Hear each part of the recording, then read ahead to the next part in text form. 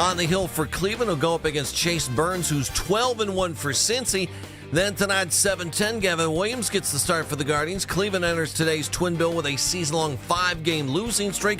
Guardians also trail the White Sox by 2 games in the AL Central. Cavaliers failed to bring back LeBron James. They still have not re-signed James Harden. However, ESPN's reporting that it's fully expected Harden returns to Cleveland in the near future. Harden declined his player option last month, and it's because of the understanding that he and the Cavs would agree to a new multi-year contract, and word is that is still the plan. Now, ESPN's also reporting the Cavs still showing interest in veteran free agent DeMar DeRozan, who was waived by Sacramento earlier this month. The soon-to-be 37-year-old averaged over 18 points a game last season. It is believed that the Heat and Nuggets also show an interest in DeRozan. Browns quarterbacks and rookies, they were back on the practice field on Monday. Meanwhile, veterans for the Browns, they are set to report today for the start of training camp in Berea. The Browns going to do their first full team practice tomorrow afternoon.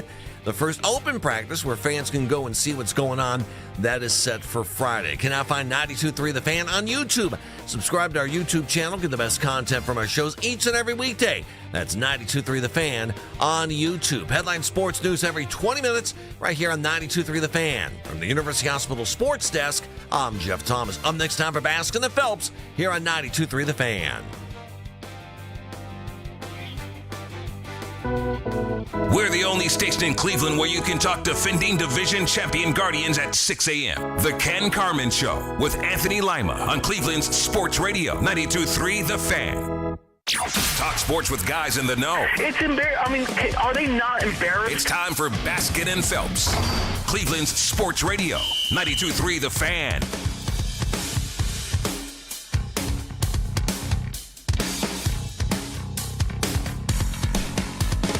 Veterans reporting today. Veterans reporting today. You know what that means, don't you, Dan?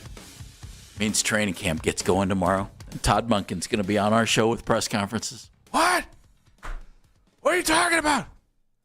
I'm out here trying to coach football. This is friggin' awesome. Please I don't. got guys running up and down the field. It's just great. Please don't cuss. I'll tell you one thing. I got guys out here. They're busting their asses left and right. They're over here executing what we need to execute. Get the damn thing done. We had so much fun with Coach Kevigan, and this is going to be even better. Welcome to Baskin and Phelps. Mennigan's in for Baskin today. I'm Jeff Phelps. I'm starting to think I need to slowly evolve it into professional wrestling promos. Yeah. Where it just starts turning into, you listen here, me, Gene. We're going to come out here on a Thursday at the Poughkeepsie Civic Center, and we're going to whip the ass of every single person who comes in this ring. The Poughkeepsie Civic Center. It always was interesting to see which obscure arena they were in. It really was.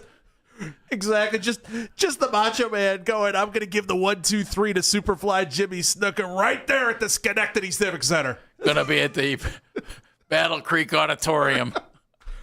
Right there at the Rochester Fairgrounds. He's going right through the ring. The rest of the show is not going to be this much fun. I'll just tell you now.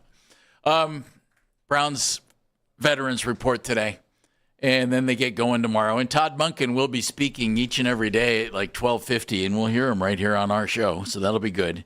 It'll be his press conference, and the players talking as well. So with the veterans coming to camp, get ready. We're going to hear a lot of Browns coming up in the next several weeks. Mary Kay Cabot's going to join us at 11 o'clock, and we'll talk some Browns with Mary Kay. And then at noon, Ryan Mitchell, who is the play-by-play guy of the Columbus Clippers, the Guardians AAA team. And we've had Ryan on the show numerous times. He's outstanding, gives us a real good look at what's down in AAA right now and what might be able to, players, be able to come up and help the big team. He's going to join us coming up at noon. In the meantime, you're Kobe Altman, president of basketball operations for the Cavaliers. You sat back, you watched Dean Wade go to Philadelphia, and I don't mean this despairingly, for whatever that's worth, whether you wanted to pay Dean that money or not. Mike Gansey signed him in Philadelphia. Mm-hmm. He left. You traded for Keon Ellis because he was the 3-and-D wing that you needed for the playoffs. Then you didn't play him in the playoffs, and he left for the Brooklyn Nets. Okay? So there are two guys on the wing who are known for their defense that leave the team. And then Larry Nance Jr., who you didn't play in the playoffs or much during the regular season. And, it puts doubt into anybody's mind. Okay, does Larry have game left? I bet he does. And I'll bet he shows it in Indiana where he signed. And then while all that was going on, you were hoping to get LeBron James, and you didn't. And so LeBron goes to Philadelphia. And that leaves Kobe Altman with a basketball team that looks real similar to what last year's team looked like, which was pretty good. You made the Final Four. But you have other teams in the East End that have gotten better, have made moves, and the Cavs sitting back, James Harden, a free agent. What do you do if you're Kobe Altman right now? You're looking around the East. You see a lot of teams that got better, and you haven't done anything yet. What do you do? And I don't mean that, nothing against Thomas Bryant. They brought Thomas back. Okay. So you've not really added to your team until you sign Mario Hezonja the other day. And if he makes the rotation and plays for you, fine. That's a nice signing. What do you do if you're Kobe? The first thing I'm doing is I'm getting the price tag on Trey Murphy and on Herb Jones. And I'm seeing if either of those two guys would fit a 6'8" guy in Trey, yep, and a 6'7" guy in Herb Jones, who's listed as a center on their depth chart, but he's not a center. He's not the best offensive player, but he has shown in the past he could hit a three and can play lockdown defense as well. And so I would call Joe Dumars and the Pelicans, and I would start there. Joe D. Because I don't know what the Pelicans are doing, and so I kind of want to see if maybe they were just holding out until LeBron made his decision before they make some kind of a move. That's the first thing that I'm doing. If that falls apart, then it might be time to call Jonathan Kuminga. I'd rather get somebody who fits exactly what I believe my team needs, which is defense and threes, before I go out there and get a guy who's not exactly known for his three-point shooting abilities, but is an athletic marvel. And the question I have on Kuminga is, I remember you and I, when the draft happened, of Evan Mobley and Kuminga and Scotty Barnes and down the line from there. And I remember looking at Jonathan Kuminga and going, this is a beautiful piece of Corinthian marble. And I am interested to see what gets carved out of this piece of Corinthian marble. And before he was playing for the G League Elite, I think that was their name. And he was like 17 and or something like that. And he was fascinating to watch. I launched my notes, sadly, from when we did all the draft prep, but like I remember him being super, super young. Yeah. And so I want to see. Well, he's 23 now. I want to see how much of the guy who had all of the ability in this world is still there and how much has been shaved and carved off from what is there from his time in Golden State. Because I love Steve Kerr. You love Steve Kerr. We think that the Golden State Warriors know what they're doing on a lot of different things. The one thing they don't know how to do is to develop young players to thread the needle between Steph Curry and Draymond Green and the next generation of kids that they were trying to do. You could make the argument they've not really done it. Right. With most anybody. I mean, you could point to many of different guy that has gone through that system, and if they didn't fit immediately, they were a little on the outside looking in.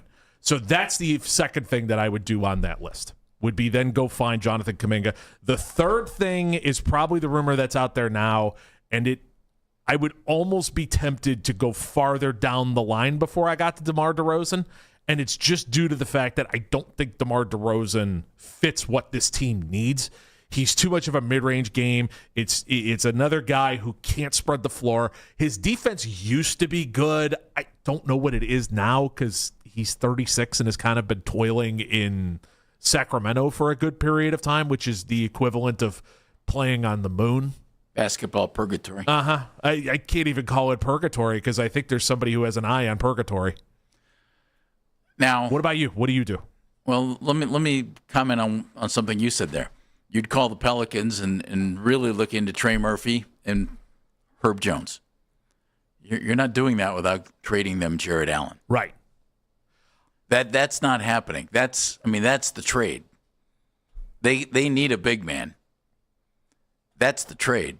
Are you willing to bust this up? And with your thought there, I think Kobe Altman might be in a position where if you roll it back, you're going to keep your fingers crossed that a lot of things go really, really well and in your favor that I don't know will go really well and in your favor. And by that, I mean this, okay? Can Evan Mobley make that jump?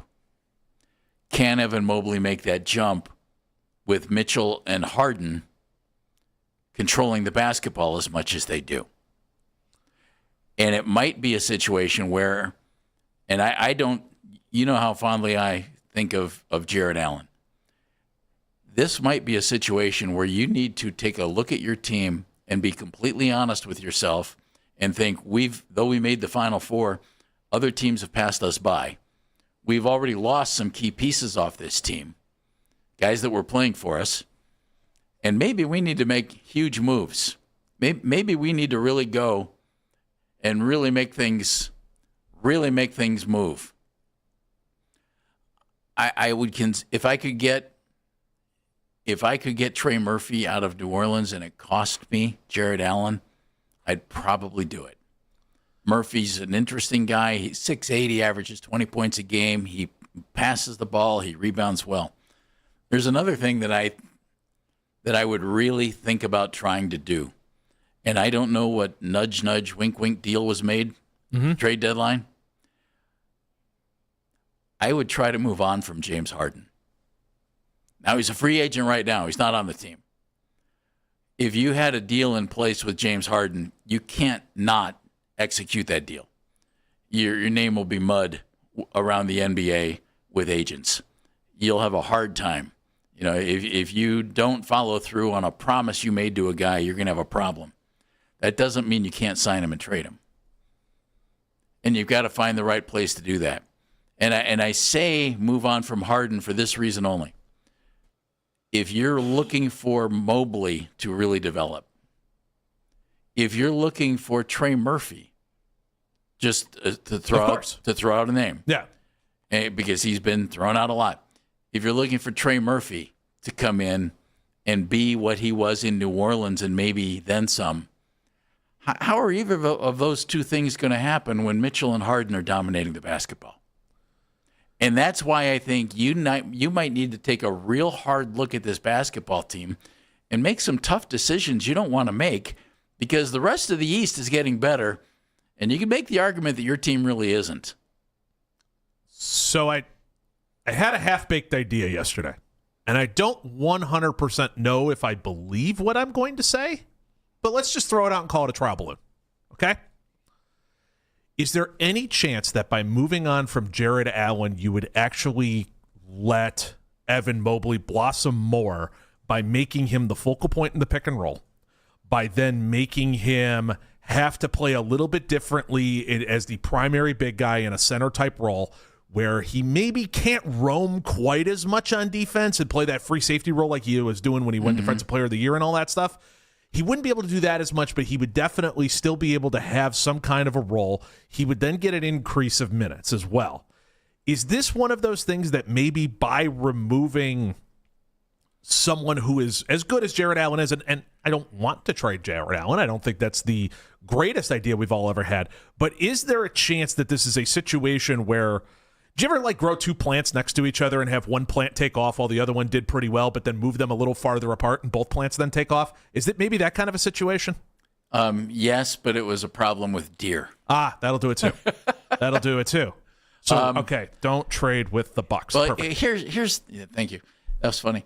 I can see your line of thinking there. I don't know if I believe this. But here, we're just throwing it out there. Here's the issue to me.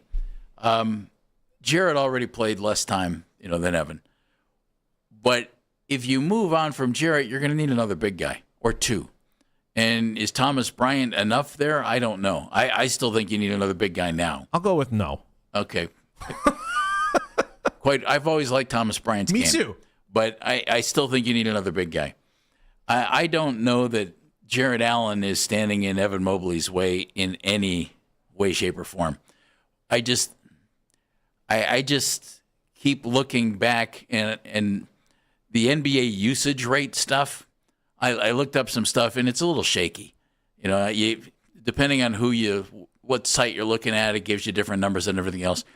It appears to me that the Cavs were the only had the only two guys in the league, at least last year on the same team, that had usage rates in the top 15 ranked in the NBA. And usage rate is, I believe it's where you end up with the ball at the end of a play, either in a shot or a foul or a turnover. So in other words, you have the ball in your hands, and you're the guy that they're counting on. And Mitchell was top 10, and Harden was like 14th, something like that. And I just wonder, when they made the Harden-Garland trade, I thought, great, you're moving on from a combination that didn't work, but you're also getting all that money off the books, and you can use it in another way. I did not expect them to bring Harden back. I'm clearly wrong in that. I was wrong in my thinking there. But maybe I shouldn't have been. And maybe that's something they should do now. You're Kobe Altman, folks. What do you do with this team as you see other teams getting better? Harden's a free agent. Is there a deal in place? Jared Allen and Evan Mobley. Is Mobley going to make the next step with Harden there, with Allen there? What would you do if you're Kobe? 216-474-0092. It's Baskin and Phelps right here on The Fan. Dan's in for Andy. Tom Hamilton here.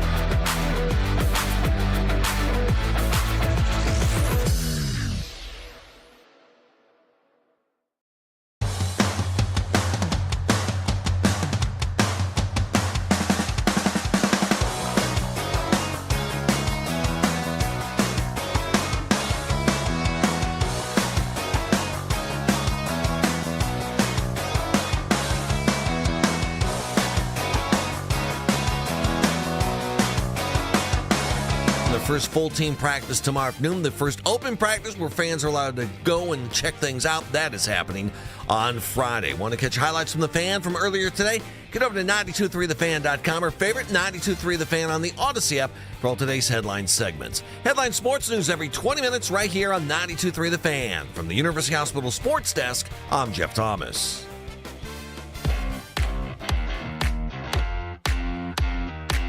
We want to hear from you on this.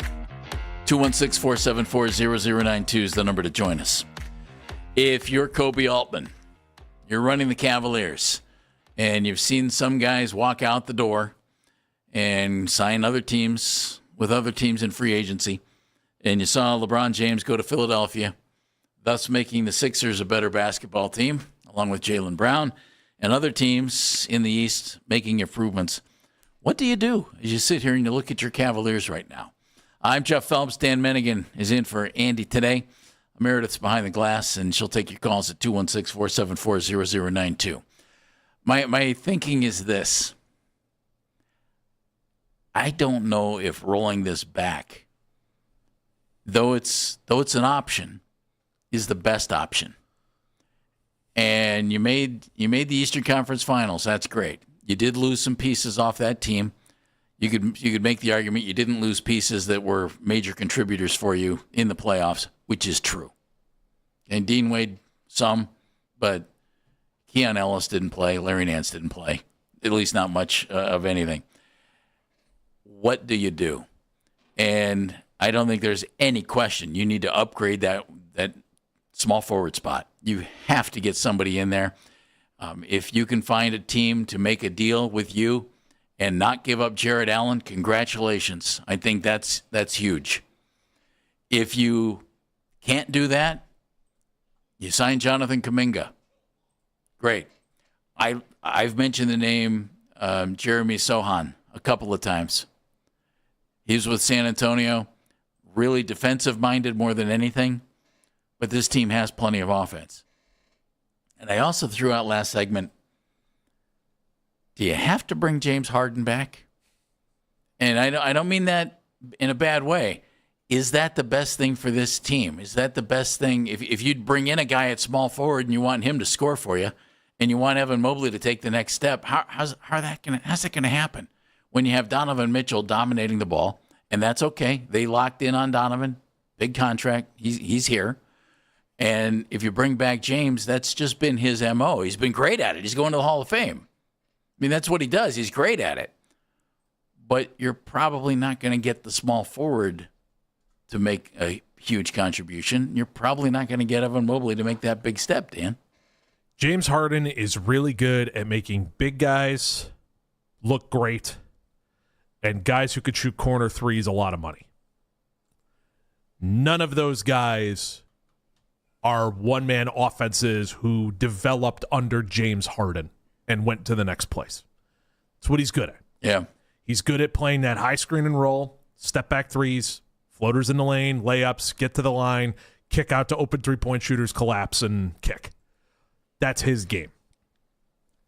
Is there any chance, and I think this has to be said and discussed a little, is there any chance giving Kenny Atkinson an offseason with these guys and building this thing and maybe a little bit more cohesion that it can be better than what it was in the playoffs? Yes. Okay. But I think it would take sitting down with your backcourt, Harden, and I'm assuming James is going to be back. I assume there's some kind of a deal in place when he was traded here at the trade deadline. That's what we've heard. I would assume that's the case because he didn't pick up his option, and that they're going to give him a contract.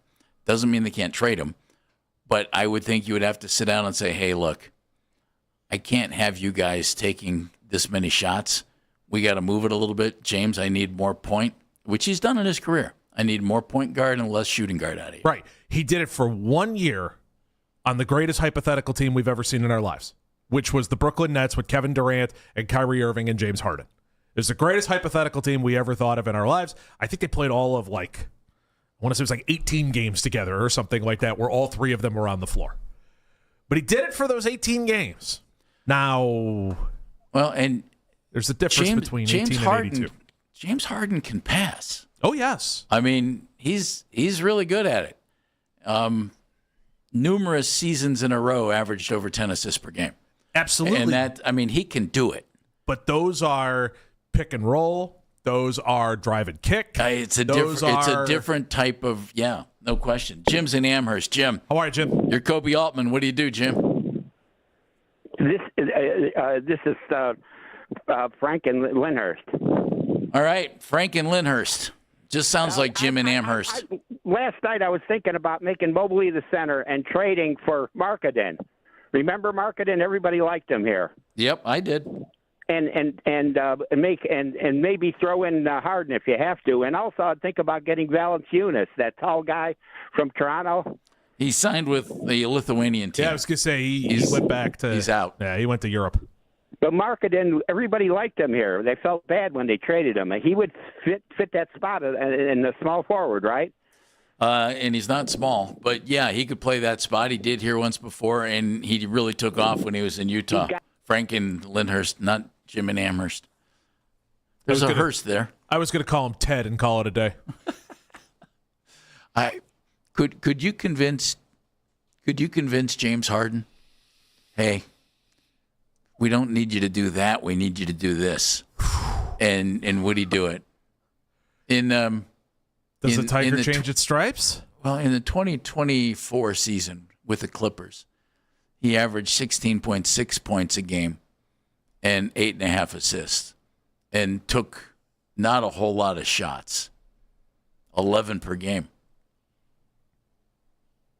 Could you convince him to do that here?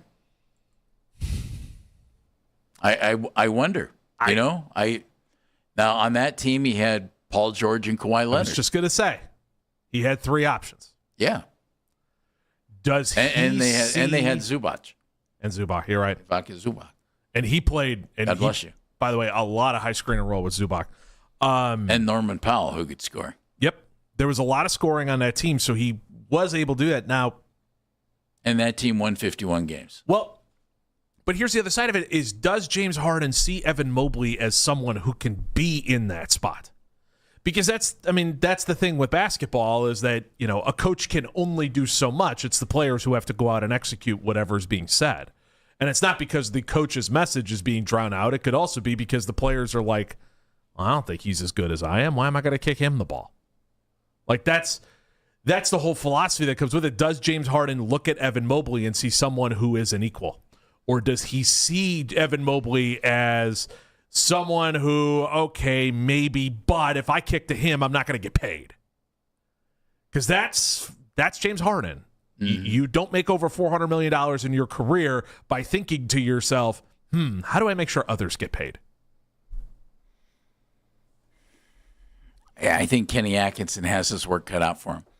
And even as built right now, if the Cavs just roll it back, I think they could be really competitive. I really do. And no reason that they can't get back to the Eastern Conference Finals. I think they'd be hard-pressed to win it. I just think there are a couple of other teams in the East that are probably better situated right now. The Knicks, probably one of them. The 76ers, I think certainly one of them. And you could throw in, is Detroit going to get better or are they going to regress? I still think the Celtics are going to be pretty good. The Celtics are always They're going to be probably good. on a different tier. Getting, Pistons will win a bunch of regular season games. I don't know what they'll do in the playoffs. Don't count out the Pacers. Rick Carlisle's a heck of a coach. Zubats goes in there, and he's a big center, and that's the kind of guy. Okay, if you don't have Jarrett Allen, first of all, Jarrett's not the biggest guy, but if you don't have Jarrett, that's the kind of guy that Evan Mobley is going to have to defend, and Zubats is like 7 foot, 240 pounds. I want to see Tyrese Halliburton before I throw everything up and go, we're back, let's go. Well, yeah. That's the only thing.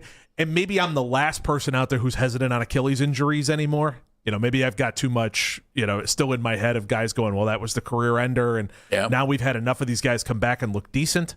But I still want to see it before I'm going to look at it and go, let's go. He's fine. Same thing with Orlando. I think Orlando's not going to be slouches. The Hornets, I want to see what it looks like without LaMelo. I mean, well, you're forgetting some really key teams like, the Raptors. I shouldn't say forgetting. You just haven't gotten to them yet. Raptors. If the Raptors get Kawhi. Yeah, you feel better if they have Kawhi. Yeah. I mean, I just. And the Heat. I think you're hard. Yeah. I mean, we're forgetting that one of the best players in the league now plays in Miami. I think you're hard pressed to bring this Cavs team back as is and think it's going to get better just because it is. All right, so Knicks, 76ers, Heat. Celtics. I would say Knicks, 76ers, Celtics, Heat, and I'd probably put the Cavs there, maybe? I don't know. I'm between the Heat and the Pistons Cavs won right 60 games in the regular season. They did. So fifth, somewhere between the fourth and sixth. Just, again, we're doing this on paper. Who knows what the season holds? And that's why maybe Kobe Altman needs to make some big, bold moves that you're not thinking of. Richard's in Euclid. Richard. How are you, Richard? You're Kobe Altman. What do you think, Richard? If I'm Kobe Altman, I wouldn't re-sign Harden, or if I do, I'll give him less money, maybe to 15, not to 30. He's not going to do that. And you mentioned the guy, Jeff Sutton of San Antonio. Ain't he with the Knicks now? Who's that? The guy, Jeremy Sochan. Oh, yeah. Is he with the Knicks? Yeah. He's a free agent, though, Richard. All it costs you now is money. Okay, and also I like the guy the Lakers got. He's a big forward. Jeff, his last name is Correct. Dalton Connect. Yeah. He is good, and he's got the height also. I think we need him, and I would like to go DeRozan. We need somebody that can bring their ball up. I know you're going to hate me for this. You need a guy something like Draymond Green that can bring their ball up. No, I wouldn't hate you for that. Draymond can play. I'm a Draymond fan. Somebody that can, to unsoften these guys. Richard, thank you. I see. Like a guy like Connect. I get that. Trey Murphy. I think you're going to have to think outside the box a little bit if you're Kobe Altman, and or sign Kuminga and think that his relationship with Kenny Atkinson is going to take care of that situation. Yeah, but we can't give Harden that kind of money. No $34 million. All right, Richard. Thank you. I think they're going to, Dan. I said I think that's the cost of being the boss. I think that's the cost of doing business right now. Here's another one, though. Michael Porter Jr. do anything for you? Yes. That could be an interesting one. I don't know what the Nets are doing. That's another team that's kind of Nets have guys coming and going. That's another team that's just floating in the abyss right now, just taking on whatever picks that they can get to try to turn this thing around. But can I go back to this? Okay, I like Michael Porter Jr., tall guy, outside shot. Not a good defender. Well, join the club. But again, if you have James Harden with the high usage rate, and you have Donovan Mitchell with the high usage rate, and you want more out of Evan Mobley, how do you expect a small forward to come in here and be really impactful? Because Michael Porter Jr. was awesome with Jokic at being a stand and shoot, collapse and kick 3-point shooter. Okay. So it would fit that a little bit better if you wanted to lean into that style. I love that idea. And he's a better fit there than, say, Jonathan Kuminga would be. Yes. But still, it gets back to, are these guys going to dominate the ball? Are they going to dominate shots? And that's where I think they might need to either make a really tough decision and not bring this team back intact, or have a real big change in philosophy to make this thing better. 216-474-0092. Can you sell that to Harden? Can you make Mobley do it? It's Baskin and Phelps with Mennigan in for Andy. Hey, it's Brew. Between my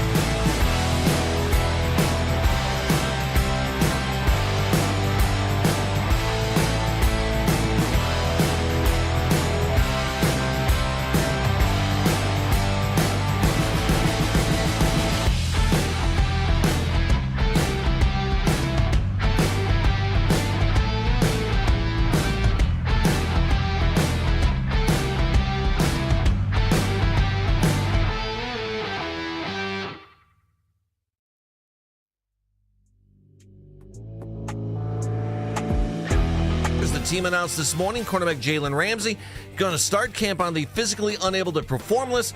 Ramsey suffered a minor knee injury during mandatory minicamp last month. Want to catch highlights from The Fan from earlier today? Get over to 923thefan.com or favorite 923 The Fan on the Odyssey app for all today's headline segments. Headline sports news every 20 minutes right here on 923 The Fan. From the University Hospital Sports Desk, I'm Jeff Thomas. Mary Kay Cabot, PlainDealerCleveland.com, talking Browns with us at 11 o'clock. 11. Veterans report today. Veterans reporting today. Right now, we're putting ourselves in Kobe Altman's shoes. Kobe's done a very, very good job as the head basketball guy in the Cavaliers organization. And you might disagree with some of the moves he's made. I know I do, but I think he's done a very good job. And I can tell you he couldn't care less that anybody disagrees with any of the moves he's made. And he shouldn't. You know, it's the way of a good GM. Exactly right. Don't listen to me. There's a reason I'm not in your chair. It's strange to me. I will forever think the Cavs gave up too much for Donovan. And I will forever think they're paying him too much now. And that said, they're all in on him, so you got to figure it out. And is James Harden the guy to have next to him? Again, I thought Harden was going to be a one-year deal. Doesn't look that way. Could you sign Harden and trade him? Yep. Will they? I doubt it. Can you fill the small forward spot in free agency still? Yeah. You could sign Kuminga. You could sign Jeremy Sohan, who could come in and give you the defense there and the athleticism that you're lacking. Bruce Brown is still out there, too, who I've always liked. 6'4" guy who is a good all-around basketball player. And I know you're tired of hearing this, but plays bigger than 6'4". Well, that's all well and good. Give me 6'8" Sohan, who doesn't need the basketball, is really athletic, and is known for his wing D. Because if you bring back Harden, and we assume you're going to, well, there's your offense. And even if you convince James to pass even more and shoot even less, because he did shoot a little less when he got here. And again, he's a Hall of Famer. He's really good. But is it the right fit? And is it going to work if you're trying to get everything else? You don't need a small forward who's going to go get you 25 points. I don't know how in the world you'd ever do that if you have Harden, Mitchell, and you want Mobley to take a step. How are you going to get a small forward to score 20 points a game, 18 points a game? Have to be catch and shoot. It would have to be a catch and shoot guy. Unless you bring in a guy like Sohan, who, hey, you're gonna get baskets in transition. You're gonna get them on alley-oops. You're gonna get them on offensive rebounds. You're not going to get the ball in a whole lot of play sets. You're going to need to push tempo if you're going to play that way anyway. Well, you are. And again... And does that fit James Harden's game? Exactly. That's the James Harden problem, is his whole career has been slow. So this is why I think Kobe Altman has some difficult choices this offseason. And, you've pointed to the Pelicans. We've heard Pelicans for a year and a half. Yeah. With Trey Murphy, 6'8", small forward who's terrific. It's just like you're going down the list and trying to find the teams that are definitely not in a position to contend with players who could help out other teams. And they need a center. And that pool gets thin in a hurry. It gets very quickly into, talking yourself into miscellaneous Memphis Grizzlies that you totally forgot were kind of in the league. And there's nothing on the Sacramento Kings that's worth a hill of beans unless you're dying to bring in Sabonis, which no one is. I would be. I love that guy. Randy's in defense. Randy's in Strongsville. Randy, what's up? How are you, Randy? You're Kobe. What are you thinking? How are you? Good. Doing well. Well, as far as Altman goes anyway, I think his obvious choices are either move Allen or Mobley to change the team around. But I'd like to speak, I guess, in particular about Mobley. We keep saying, or everyone says, make a leap every year. I don't even know what that looks like because he really only gets the ball and pick and roll. he has a hitch in his shot and is loose with the ball. So I'm not sure where Harden or Mitchell are supposed to get him the ball on the court. He can't spot up and dribble a 10-footer. So as far as the usage goes and what's Mobley going to look like, making a leap, I'm not sure he has it. Where do you think he should get the ball on the court to change that? That's an interesting thought, Randy. I think he can spot up and make a 10-footer. But he's loose with the ball, though. That's the problem. He is, and that's something he's got to. You're right. He's got to tighten up that handle. The one thing, you can tighten up a handle. But keep this in mind, and this is the thought I have. They drafted him 3rd overall for a reason. They gave him a supermax contract for a reason. Yet, ever since he's been here, he's never been anything more than the 3rd option in the offense. He was always the number 2 offense behind Darius after his rookie year, and he's been the number 2 or number 3 guy since Harden got here. I wonder if you try to make him the 2 and stick with it. They might have tried to do that last year, and they bailed on it fast. I mean, and Randy, if he can't do it, then maybe you should have traded him for Giannis. Maybe you should have traded him for Jaylen Brown. Where I would give him the ball, Randy, I would say at the nail, right at the free throw line right there, at each of the elbows, and possibly in the post every so often as well. I mean, yes, it would be a little bit of an old school throwback style of ball, but it did work for the Spurs at one point with Tim Duncan, and I'm not saying Evan Mobley is Tim Duncan. Please don't put those words in my mouth. But I think you could play that style. I agree, but he also has to work with Mark Price for a year to fix that hitch in his shot. It's a good point. He makes a couple threes, then I get worried because then he's going to shoot them. But Randy, they want him to do that. But he takes too much time with the shot. Watch him. It takes too long. I'm not going to argue with you, but they want him to step out behind that 3-point line. It feels very path of least resistance to have Evan Mobley shoot threes.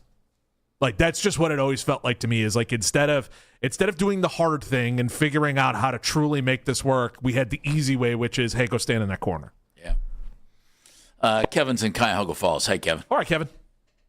Gentlemen, how are we doing today? Well. And yourself?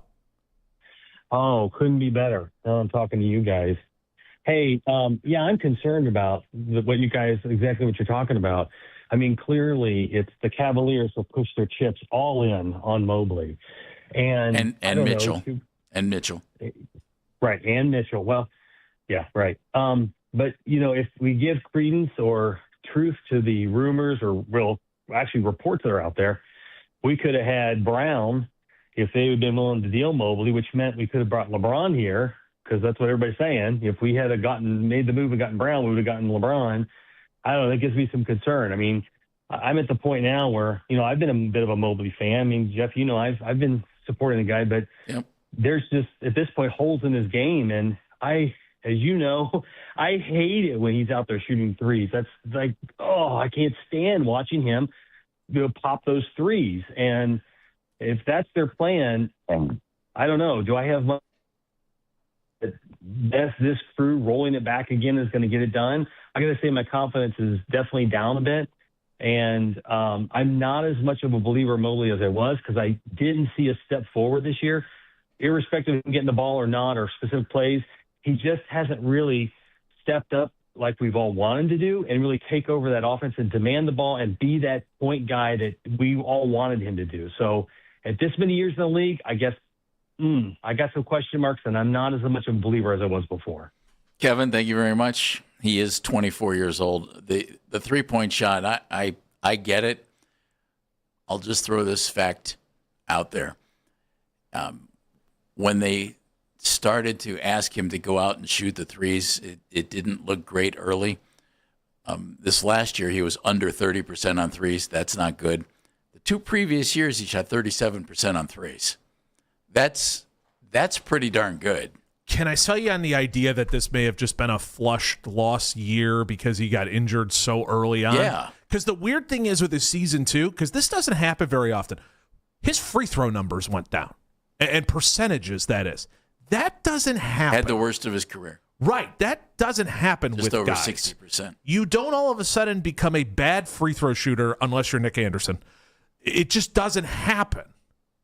So I wonder if this year was just kind of a lost year for him, and maybe we see some kind of step forward because, to quote every single high school guidance counselor, growth isn't linear, Jeff. That's heavy, Dan.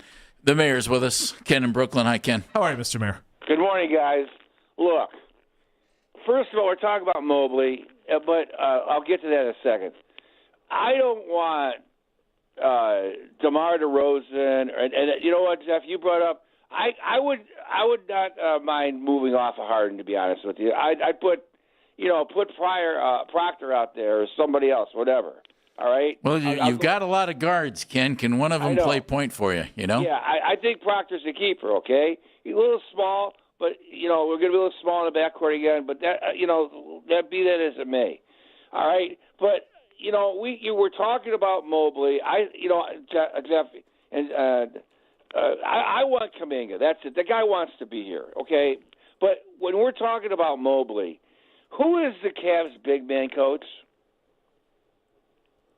That's a good question. I'm not sure if there's a specific. They've had numerous guys over the years work with big guys. Yeah, well, I think they need one. We're talking about our big guys.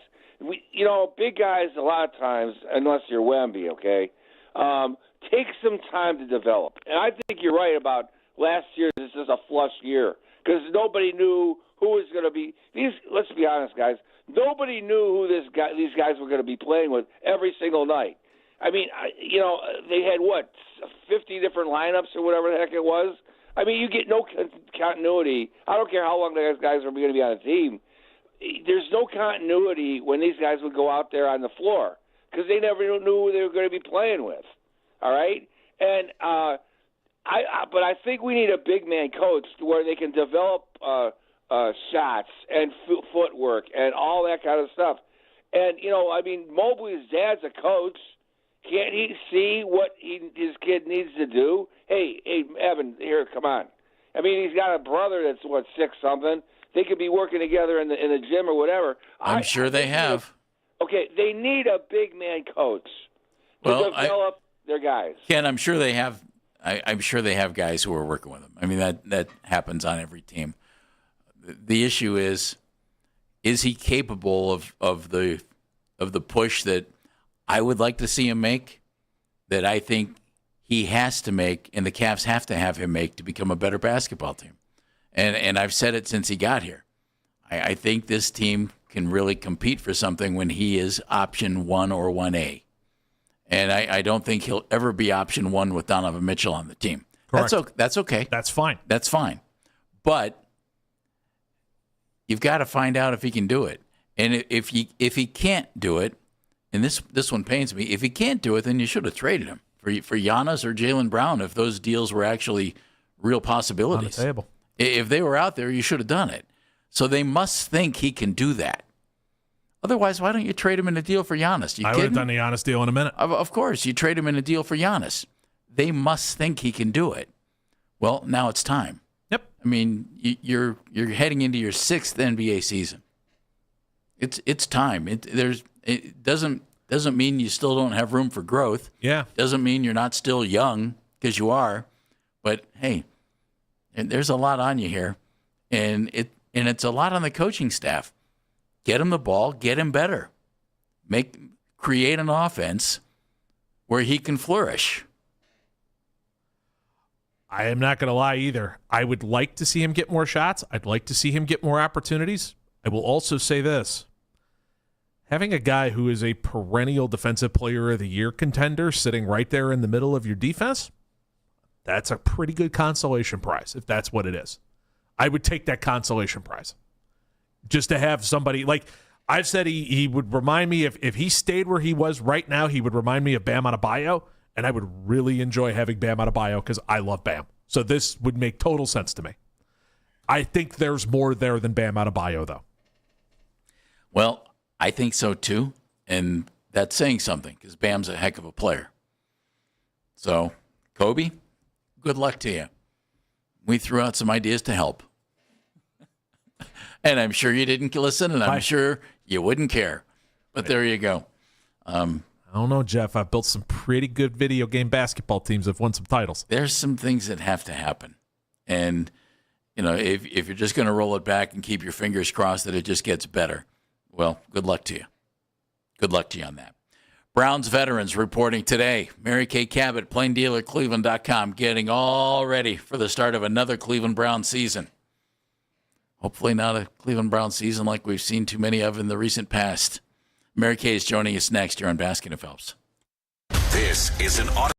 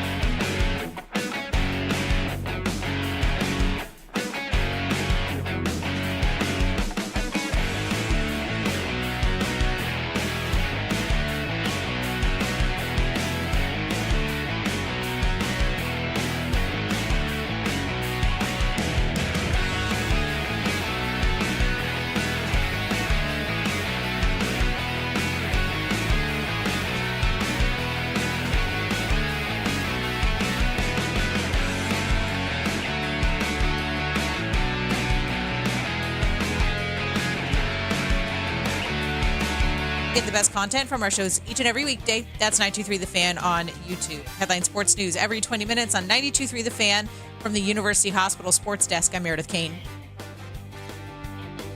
Wake up with the latest news from training camp and around the NFL. The Ken Carman Show with Anthony Lima. Weekday mornings starting at 6 a.m. 92.3 The Fan. Meredith just said it. Veterans reporting to Berea today as the Browns get things going tomorrow. Training camp underway. Oh, the fun we're going to have, aren't we? I'm Jeff Phelps. Dan Mennigan's in for Andy today. Lady who's going to be covering it all like absolute crazy for the Plain Dealer and Cleveland.com. You'll hear her on the Orange and Brown podcast. She does a great job of all of it. She's on the Wise Heart Right. We make it right. Call Kyle Wright hotline. She's Mary Kay Cabot. Hi, Mary Kay. How are you, Mary Kay? Hey, guys. How you doing? What are you doing on your last day before training camp begins? You got anything drastic going on? You cooking? Are you playing golf? Are you sleeping? What are you doing? I'm working. Of course, just because we're not out at practice doesn't mean that we have the day off. So I'm sure anybody that covers the Browns is doing the same thing I'm doing today, and that's gearing up for camp and writing some things and getting ready to roll. First, boo, that should be umbrella drinks and pool. That should be the answer. Yeah, I wish. Yeah, we wish, don't we? Isn't that the truth? Veterans reporting today. We know what this situation looks like. I think everybody's always optimistic when you start a new season. I'm more curious maybe than anything. We know all the many of the storylines and everything else. I'm curious to see what Todd Monken looks like. He's like one of the oldest guys to ever get hired first time as an NFL head coach, and I wonder how he's going to do. Mary Kay, what impression has he made on you so far? Well, I think one of the things that stands out to me about Todd is that he really does kind of wear his emotions on his sleeve, and it's going to bring a different vibe and a different energy to practice, and we'll have to see how it all plays out. But I think that's one of the key things about him. If he's mad, you're going to hear about it. If he's happy, you're going to know it. Kevin was so even keel. Not that there's anything wrong with that. No. This is just a completely different vibe, and it brings along with it sort of a different culture on the football team. And I think it will sort of trickle down and filter down. So I do think that that's one of the things to watch this camp. Besides the quarterbacks, Mary Kay, give me a couple spots that you're watching during training camp. Well, one of the guys that just walked into the building a little while ago, I just retweeted Jared Verse walking into the building, looking like hasn't missed a workout over the last couple of months. And he's just got to be one of the biggest storylines of this camp, to come in here and try to not fill the shoes of Myles Garrett, but try to make your own mark on this football team, put your own stamp on this defensive line. I think that's going to be really, really exciting to see what he can do. And I've written about this, and I've said this so many different times. I think he, in the same way that Todd Monken is going to bring a different energy to the team, I think that Jared Verse is going to do the same thing. I think guys are going to be a little bit looser around him. I think they're going to be a little closer around him. I think he's going to be a unifier. I think he's going to bring guys together, not just in the building and on the field, but I think he's going to be one of those players where he will be having guys over to the house, or he's going to go over to their places. I think he's going to kind of just bring them together with more camaraderie. And a lot of times that translates over to the field. And I think that they have to spread the wealth this year on that defense. And I think he's going to be a big part in making sure that happens. Mary Kay, they made huge changes on the offensive line. And, in the last couple of years, the Browns went from having a really good offensive line to having a really injured offensive line. And most everybody's been replaced. That doesn't necessarily mean it's going to be better. How do you see the offensive line developing with a bunch of veterans who were brought in and some key draft choices as well, obviously Spencer Fano? How does that group develop, and do you expect it to be good? Well, I think it's going to be a work in progress. I think it's going to be better than it was last year, but it might not be amazing week one. It's going to take some time for these guys to gel and come together. you have to be working together in concert on that line to make sure you're getting the job done. And these guys have never worked together before. So it's going to take a little time. And then the other part about it, I think, is that what we see in the first week might not be what we see in week 3, and that might not be because of injury. It might just be because when they see it out on the grass, when the lights are on, the pads are on, the rush is on, sometimes you have to change things up a little bit and you have to pivot. And so when you're working with 5 new starters on the line, you're trying to make sure that you've got the 5 best guys out there. That might really not reveal itself until you get into some games, and then you realize maybe you need to change it up a bit. That's what I was just going to ask you about, and I'm glad you went there. We're all kind of assuming that it's Fano, Zion Johnson, Elton Jenkins, probably Tevin Jenkins at right guard, and Titus Howard. Brailsford, if he wins the center job, Jenkins moves to right guard. Could you see any major shakeup as they get this thing going? Like, could DeJuan Jones work his way into a starting gig? Could Austin Barber work his way into a starting gig? Yes, and I've been writing about that. I have been writing about that lately in some of my Sunday stuff, that do not count DeJuan Jones out for some kind of a starting role. And if it doesn't happen in week 1, it's probably going to happen at some point this season where he will be in there starting some games. George Warhop is very impressed with DeJuan. DeJuan looks really good. Even though he was coming off of an injury, he kept his weight down. He's in great shape. His attitude is good. And we know that he really loves playing at right tackle. I don't know if that is going to be a viable option for him because Titus Howard is there. But if he proves that he's one of the 5 best guys that should be out there, then they can tweak some things and move some things around a little bit. If you had to, you could even move Titus Howard inside to guard and then let DeJuan be out there on the outside. George Warhop refused to concede that DeJuan is just a swing tackle during minicamp. And that means to me that jobs are still up for grabs a little bit, and we don't know exactly how this is going to play out yet.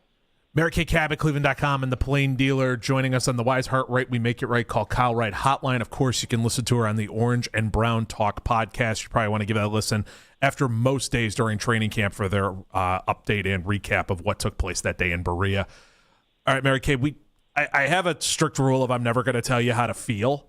So I usually try to make my guests think that way as well, that you don't need to tell me how to feel. How concerned, and are you have any level of concern of having 5 brand new starters on an offensive line? Because, boy, that's unorthodox. Well, it is. But if you look at what happened last year, it really can't be any worse than what went on last year. And they've added some really good talent this year, and they also have depth. You mentioned Austin Barber. There could come a point this season where Austin Barber gets out there and plays and starts some games for them as well. So they have talent, they have depth, but it takes time to gel and to come together. And I think that's going to be the whole key. They have really, really good guys on that line. And, I mean, just look at Elton Jenkins alone. I mean, he's an all-pro player. Now, that happened for him at guard, but he was able to step in for the Packers and had a seamless transition to playing center. So he's a very, very talented player. And then the Browns, of course, are very excited about Spencer Fano. We'll have to see how that goes. You don't necessarily step into the left tackle job in the NFL and not have some growing pains. So I think you can expect that some of those will happen.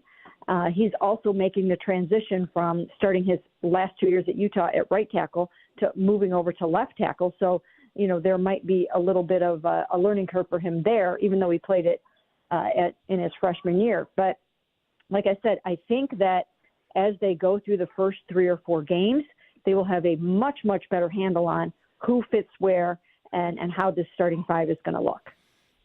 So many young skill position guys, Mary Kay. I know you like the fact that they've made some real investments there. I like that fact as well. But I also think it's unrealistic to think that, 2 really young running backs, 2 or 3 really young wide receivers, 2 or 3 really young tight ends, that they're all going to pop and really, really be, major contributors this early in their careers. How likely is it that could happen? And do you think that there's any chance the Browns are going to be looking as camp goes on, hey, any veterans get cut loose that we could bring in here who could add to those groups? Well, I'll tell you what, these players that they have brought in, so many of them have already played at such a high level of competition in college or had so much production and success in college that they come in and they're ready to kind of hit the ground running. If you look at last year and how these guys did, when you're looking at Harold Fannin and Quinshon Judkins and Mason Graham and Carson Schlesinger, they did a really nice job as rookies. And now those guys are ready to step up and take their games to the next level. They've got a hunger about them. It's a good group. And I think people are going to really enjoy this football team. Mary Kay Cabot joining us on the hotline. Listen to her on the Origin Brown Talk podcast. All right, Mary Kay, let's get to the quarterbacks. We've been dancing around it for long enough. You've seen a quarterback competition. Good. There are questions there, folks, on so many aspects of this football team. But I think everybody agrees that on paper they had a really nice draft again. And yesterday we started looking at some of the rookies just to get reacquainted a little bit. Rookies are here, veterans reporting today, on the field tomorrow. We're going to take a little deeper dive on some of the rookies coming up next on Baskin and Phelps. Number to join us is 216-474-0092. And the situation that the Browns find themselves in right now, Dan, is one where, okay, you've invested in all these young guys. Let's see them. You invested in a lot of offensive linemen. Let's see them. And if the offensive line can do its job and the skill position guys can step up and be ready to go, well, in theory, your quarterback play should just be better. See, and that's what I'm actually excited for. I'm thrilled at the fact that they've decided, you know what? The hell with it. Youth movement. Let's go. I love the fact that they've decided to do that. I like that as well. And not try to thread some needle and not try to do the whole, we'll compete while we also try to develop. No. Just cut the ties. Let's go full-blown youth movement with the idea that it's going to look better at the end of the season than it's going to look in the beginning of the season. And then it may start off looking kind of clunky because you got rookies and second-year guys all over the place. Yeah. And then by the end of the season, it's going to look a lot cleaner and a lot better than where you started. And if that ends up being the case, Jeff, this season's a success to me because I frankly don't care about the quarterback play that we're about to watch because neither one of these guys, pending Shedeur Sanders making a leap, which, hey, we can live in that world. Is it impossible to think? No. Is it likely? No. I don't think so, but whatever. If he does, I'm in. Dan, he's got to be, and I don't mean that he was bad last year. He's got to be better than he was last year. He was bad last year. We can say that out loud. Well, he was not good last year. He had some moments where you thought, yeah, and if you're a young quarterback, you can build on moments. So I do expect Shedeur to be better this year. Robert Saleh put him in a blender by flipping between zone and man and his inability to figure out which one each was because he was doing it on each side of the field. He then learned and figured that out a little bit down the road. It got better as it went along, but I can't in good faith say he played well. He had flashes. Now, can we get flash instead of flashes? That's what I want to find out. Getting to know the rookies. Coming up next on Baskin and Phelps.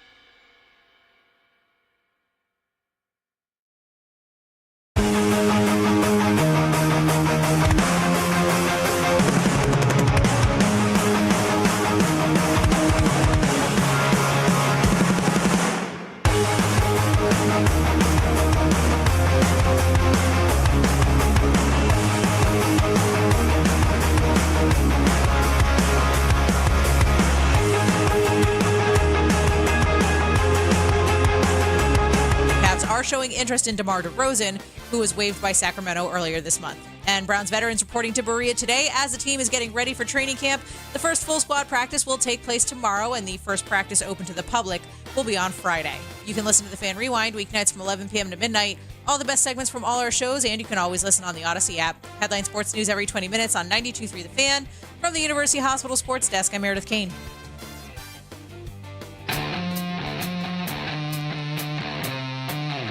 Rookies have been in for a little while. He reported last week. Veterans reporting today in Berea, and then tomorrow on the field. And again, we will hear from players tomorrow during the show, noon hour.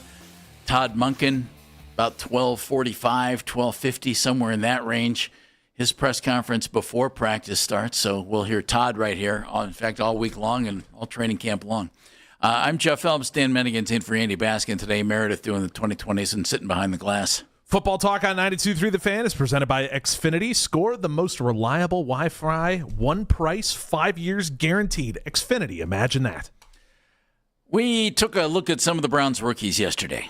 We didn't get to all of them, so by golly, we're going to get to all of them today. Getting to know our Cleveland Browns rookies with Baskin and Phelps. We got to play that 3 or 4 more times. I just like it. It's way too fun. Getting to know our Cleveland Browns rookies with Baskin and Phelps. I feel like I didn't know right then, but by golly, I like it. It's like I feel like in my head it's an early 90s montage with like ripped dudes on a beach, one of them holding a playbook with like a woman in fantastic shape in a bikini as well. Yeah. It's diagramming plays. That's what I see when I hear that. Sure. That is infotainment at its finest, baby. Sure. That would have worked out great. Yesterday, we took a look at a couple of the key guys. Spencer Fano, who was the number 1 overall pick, the wide receivers, Concepcion and Boston, and we looked at the offensive linemen the Browns brought in. And that leaves us with some tight ends and a defensive couple of players and a certain quarterback who we're going to talk about. The one guy who I think every draft person thought, boy, did they get lucky with that guy dropping, was Emmanuel McNeil-Warren, who's the 6'3" safety from your Toledo Rockets.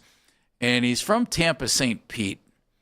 And this guy, everybody really liked this guy. He was a 3-year starter at Toledo. And Toledo's actually produced some NFL talent the last couple of years on defense. And he went to Toledo, had the opportunity, obviously, to enter the transfer portal, didn't. And he didn't because 2 things. He was developing well at Toledo, and he was injured during his senior year of high school. And a lot of teams bailed on him then in the recruiting process, and Toledo didn't. And he came out and basically said, hey, they didn't bail on me. I'm not bailing on them. Yeah. Dan, I like that. I did too. That was so cool when we heard that story. Goodness, their play-by-play guy told that to us as well. And then Emmanuel McNeil-Warren, or as they call him in Toledo, E-Man, which is what I'm running with because Emmanuel McNeil-Warren is... It's a lot. That's a lot. That's definitely a lot. So we're going to go. I'm going E-Man from here on out. I've been given 9 permission. syllables, by Yeah, the way. I've been given permission. We're good to go. E-Man. So 8 syllables. So that stood out to me as well. And I'm fascinated because I know the entire league is trying to search for their version of Derwin James from the Chargers, Kyle Hamilton from Baltimore. You could throw in, he's not totally fits this, but Nick Emenwari from the Seahawks. Those like hybrid guys who could play, who are fast enough that they can hang with receivers and tight ends a little bit in the secondary, but also can hit and kind of work as these, they'll call them jokers or wild cards or anything like that. I wonder if they see Emmanuel McNeil-Warren as being something like that they could maybe try to deploy. Like a third safety that's on the field who could do a couple different things. And a big safety. Right. At 6'3". Exactly. And we're going to see a lot of him out there on the field. He was known for 2 things at Toledo, along with just being a really good all-around defensive player. Had a real knack for punching out the ball, creating turnovers. The peanut punch. And that's exactly what they call it. And it's this just fun to say. This to me it's like, really? He played 1,861 snaps at Toledo. 1,861, and was called for 1 penalty. One penalty. Wow. In over 1,800 college plays. Wow. How do you do that? That's pretty good. Yeah. No holdings, no PIs. That's pretty darn good. That's really good. His dad was an offensive coordinator and wide receiver coach at his high school, and they thought he was going to play offense, but instead they moved him to defense, and by golly, that was the right move. He's taking off, yeah. So get ready for Emmanuel McNeil-Warren. I think we're going to see a lot of him. He's from the Tampa-St. Pete area. In the 5th round, Browns went for a linebacker. And, you see the name and you think, hey, Justin Jefferson, that's great. And so, you can't have enough guys named Justin Jefferson in the league. This guy, to me, I don't want to downplay what he could possibly do. He screams to me special teams standout. And if he can become more than that, that's great. He was a 0-star recruit out of high school. Driven. I love stories like this. 2 years at Pearl River Community College, and then was the number 1 rated JUCO linebacker coming out of JUCO and went to Alabama. And he played 3 years at Alabama. So from a 0-star recruit to playing at Alabama. And it's a pretty good pedigree. Yeah, he was just a 1-year starter with the Crimson Tide, but as a redshirt senior, he started all 15 games, and that was really good. And is a smaller guy, he's 6 foot, about 223, has his degree, he's good to go there. But then Justin Jefferson looks like he's going to be a really active player. If he can contribute on defense this year, great, good for him. I'd be a little surprised by that. But I expect to see a lot of him on special teams. It feels like one of those where if we see him on the defensive side frequently, something's gone wrong. Yeah. And that's no offense to him. That's just the pecking order that we're living in. Yep. And if he's out there on the field for this starting defense, then we are all going to look at each other and go, oh, no. Yeah, something didn't work. Or they got really lucky. Yeah. And there's always that chance. And you got to carve a roll for a guy if you find that. Right.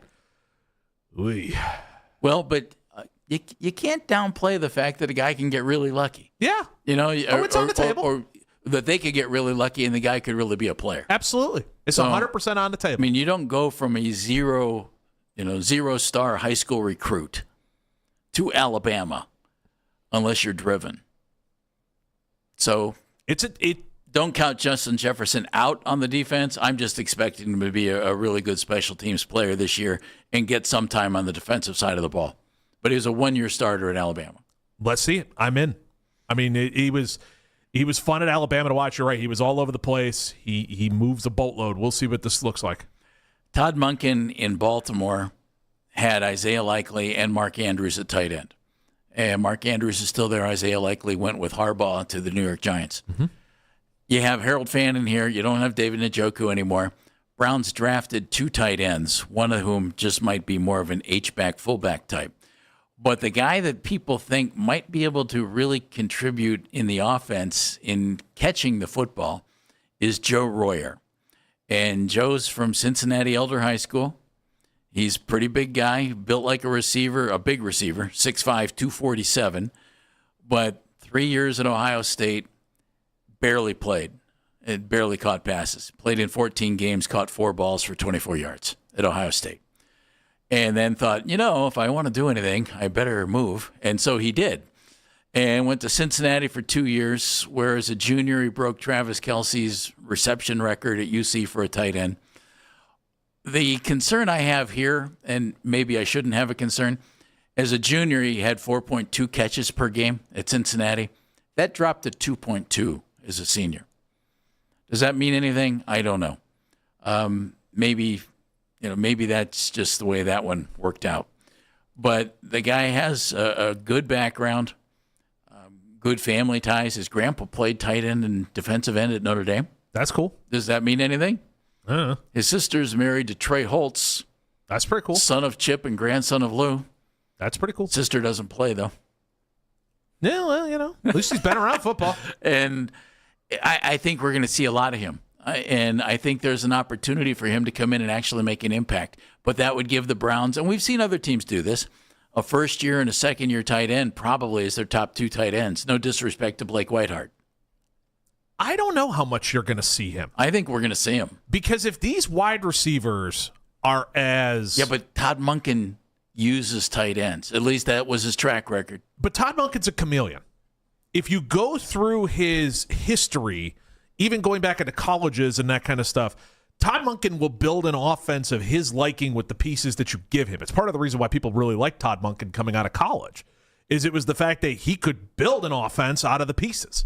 You know, what he did at Georgia was different than what he did at Tampa Bay and what he did in Cleveland. And what like he can kind of build to whatever he needs to be. So I wonder if he's just going to look at the talent there and go, well, my talent is these 3 wide receivers, 4 wide receivers if you want to include Isaiah Bond in there, who everybody seems to be over the moon about too. At what point it's going to be tough. You can't play 2 tight ends and 4 wide receivers. You can't play 2 tight ends and 3 wide receivers and have a running back. So you're going to need to figure out some way to make all of that work. And so I think you'll see the 2 tight end side of things maybe go down a little bit more and more with the wide receivers, because that's where the talent is on this roster. Well, my fingers are crossed that that's the case. Yeah. But teams in the NFL often use 2 tight ends. Kevin Stefanski certainly did.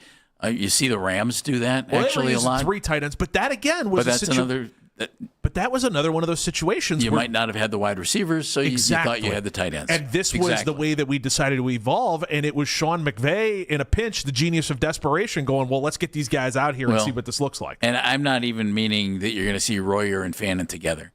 I think what you're going to see is Fannin and then Royer, and both getting the football from time to time. Oh, okay. I thought you meant on like 2 tight end sets. I don't and all think that you're kind going of to see 2 tight end sets as much as we did last year. Oh, without question. But I think Royer's a guy that you can certainly throw the football to, and he can do some things with it. Yeah. We'll see what he does. He averaged 11.5 yards per catch at Cincinnati. My bad. I misunderstood. It's all right. No, it was a stimulating conversation. Yeah, the final draft choice they had was another tight end, a kid named Carson Ryan, 7th rounder from UCLA, and he's built more like a big fullback. And keep that in mind here, because they love fullbacks, and Todd Monken likes fullbacks. Could be an H-back type. Carson Ryan, 6'3", 255, so a pretty big guy.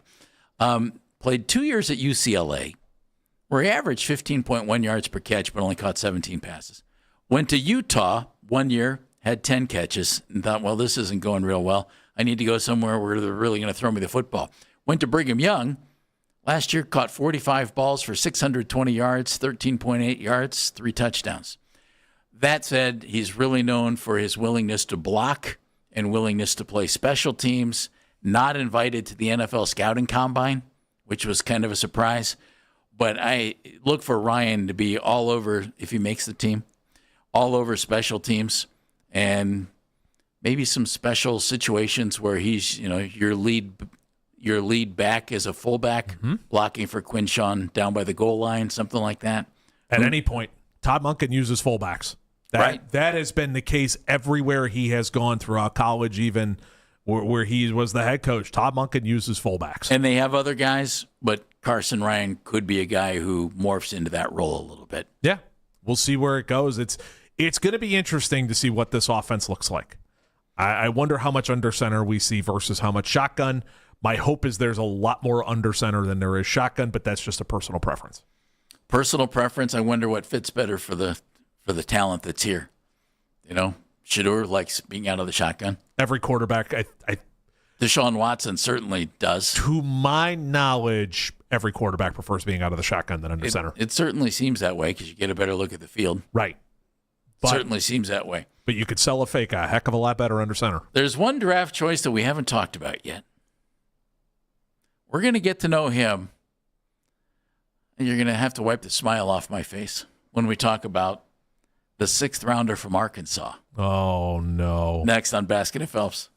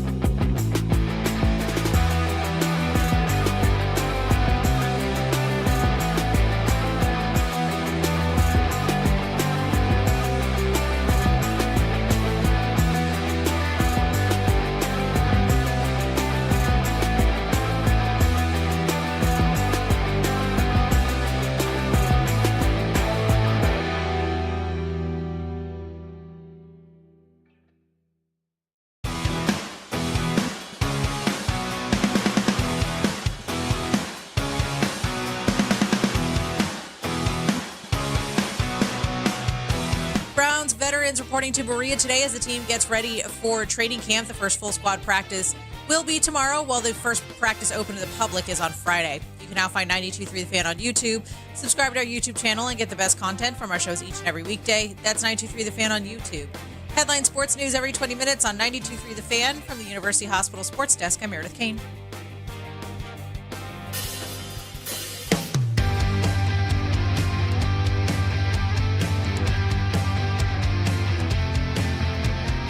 We've been taking a look at the rookies who were drafted by the Browns. Just, at draft time, we're all over this. Everybody talks about them.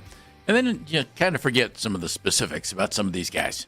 But with rookies reporting last week, veterans coming in today, first practice tomorrow, we wanted everybody to kind of get reacquainted. Getting to know our Cleveland Browns rookies with Baskin and Phelps. And Mennigan in for Andy today. We've talked about all of them, Dan. All of them. Did? Except one. That was so much fun. I hardly remember. And I won't say it's the guy that I think will have the best career. Oh, here we go. I won't even say it's my favorite guy of the draft choices that the Browns made. Are you sure? That's probably Denzel Boston. Okay. At this point, I think it's Denzel. Okay, we'll make note. Probably followed by Casey Concepcion and Spencer Fano. However, before I do this, can I preface my comments with what I said last year and with what I firmly believe? We will allow disclaimers. You do not draft a quarterback in the 3rd round, Dylan Gabriel, or in the 5th round, Shedeur Sanders, and think you've drafted your franchise quarterback. So you certainly don't draft a quarterback in the 6th round and think you've drafted your franchise quarterback. Okay, that's out of the way, right? Yep, that disclaimer is noted for the record. Boy, we could get somebody to read it very, very quickly so that it really does feel like a disclaimer. Boy, could Taylon Green be fun. He could be fun. Like I need to get you a towel for the drool. 6th round pick out of Arkansas. Played his first 3 years at Boise State. He was a 4-year starter.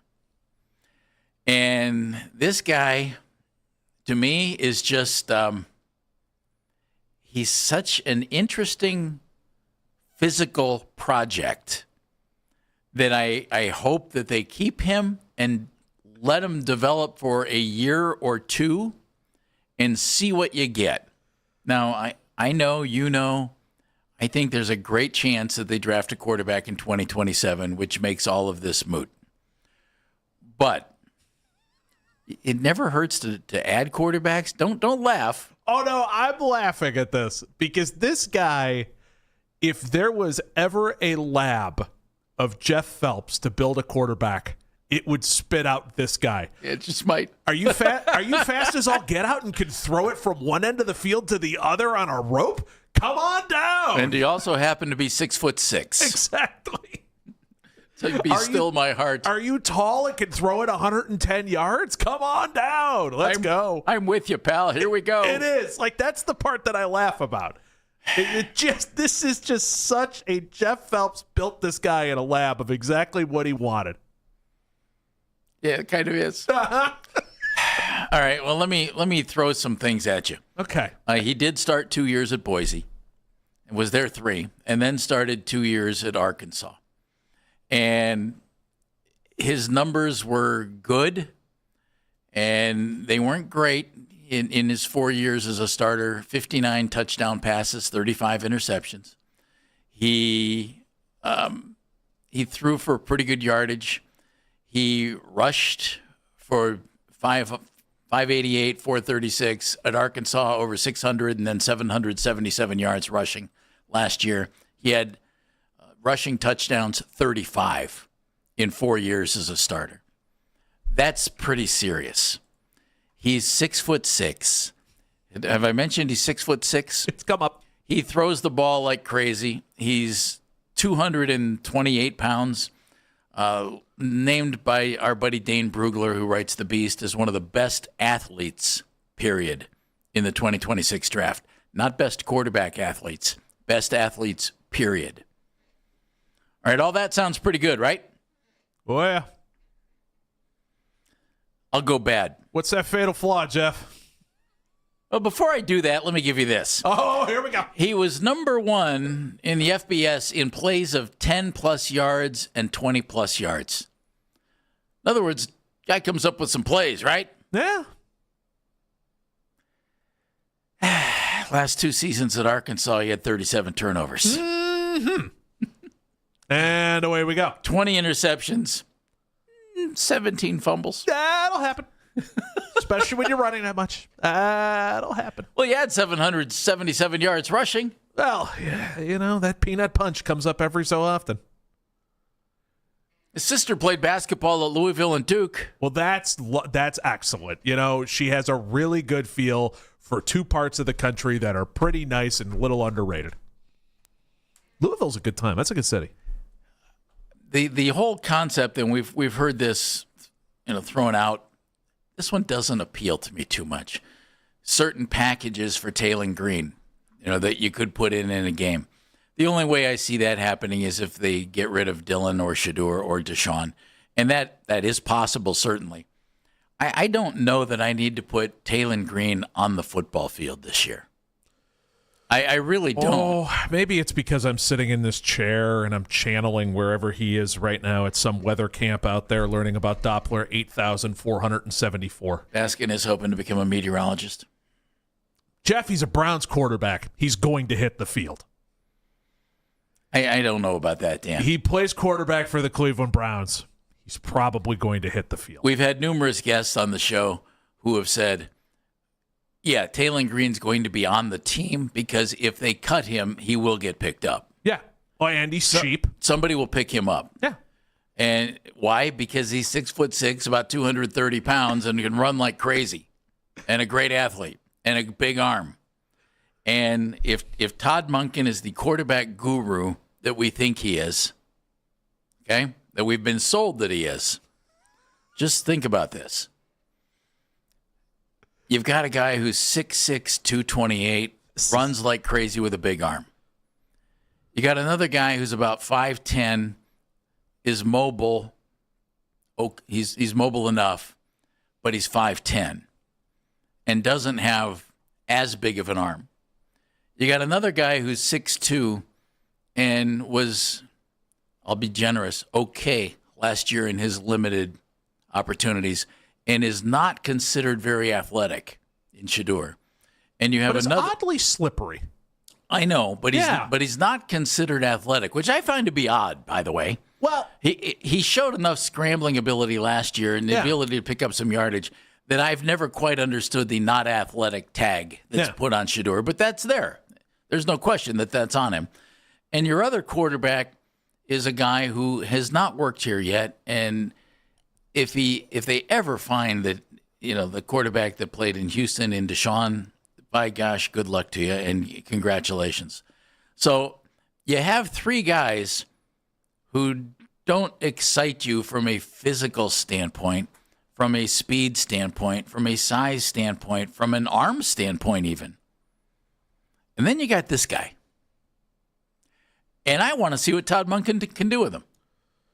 And I don't think we're going to see it this year. If we do see it this year, oh my God, something went wrong. Something has gone wrong. Or he's phenomenal in training camp. And do I expect that? No, I don't expect that. Okay, good. I was going to say, but I hate walking around just being the wet blanket. No, but if he's phenomenal in training camp, maybe we see him. I don't expect that to happen. I do not think. All I know is when they drafted him, I went, yes. Take another chance. You took a chance on Dylan, 3rd round, right? You don't draft quarterbacks in the 3rd thinking he's your guy. You took a chance on Shedeur. You don't draft quarterbacks in the 5th thinking he's your guy. So you've added another one. You have 3 major question marks at quarterback who are young guys, and a 4th major question mark in Deshaun, both from a performance and a physical standpoint and a contractual standpoint, because he's up at the end of this year. So why not? Bring Taylen in. Todd, if you can coach him up, by God, please do, because he has all of the physical attributes to be an absolute beast if they can figure out how to help him play a better quarterback. I think it was Mike Holmgren who said this, and if it's not, I can't think of then who did, but I knew it was about Brett Favre. And he said some guys can hit the door with the football, others can hit the knob with the football, and the greats are the ones who could throw it through the keyhole. I wonder if Taylon Green can hit the barn with the football. 60% completion percentage in college, which isn't ungodly good, but it's not awful. I wonder if he's throwing the ball downfield. You're right. He can whip it downfield with the best of them. This is a project. It's a real project. And typically, outside of your guy Josh Allen, which I will give you credit for from now till the end of time because you called that one out, typically, if you're inaccurate in college, you don't gain accuracy when you find your way to the NFL. Inaccurate? What's inaccurate? 60%'s not bad. But how many yards per attempt? You didn't want to ask that. Oh, we played this game. He led the nation in yards per pass completion in his second year at Boise State and in his second year at Arkansas. Okay.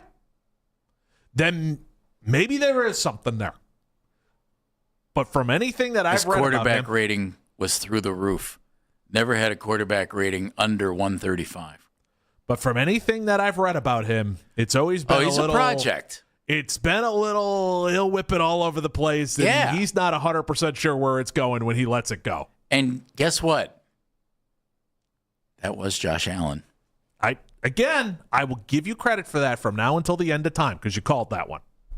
And it was a great call by you. This one feels a little less certain. I was hoping the Browns would end up with Taylon Green in the draft. When he went in the 6th round of the Browns, I thought, great.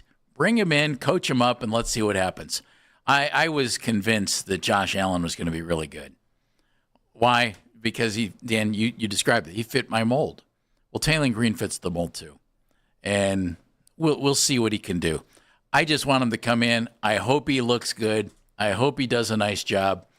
And perfect world, Todd Monken is able to coach him up and he actually becomes something.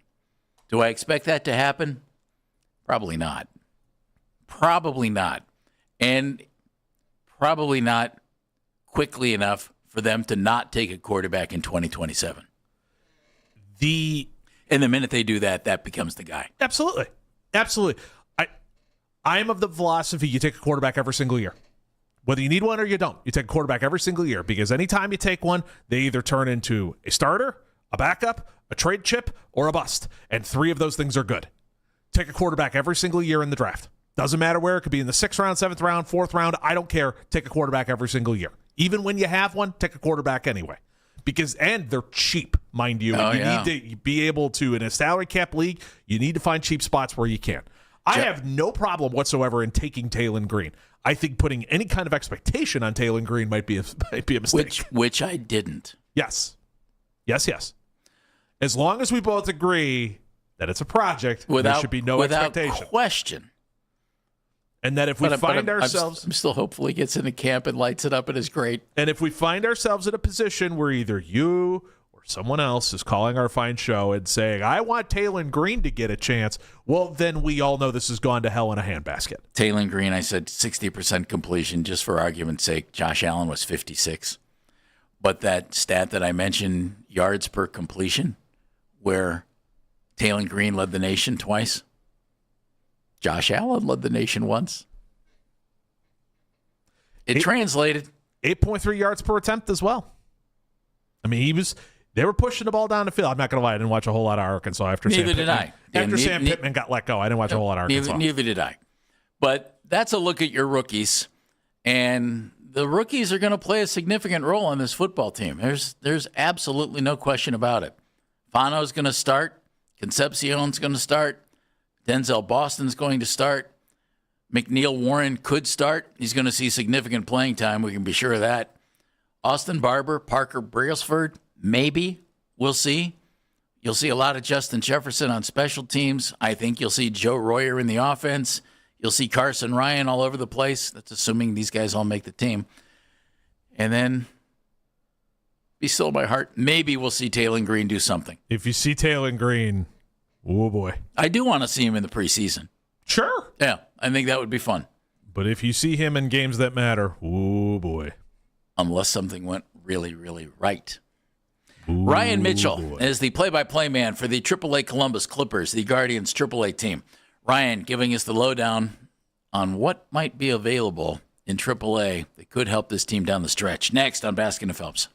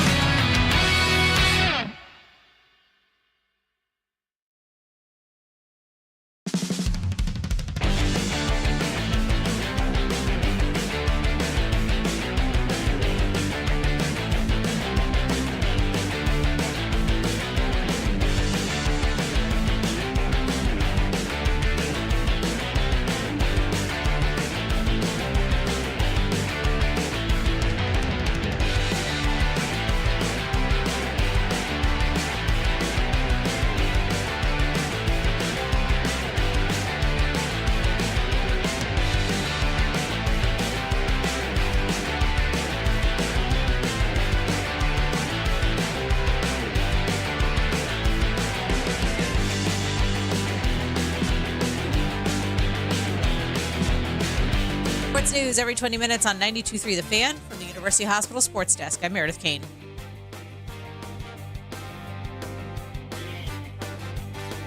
Get to the 92.3 The Fan YouTube channel to see daily Browns training camp breakdowns with Darryl Ryder and Coach Lance Reisland.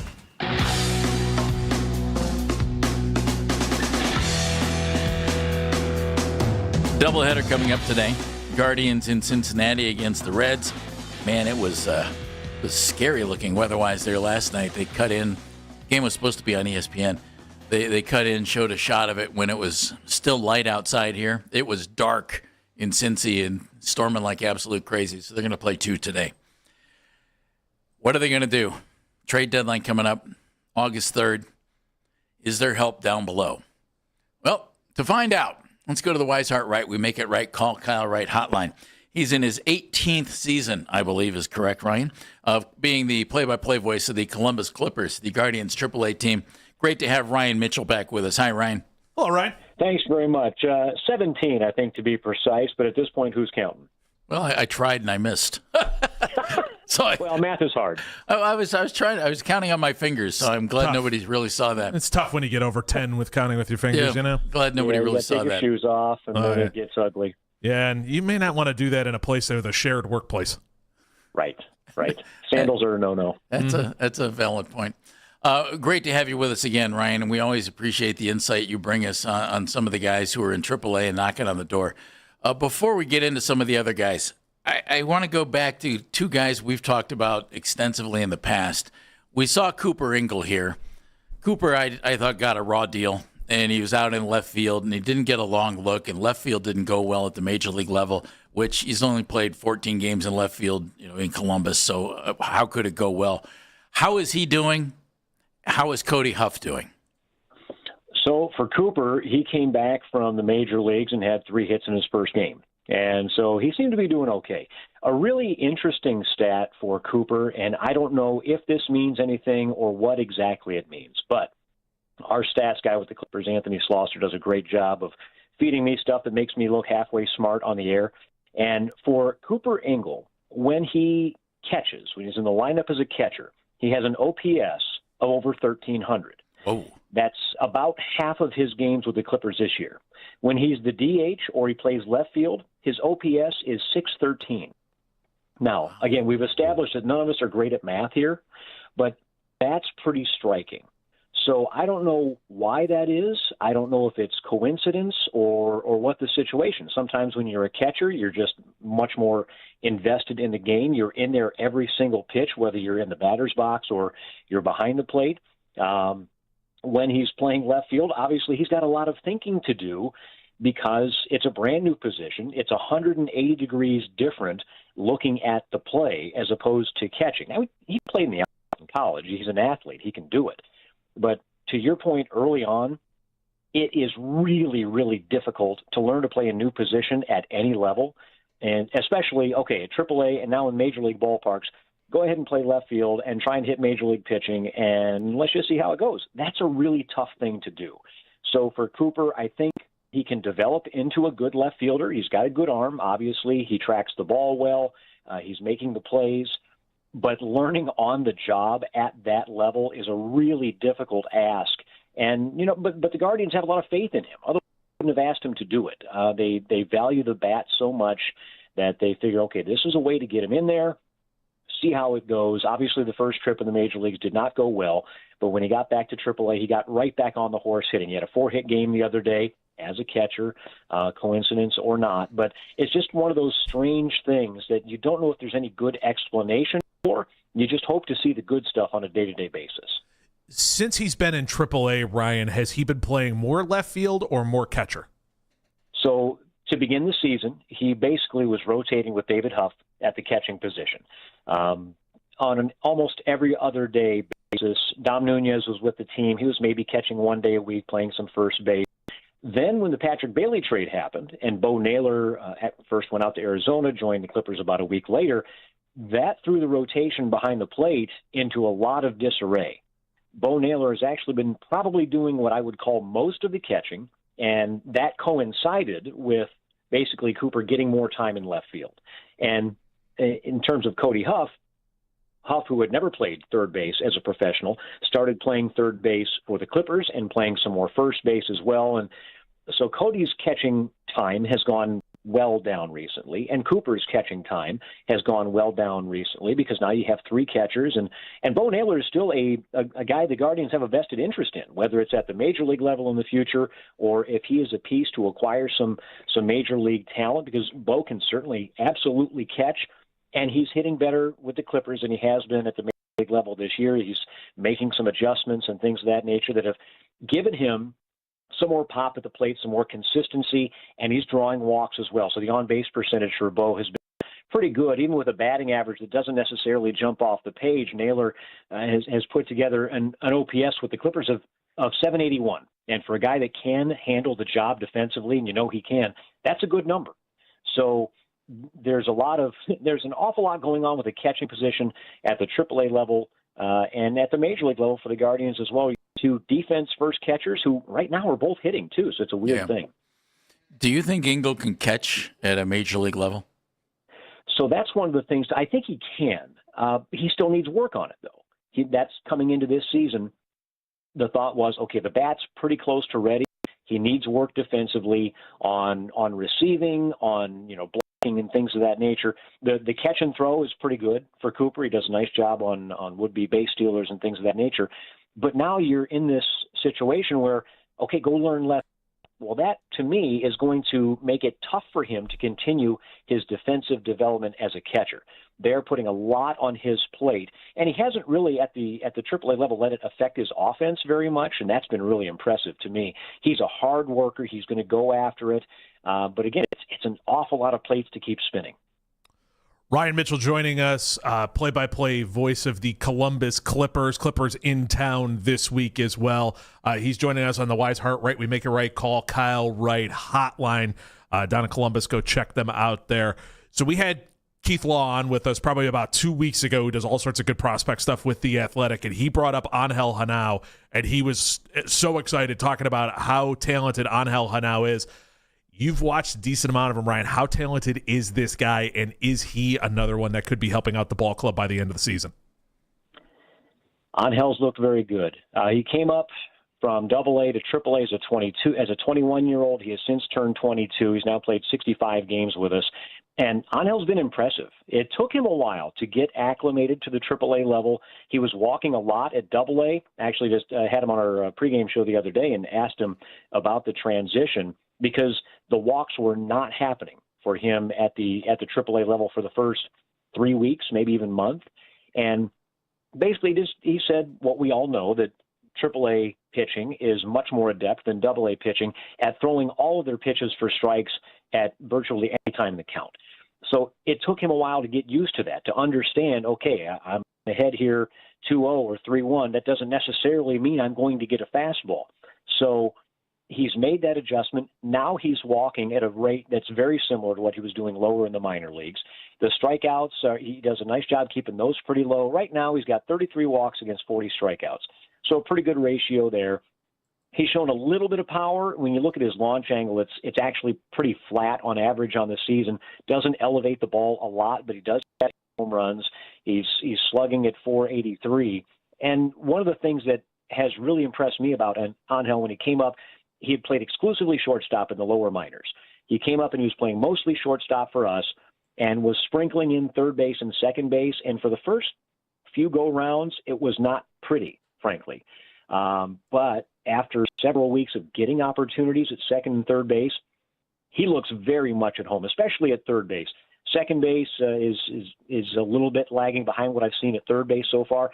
Like shortstop. He said to me, I feel like I'm a shortstop. I can handle that position. I like being in the middle of the infield, and he certainly can. He's got the range. He's got the arm. He's a very exciting prospect, and I think this is a guy who's batting .305 for us right now. So everything is working for Angel. He's a switch hitter, pretty adept from both sides of the plate, doesn't have big splits, lefty versus righty and things of that nature. So, and again, just barely 22 years of age. So I think there's a lot to be excited about with Angel, now and into the future, but you do have to find a spot for him, because for the Guardians right now, they got a guy that they like a lot at third base in Jose Ramirez. He's probably going to stick around for a while.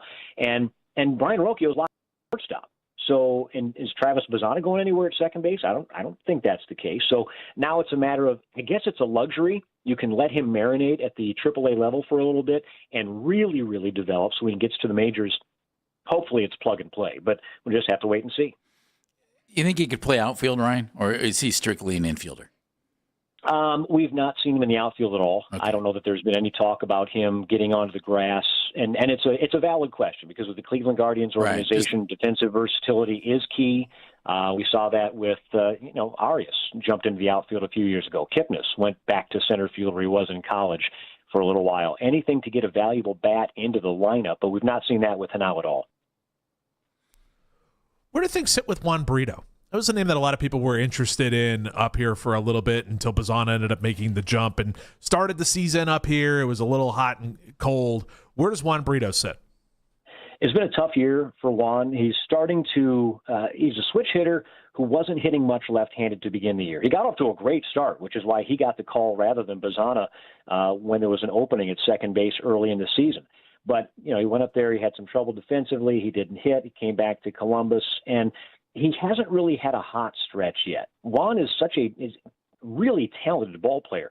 I think he's working on some things with his left-handed swing. He's got 9 homers. His last 5 have all come left-handed. He didn't have a left-handed home run before that. So he's a guy that can play second base, certainly. They've played him a little bit at third base this year. He had 2 very significant injuries a season ago, and you wonder if everything is back to normal. Sometimes it takes a guy a long time to get all the fine things you have to do with a swing back to where they need to be. For Juan Brito, I think he's absolutely a player. I think he can be in the future for the Cleveland Guardians if necessary. But again, you're running into a numbers game. Are there at-bats? Are there starts available for a guy like Brito in an organization where you've got a lot of established people on the infield, and even your utility guys have had a pretty good run and a hold on a roster spot? Ryan Mitchell joining us. He's the play-by-play guy for the Columbus Clippers. Heard him do a great job on some Guardians games last year as well. Ralphie Velasquez is playing some left field. He's playing some more first base than left field. And, you look at the hitting trouble that the Guardians are having right now, Ryan. Is Ralphie a viable option this year at the major league level, or does he need a full season maybe between AA and AAA to finish it off? Yeah, I think there's more development to do for Ralphie. The ceiling for him is so high. I mean, the way he hits the baseball, when he makes contact with his A swing, it's triple-digit exit velocity almost all the time. He came up to AAA at 20 years old and just barely turned 21. So, he's almost a year younger than Angel Hanau, and there's development to do. He plays a good first base. He moves around well in left field. I think he can handle either one of those positions. He's just having to develop as a hitter against the next level of pitching competition. And so far he's had 182 at-bats with us this year. He's on the cusp of playing 50 games. He's only got 4 home runs. He's got 10 doubles. He's driven in 20. And it's just a matter of, I think, more reps and more development for Ralphie. I'm not sure if he's a viable candidate this year or not, but, boy, there's a lot to like about him and where he can be as a player. And anytime you think about, hey, we could lock down a power-hitting first baseman for the next 10 years at the major league level, that makes you drool a little bit. Yeah. I mean, people have been looking for Jim Thome or guys like that for a long, long time. Does Ralphie have the capability, the ceiling to be that? I think he does. I think he's just, again, just barely 21 years old, and not many of those guys are ready for the major leagues. Ryan, I'm not going to lie to you, man. I'll sign up for anybody who can hit 30 bombs out. I don't care where they play. Just to live in a world where someone else besides Jose Ramirez can hit 30 bombs out, sign me up. Let's go. Yeah, that's, whether it's the corner outfield or at first base or something like that, to have that consistent power threat. And Kyle Manzardo looked last year like he was going to develop into that, but, development and success is not a linear thing. So for Manzardo, he's certainly capability. But you always, that's the nature of the beast, right? You always look, who's next? Who's coming? What's on the horizon for a team? And so for Cleveland, I think, they think about Ralphie Velasquez at first base sometime down the line. Not that they're thinking ahead of the guys that are on the roster right now, but that's the nature of the beast. When you have a minor league system, so many sports don't, you think about the future because they're in your system. You think, okay, well, if we can continue to develop this guy, the future could look very, very bright. And I think Ralphie can absolutely be a part of that. I want to ask you about one other position player. He started the year in Akron. He's just been up in Columbus for a little while. But boy, did Alfonso Rosario put up some numbers at Double-A. They got him from the Cubs in the Eli Morgan deal. How has he looked so far? He's played some right, played some center. What do you think of him? He looks like a bull in a china shop. He is huge.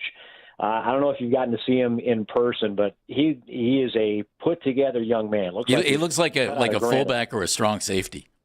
Very much so. That's one of the things that we had talked about when he's in the outfield. So the Clippers were on the road last week in St. Paul, and Rosario was playing center field. Khalil Watson had just come down from the major leagues, and Rosario made a catch in right field. Watson was camped out ready to make the catch, and Rosario just flashed into the scene at the last moment and called for the baseball and caught it. And Watson just kind of looked at him like, what are you doing here? This is not your neighborhood. But that's the kind of ground that he can cover, certainly. And it shows you that is he Kenny Lofton? He's not. But for a guy his size, he runs very, very well and plays an aggressive outfield, playing mostly center field this year. He can't handle the corners. He's played one game or two in right field for the Clippers so far. But at the plate, he's still trying to find that swing. He's only got 3 hits in 8 games, but all 3 of the hits are doubles.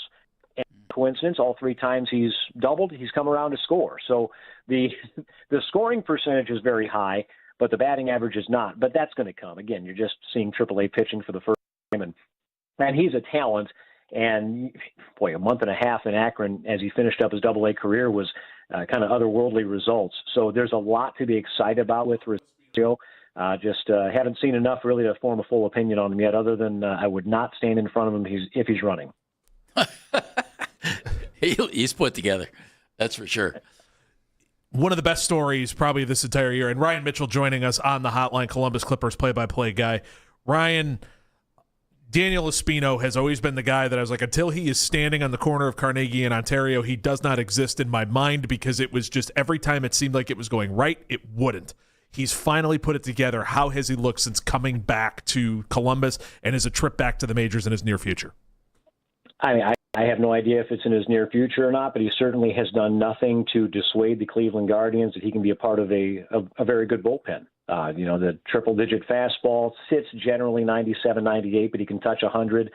And the slider, when he throws it the way he can, is a wipeout pitch, and he's sprinkling in that curveball as well. I think just more of a show me to keep guys honest, kind of keep them off the slider a little bit. It is a great story. It's wonderful. For years he's been the Yeti, right? Sasquatch, is he real? We don't even know. But if he is, it's going to be pretty spectacular to see, and it has been. Still not fully consistent, where every time he's out there, it's going to be those same results. But that's to be expected for a guy that's pitching a season for the first time in 4 years.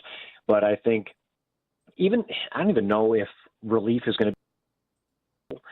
There's still a possibility that he could be a starter in his career. This year, it's going to be out of the bullpen exclusively, but Cleveland will have decisions to make as you go into the off season. They've only used 5 pitchers all year long, plus Logan Allen for 1 game of a doubleheader, and that's been incredible for any rotation to do that. And so everybody in the rotation right now has earned their stripes at the major league level, but you love to have competition, and it's easier to build somebody up as a starter and then move them to the bullpen than the other way around. So for Danny, I think it's just a matter of continuing to fine-tune what he does, because what he does plays at the major league level. Ryan, always great to have you with us, and always terrific insight into guys who may be in Cleveland sometime sooner rather than later. Thank you very much, bud. Appreciate it, Ryan. Thank you. Absolutely, guys. Have a good day. Ryan Mitchell joining us on the Wise Heart Right, We Make It Right, Call Kyle Wright hotline. There are guys down there who are really interesting prospects. Is there help, either one, on the horizon coming up from Columbus? Didn't sound like it completely, but let's kick some of that around next, because I think they've got a problem at catcher. It's coming up next on Baskin and Phelps.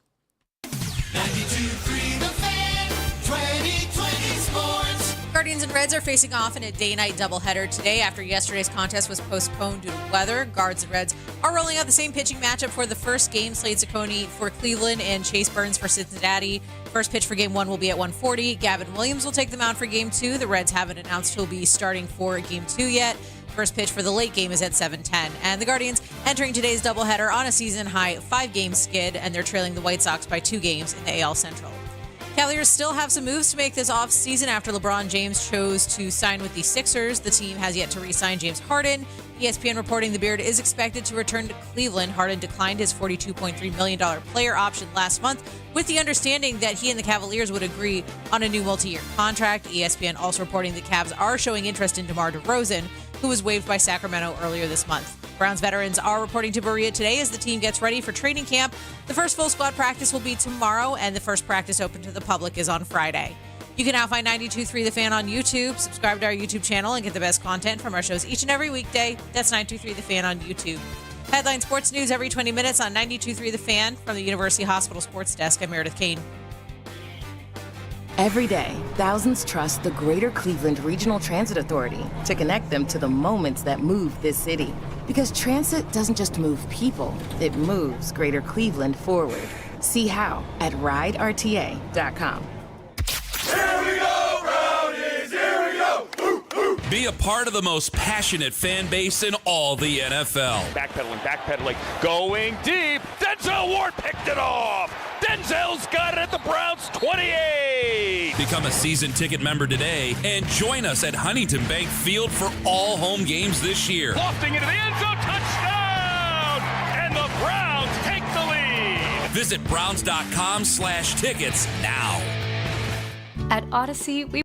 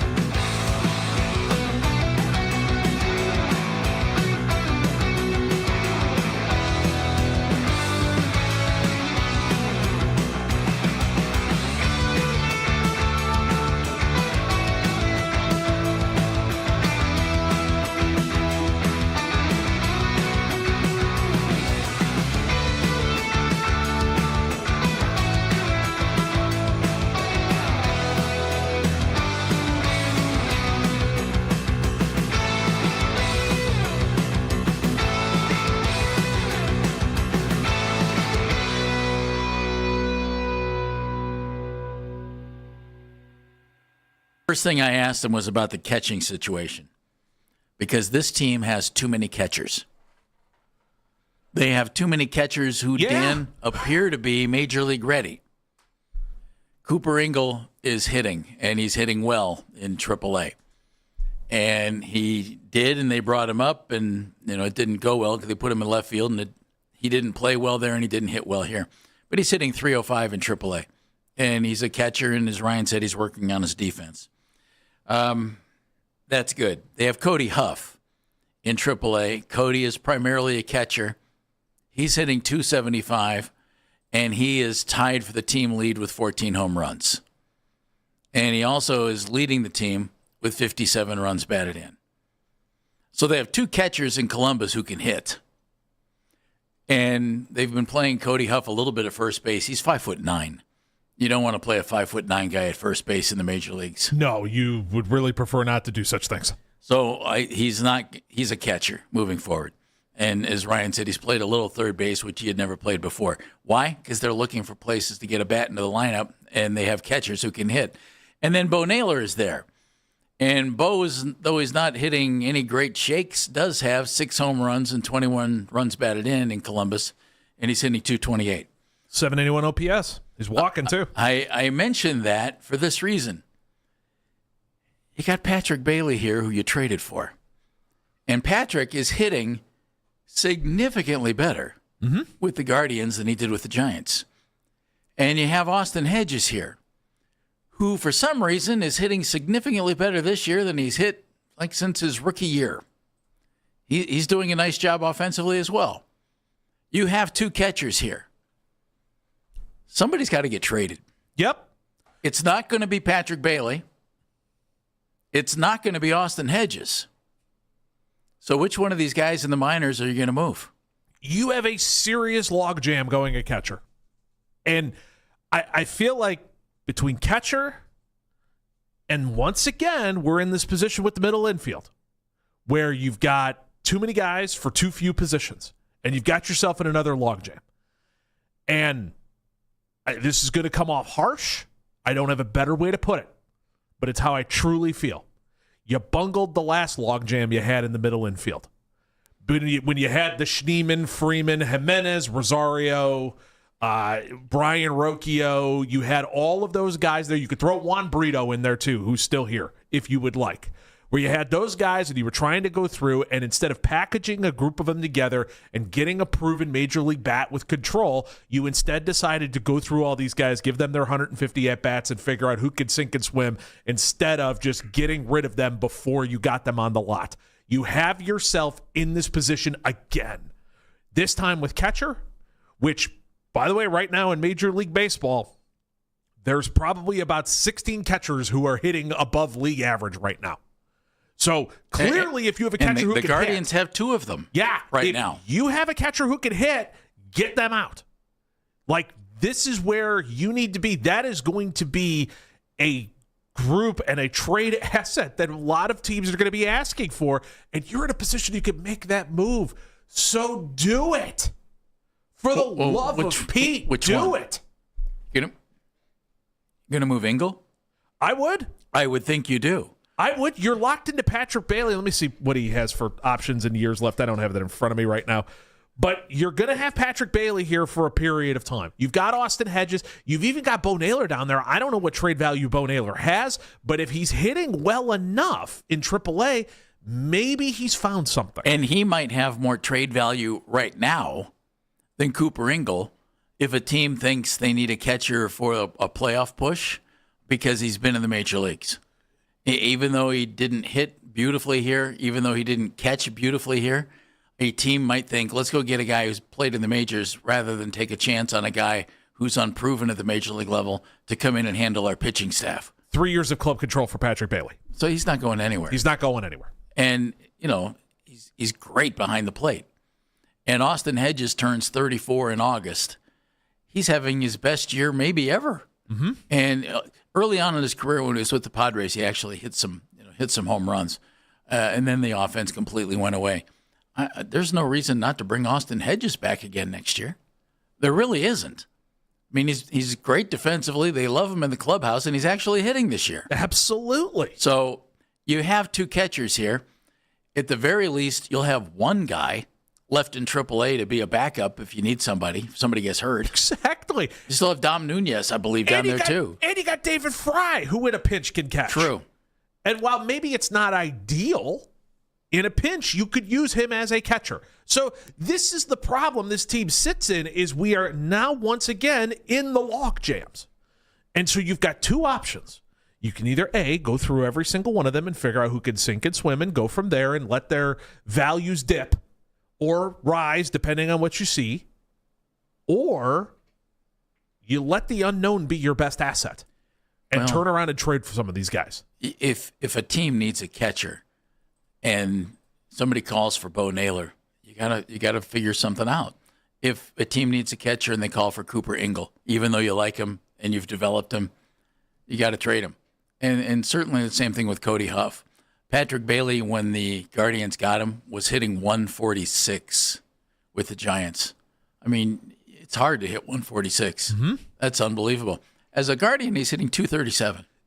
And his OPS is way up, almost 7. And they see catcher as a defensive first position. Defensive first and position. Anything you get from a catcher offensively is perfect. Well, you've got a shot now where you've got a couple guys who probably aren't going to see the field. And you're going to have a window of Austin Hedges. I don't think Hedges is going to retire after this season. Well, he shouldn't. No, he shouldn't. And my guess is he has a lifetime collection of 1-year contracts coming his way from the Cleveland Guardians. Until he becomes a coach. Exactly, until he becomes a coach.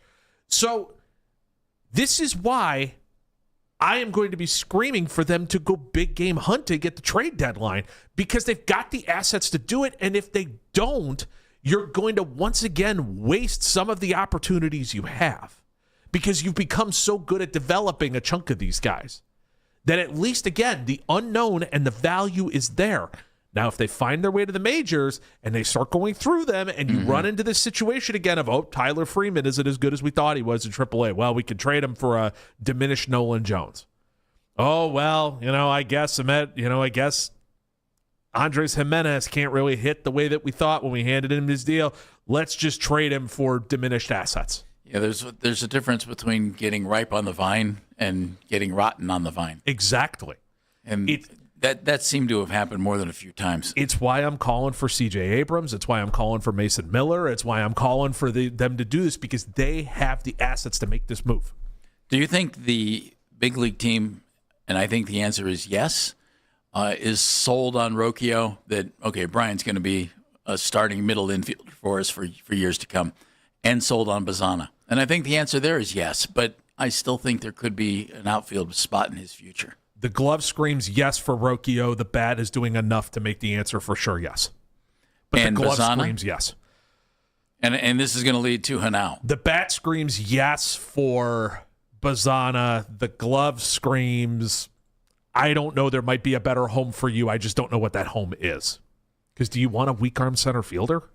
That's kind of a tough way to live life. It is. But maybe they can figure something out. And, if Kwan's not here next year, you could play left field. Yeah. And Kwan, or if Kwan is, Kwan could play center field. That works. Those are 2 good ideas. That does work. Yeah. I would think they're so high on Angel Hanau that they don't trade him, and not certainly at this trade deadline. I don't know if this team is worth the investment of trading your first or second best overall prospect to bring in a bat. If it's a bat that can come in and you're under control for 3 to 4 years, exactly, that changes the conversation. Mm-hmm. But you don't trade your top prospect for a rental. No, you're not doing it for you're not doing it for Jarren Duran, which they're not going to make that move anymore. But that's the first one that came into my head. Who's hitting had about 199? left. Yeah, and only had 1 year left. Yeah. You're not doing it for any of those guys. But if one of those guys under a boatload of club control is available, okay. Well, and I would think you do have to think about that. Yeah. Without question. Great to have Ryan Mitchell with us. I always love the insight into the minor league system. Coming up, we're going to talk a little bit about the Browns at 1 o'clock as they start training camp tomorrow.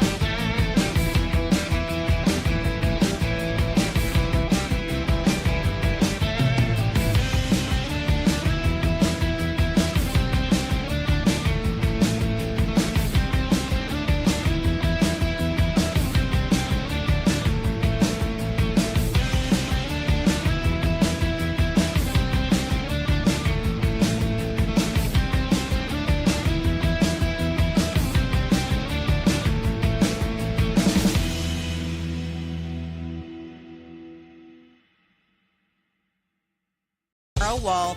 The first practice that's open to the public goes on Friday. You can listen to the Fan Rewind weeknights from 11 p.m. to midnight.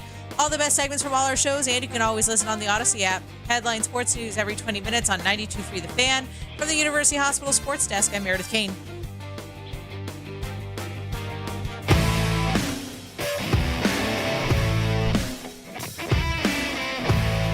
You can listen to The Fan anytime, anywhere on the free Odyssey app or by telling your smart speaker to play 92.3 The Fan. And now you can find 92.3 The Fan on YouTube. Really? Yeah. We're hot on the YouTube. I'll be danged. Absolutely. And you can find us all darn day long. Huh. That's right. Our afternoon show's on the YouTube. Yeah. The morning show, Ken Carmen show, Yeah. Anthony Lima, right there on the YouTube. Yeah. We're Are on the you YouTube. on the YouTube? Wow. We're hot to the YouTube. We're hot. Right there on the YouTubes. I have a buddy who sends me clips of me on YouTube. It's like, yeah, we're on YouTube. Yeah. Yeah. I've looked in the mirror. I know I'm ugly. You don't have to send it to me. That's what I say to my friends. Oh, I was going to say, you saying that about me? No, I said that to my own friends. Isn't that what that sounded like, Meredith? No. That Dan has very self-deprecating humor, Jeez so Louise, I man. think I understood where he was going. But anywho, Monday through Friday, hot on the YouTube all day long. And also, do yourself a favor, and I mean this earnestly. Yeah. Hit subscribe there because Daryl Ryder's going to have all sorts of really cool stuff going on at training camp where he's going to be live from training camp giving you updates that'll be directly to our YouTube feed. So if you want to know what's going on in Berea, make sure you hit subscribe there and watch those every day because it's going to be really good stuff. That's great news. That's Mennigan. He's in for Baskin today. I'm Jeff Phelps. And this, ladies and gentlemen, would be headlines.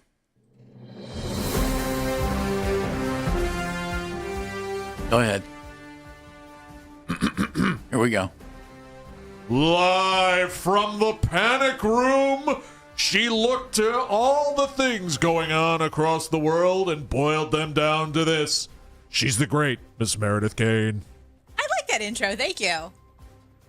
Well, that makes one of It's us. the closest that I could get to Don Pardo.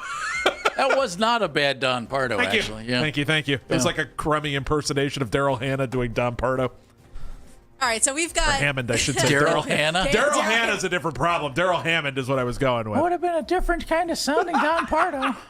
She was awesome in Kill Bill. That'll be the intro next. She was so good in Kill Bill. All right. Sorry, Meredith. Oh, no problem. So training camps are starting today all across the NFL, and the Buccaneers have a lot of questions as they enter camp today. The first one is defensive tackle Vita Vea, who they failed to negotiate a long-term contract extension with, and now NFL Network is reporting that he is requesting a trade.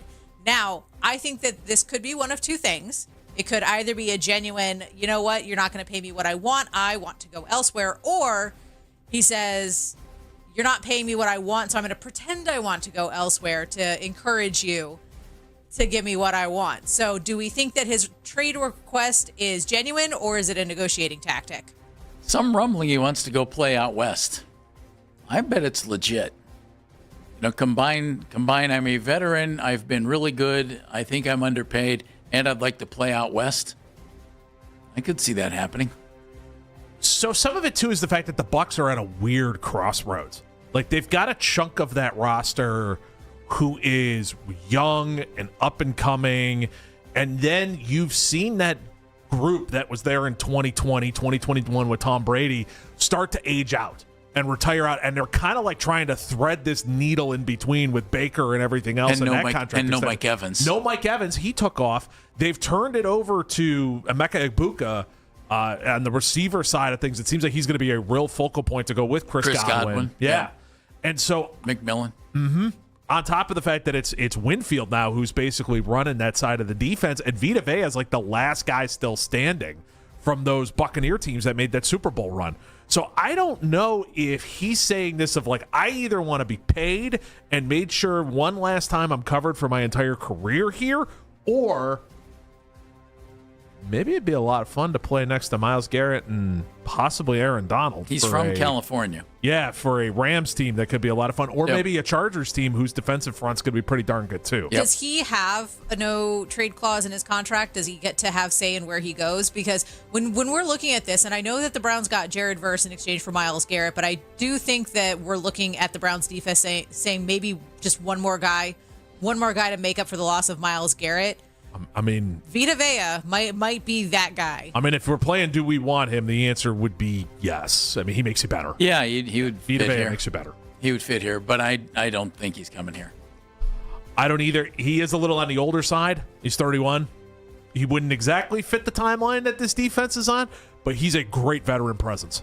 And a dude that just makes your team better, and a pass rusher from the middle, which is key. He'll be good. Key for the modern NFL is to get pressure up the middle from your defensive tackle. He'll be good wherever he ends up, even if it's still in Tampa. Well, the other issue that the Buccaneers are dealing with is they're not making any progress with Baker Mayfield. The intent was to have a contract done by the beginning of training camp. Well, it is the beginning of training camp. And according to ESPN, Mayfield and his agent have not made significant progress with the Bucs on a new contract. The deal largely not expected by the first camp practice on July 29th, so that's tomorrow. Still time to sort through, but Mayfield has 1 year remaining on his contract, and sources close to the situation, this is according to ESPN, said that they would like the deal to reflect his performance and is more in line with quarterbacks of similar caliber are making, which includes leading the Bucs to 2 straight playoff appearances in 2023 and 2024. So Baker Mayfield not happy with what the Buccaneers are offering him. They wanted a deal done by tomorrow, and as of right now, they haven't made any progress on it. This sounds vaguely familiar, doesn't it? In the words of Taylor Swift, I think I've seen this film before. Yeah. And I didn't like the ending. Yeah, it seems vaguely familiar. You know where Baker is to me? Yes. He's good enough that you want him to be your quarterback. He's not good enough that you want to pay him like he's your absolute beast of a franchise quarterback. That's a good way to put it. And that's a real tough spot to be in. He's going to make a ton of money. Somebody's going to sign him and give him money. But he's not going to be a top 3, top 5 paid guy. And that said, he's good enough that you want him on your football team. But you'll always have that doubt. All right, he's not the biggest guy. Maybe this doesn't, blah, blah, blah. We don't want to make that kind of a commitment to him. So he might end up playing for another two teams in his career.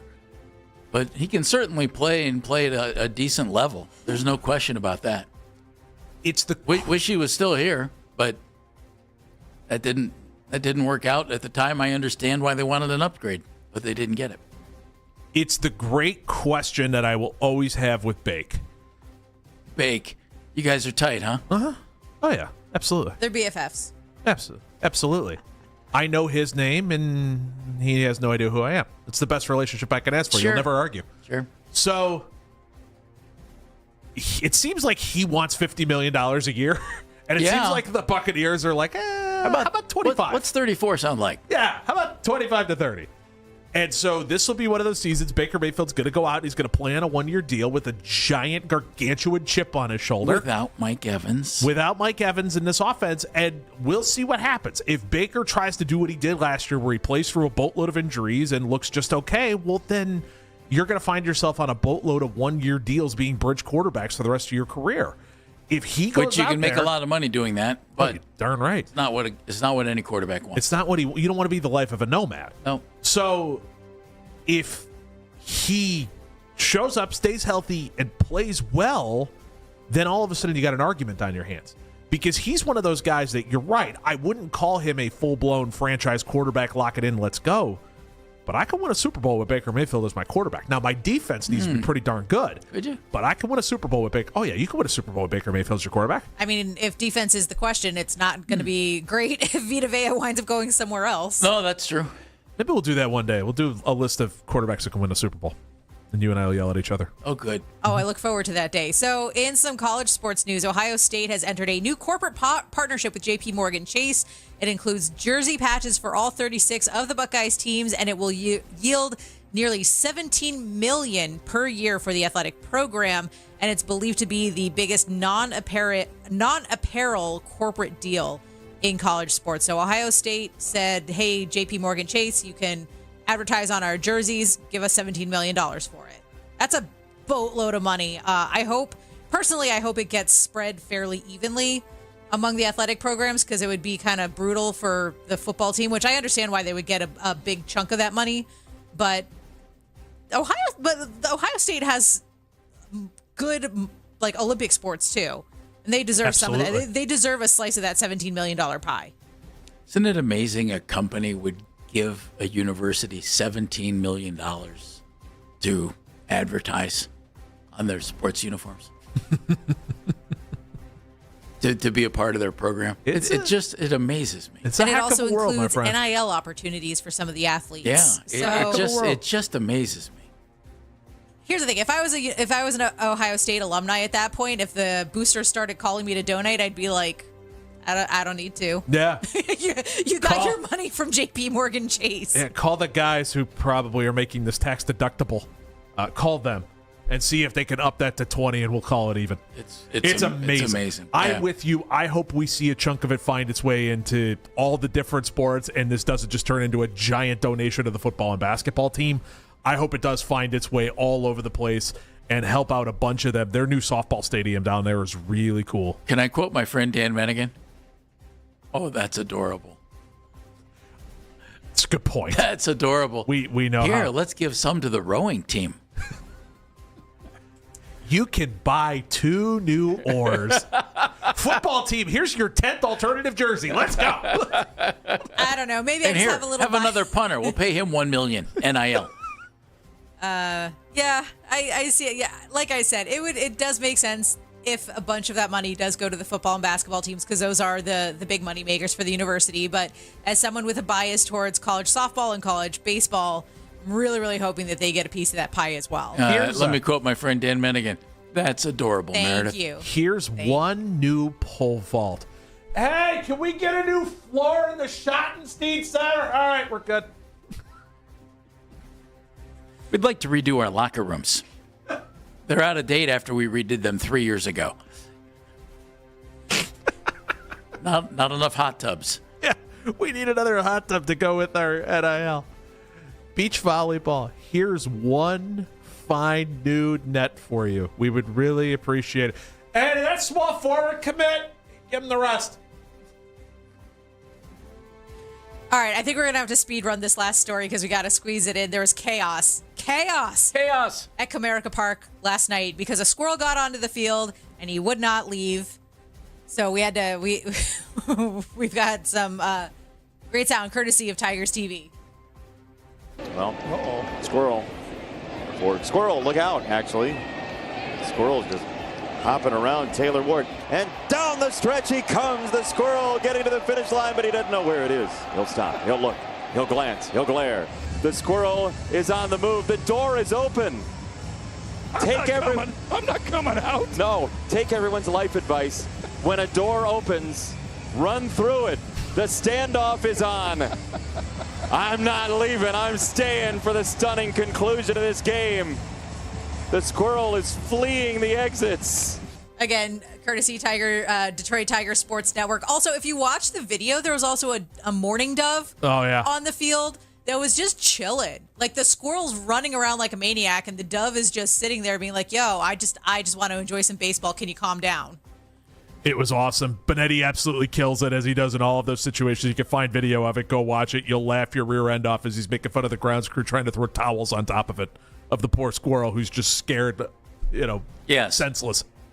Nice catch. Meredith, thank you very much. Your Cleveland Browns were ranked 30th in the NFL last year in yards per game. Your Cleveland Browns were 31st in points per game, 16.4. They've added skill position. They've redone the offensive line. They have a quarterback battle. What should we realistically expect out of the Browns offense this year? Coming up on Baskin and Phelps. This is an Odyssey Sports Minute. Sponsored by Metal Supermarkets, the convenience store for metal. Find a store at metalsupermarkets.com. Another day, another loss for the Detroit Tigers. 3 straight losses, now 7 games under 500, and Tarek Skubal watch is in full effect. The Los Angeles Dodgers surely watching as the Tigers keep losing. I expect Skubal to be traded before next Monday's MLB trade deadline. I'm Nick Kostos. Hey, it's Steve Gorman. When you speed while driving, you have less time to react to whatever comes across your path. A sharp turn could take you by surprise. Another car could turn out in front of you. A large truck could brake suddenly. A pedestrian could be walking their dog, and you won't have time to course correct. The speed limit doesn't just protect you, it protects everyone around you. So slow down, obey the law, and keep everyone on the road safe. Speeding catches up with you. Paid for by NHTSA. Indeed presents hires you can't afford to get wrong, like public works supervisor. Hey, this waterman is under a ton of pressure. Did you ever fix it? Yeah, 3 layers of duct tape. Wait, should I have added a 4th layer?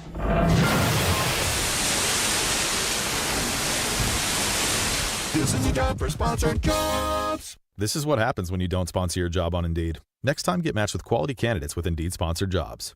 Visit Indeed.com/hire now and sponsor your job today. I'm Piera Palazzolo, VP of Digital Marketing for the American Management Association, a company focused on the management training skills needed to enhance the careers of business professionals. We did our research when it came to the best companies for website development and chose AmericanEagle.com. And we couldn't be happier. AmericanEagle.com worked closely with us to understand the front and back end requirements needed to launch an e-commerce website that could handle the complexities of running thousands of seminars nationwide. Our robust new website and improved SEO saw immediate increases in site traffic and web revenue. If you're in need of managerial effectiveness and success, visit our website at Amanet.org. If you're in need of a website that provides an unparalleled consumer experience, I highly recommend AmericanEagle.com. Transform your business today. Dial 877-WebNow1 for a free digital consultation with AmericanEagle.com. Mr. Hero's been a local staple for over 60 years, serving up the legendary Roman burger and hot buttered cheesesteak. 2 tastes you can't get anywhere else. So, when hunger hits, don't overthink it. Think Mr. Hero. I crave the hero. We're celebrating the grand opening of Northfield Park Casino all month long. Join us select Saturdays in July for your chance to win one of 3 brand new cars. On July 31st and August 1st, more than 140 guaranteed winners will share over $1 million in prizes, including free play for a year and $50,000 cash. Don't miss the official grand opening celebration July 31st at 11 a.m. More excitement, more ways to win. Only at Northfield Park Casino. Gambling problem? Call 1-800-589-9966. Broadcasting from the 92.3 The Fan Studios, fueled by True North Convenience Stores. There we go.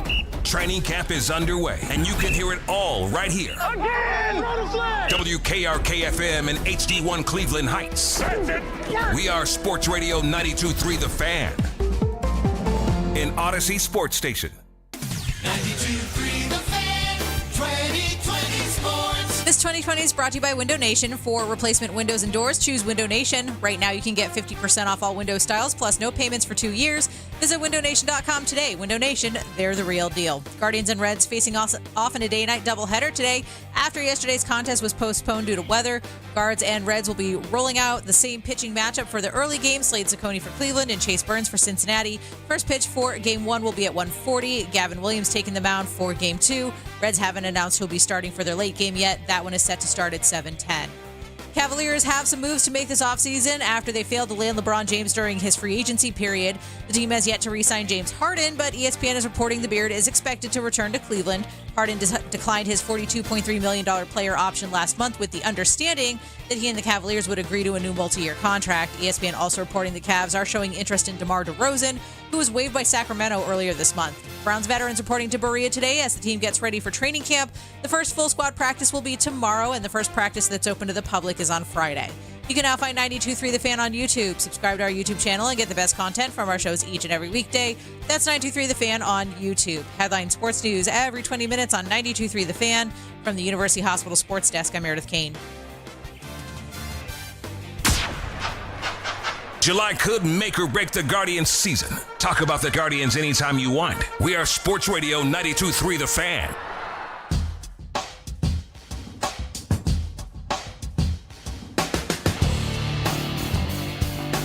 It wasn't good. I don't think it can help but get better. But is that realistic? We're going to talk about the Browns offense in a second. Jeff Phelps along with Dan Mennigan, who just saw this come across the old computer there. A little bit of news coming down from the Philadelphia Eagles. Multiple reports. Jalen Carter, the defensive tackle, just got paid 4 years, $152 million extension with $106 million of it guaranteed. He is the highest paid defensive tackle in history. Probably deserves to be, too. Yeah. He's really good. He's really good. As long as he doesn't start this season the way he started last season by getting thrown out in 3 snaps. And the that sound you heard, that kind of a groan, that came from the Tampa Bay Buccaneers front office. Mm-hmm. Yeah. If that's the number that's getting thrown, can you believe, by the way, that we're paying $152 million over 4 years? And I'm not going to try to do that math because why? For defensive tackles? Like, could you imagine if we said that to each other, 5 years ago, 6 years ago, that number would get thrown out for DTs? It's $38 million a year. Good math. Yeah, thanks. That's pretty serious. Yeah. I mean, a position that was tossed to the side for so long. You know, the thing that's fascinating to me is that, a football team has 22 starters, not including, all the special teams guys. 22 guys.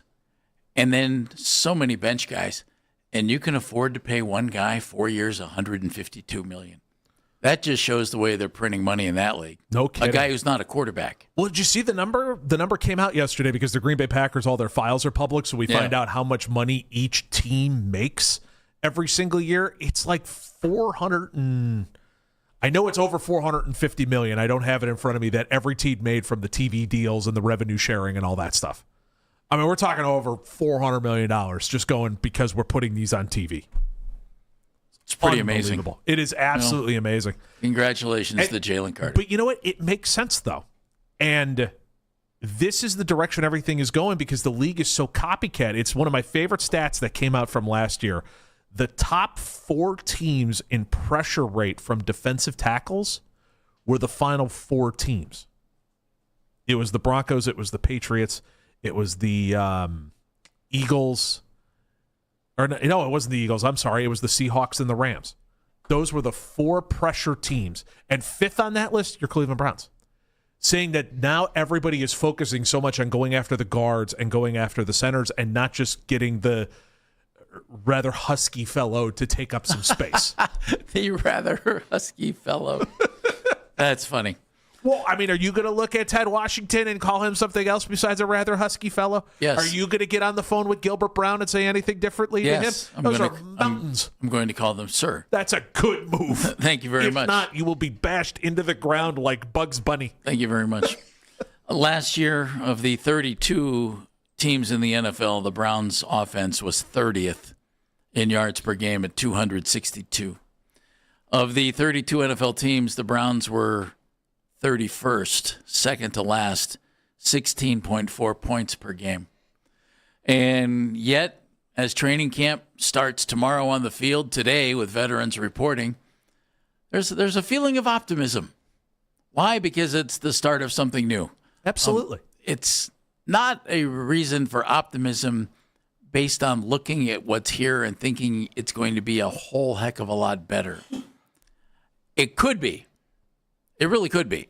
But I don't think you can sit here and look right now and think, okay, this team with a whole new offensive line and all kinds of really young guys at the skill position is going to be better. That said, I think it will be. I think a healthy offensive line with some depth to it this year and some young legs at the skill position will make things better for whoever's playing quarterback. And I expect the team to gain more yards, and I expect the team to score more points. The question is, how many more points a game do they score, and what do they look like? What would be acceptable, folks, for the Browns offense this year?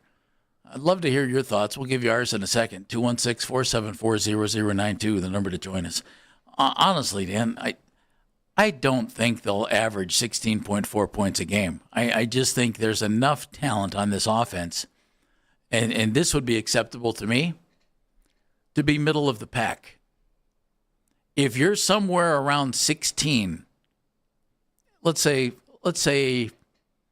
if you're 15th to 20th in points per game, improvement and a chance for an adequate season.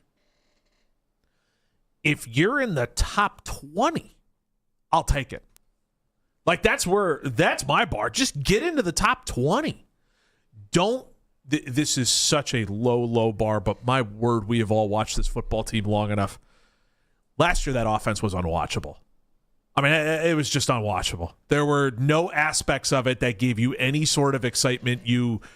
Unless Quinshon Judkins had the ball in his hand, you never thought an explosive play was coming. You never thought to yourself, okay, here's easily going to be a 30-yard, let's go. And there were a litany of reasons why that was the case. You had poor wide receivers. You had poor offensive line play. You had poor quarterback play. So it becomes really tough. Just make your way into that realm of being top 20. This is one of my favorite stats going. It's courtesy of Warren Sharp. Sharp football analysis you can read there. Third in average distance. The Browns were 32nd. Just take a guess. On average. Third down and fill in the blank to go. Just take an average guess on what yardage was on average for the Cleveland Browns on third down. 7. Good guess. 7.9. Good Lord. Should have said 8. Fix that. Like, that sounds so stupid. Get yourself into more third and short, so then that way that looks more like, I don't know, 3rd and 5, 3rd and 6, instead of being 3rd and 8 on average. I mean, that tells you all you need to know about the Browns last season. Yeah, you're in trouble 3rd and 8, and you have rookie quarterbacks who have to drop back and throw. Absolutely. And you're hoping with everything in you that they can scramble and find something that works. Because you had poor offensive line play, and you had poor quarterback play, and as the offensive line play slightly got better, which it did as the back of the half of the season, it got a little better, but the quarterbacks had already developed those habits. That's it. Just, for the love of all that's holy, give me hope of an explosive play. Do you think this team, you said top 20. I said 15 to 20. Do you think this team can do that? Yes. Yeah, I do too. Yes. Even with mediocre to sub-mediocre quarterback play. And I've said, I want Shedeur Sanders to start. I want him to start at the very beginning of the season. I want to give him every single rep or whatever you want to call it, every single opportunity to be the starter of the future. I want to live in that world. I want him to be it because I believe that is the path of least resistance for the Browns to become a competitive football team. Of the quarterbacks they have here. The quarterbacks they have here. Yeah. That's what I want. I have no interest in watching Deshaun Watson do whatever he's going to do out there. That does so little for me, it's gross. So I would rather watch Shedeur Sanders even goof up every so often as well. Like, that makes more sense. And I think this offense can be watchable. Last season was not watchable.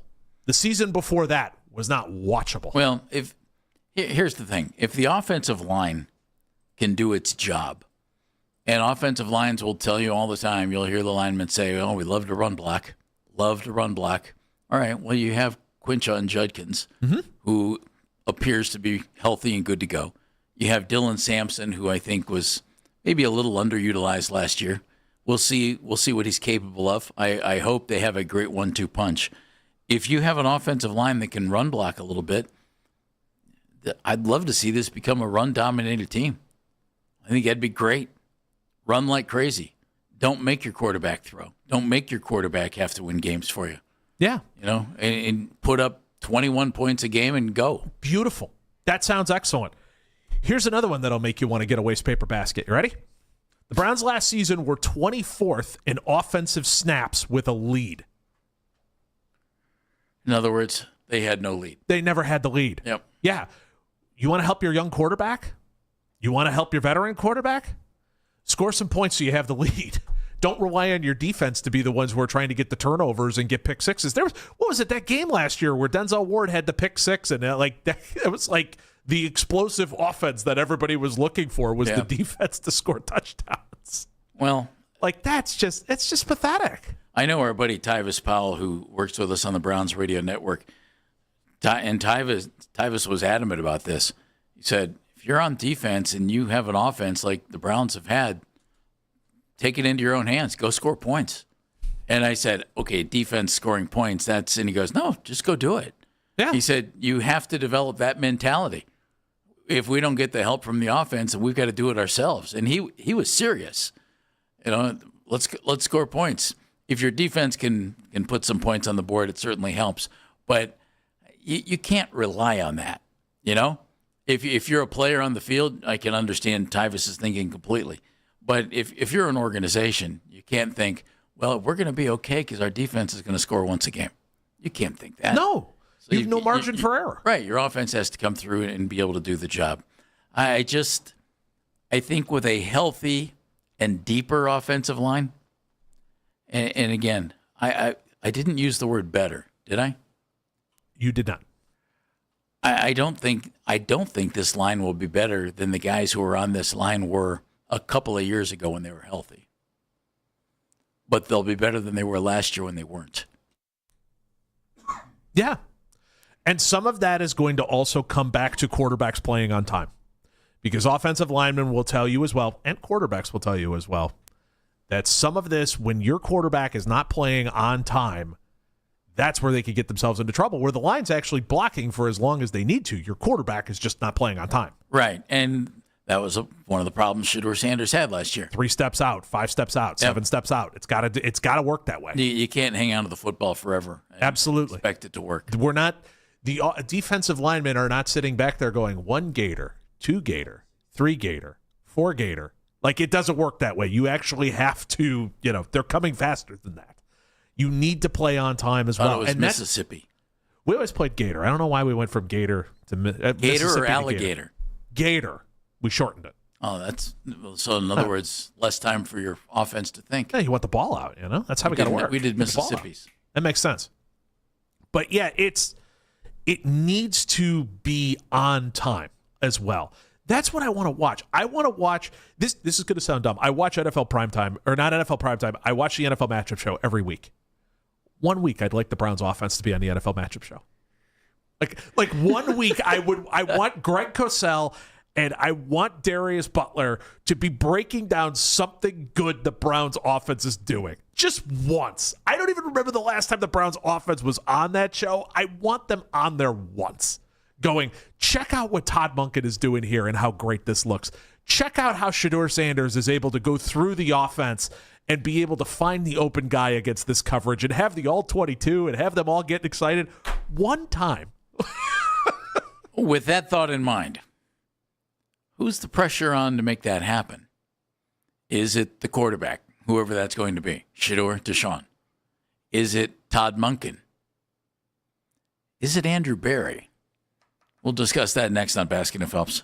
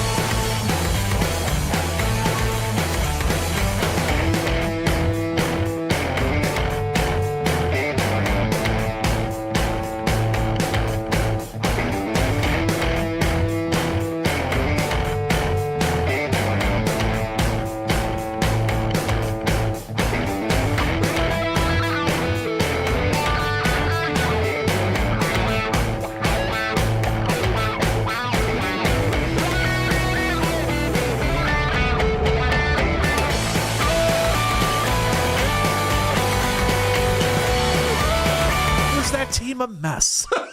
Great fun. Be above the Kitchens line. Again, not a high bar. Todd Monken's back next year, right? If he's above the Kitchens line, he's back next year. Okay. Andrew Berry is back next year. He's put together one draft class that we feel very good about and a second draft class that the jury is out, but their positive vibes are through the roof. So it feels like he's back for he's back for at least the next year after that, not to mention, let's be honest, probably making the pick for the quarterback that they've been setting up to get when they made the Myles Garrett trade. Right? I will agree with you. I think the most pressure of the folks that I think would feel pressure here, Monken, Berry, quarterbacks, Travis Switzer, I think the number one pressure spot is the quarterback spot. And I think the number one pressure spot of the quarterbacks is whoever starts the season. If that guy comes out and it doesn't go well, he's out. I don't know how many games they'll give him. Will it be 3? Will it be 4? Will it be 6? But if the number one quarterback to start the season comes out and the offense isn't good, that guy doesn't last long, and he's done. They'd go back to him in case of injury. But if it doesn't fly early, I think that guy's toast. Well, and one of them probably is flat out done. Like, I would think so. Yeah. I would think so. If Deshaun Watson flops, he's done playing quarterback in the NFL.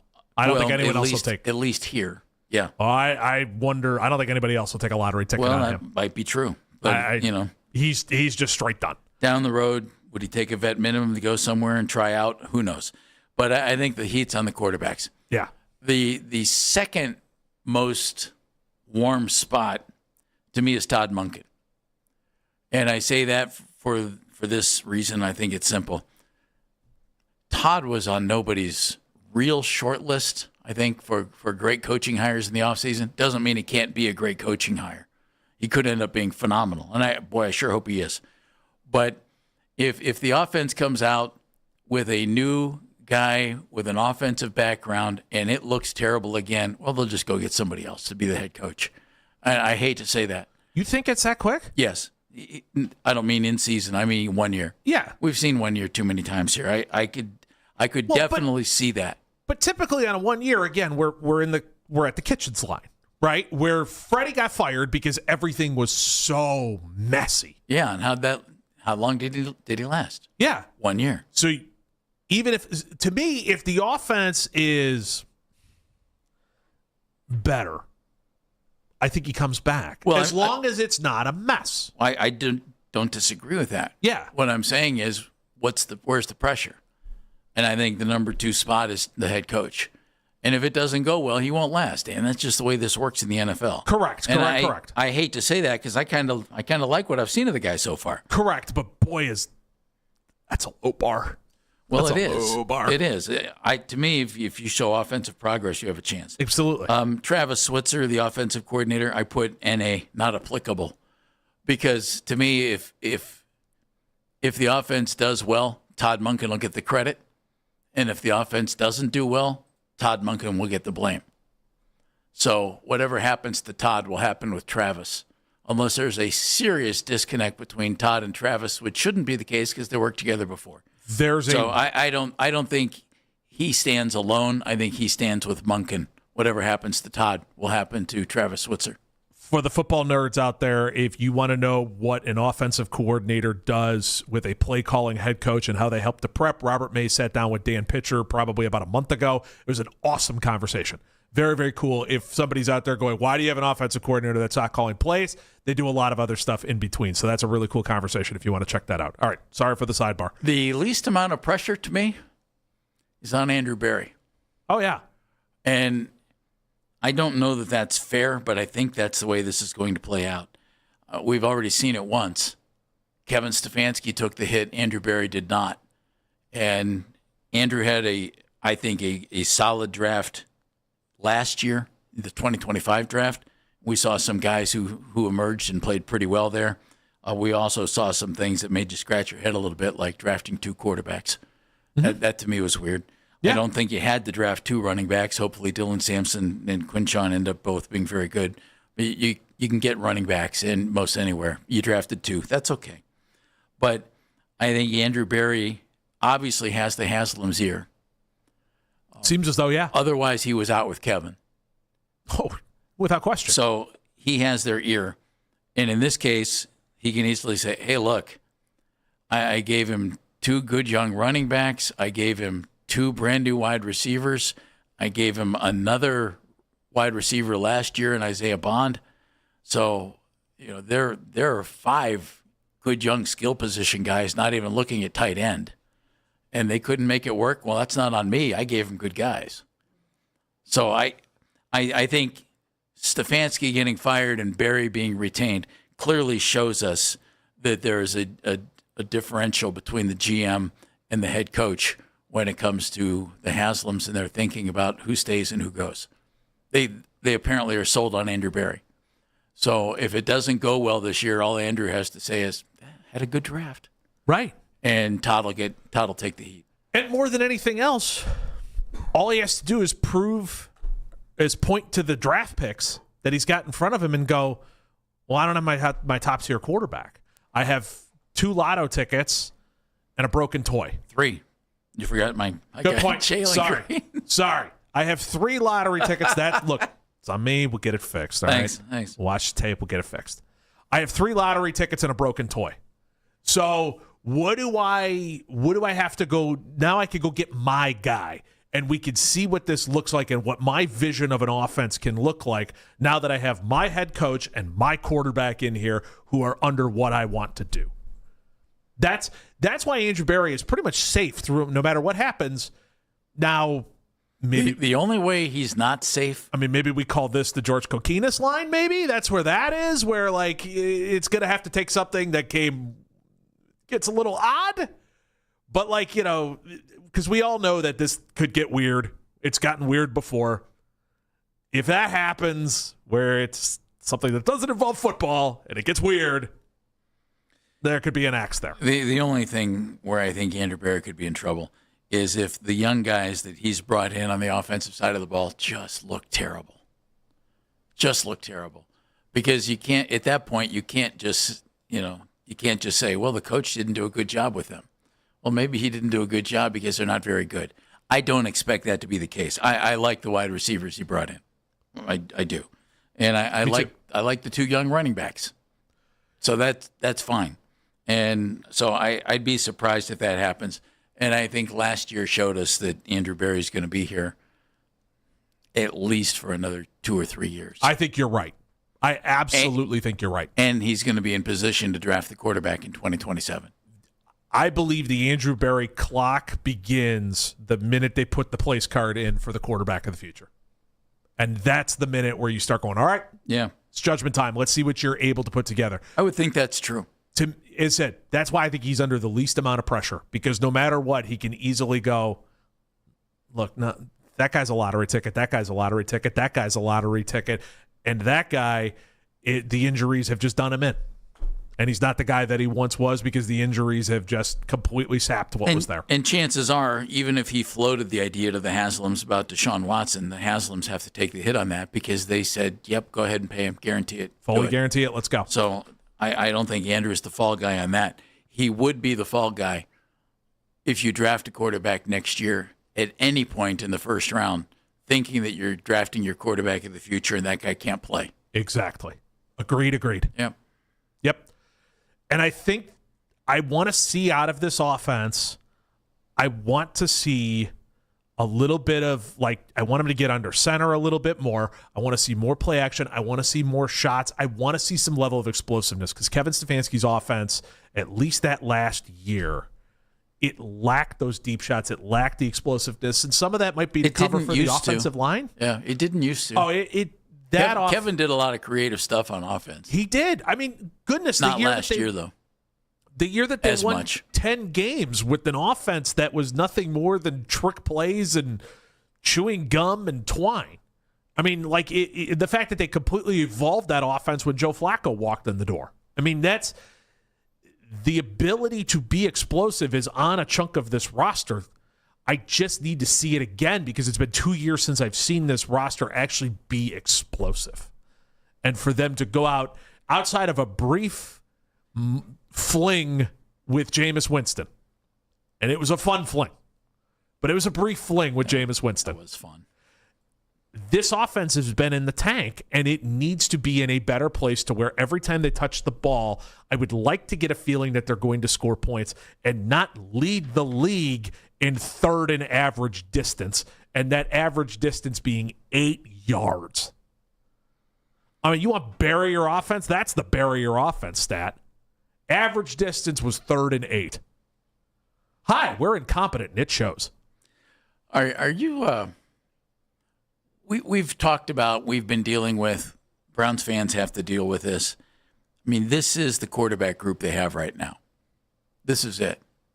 And we've been trying to talk about it and look for options, look for the best way to approach it, look for hope, because we're all hoping the team does well. You'd like to follow a better football team. But can you believe this is where the quarterback position is on this team? Yes. I find it stunning that this is where it is. It's just, I've read things this offseason that say it may be the worst quarterback group.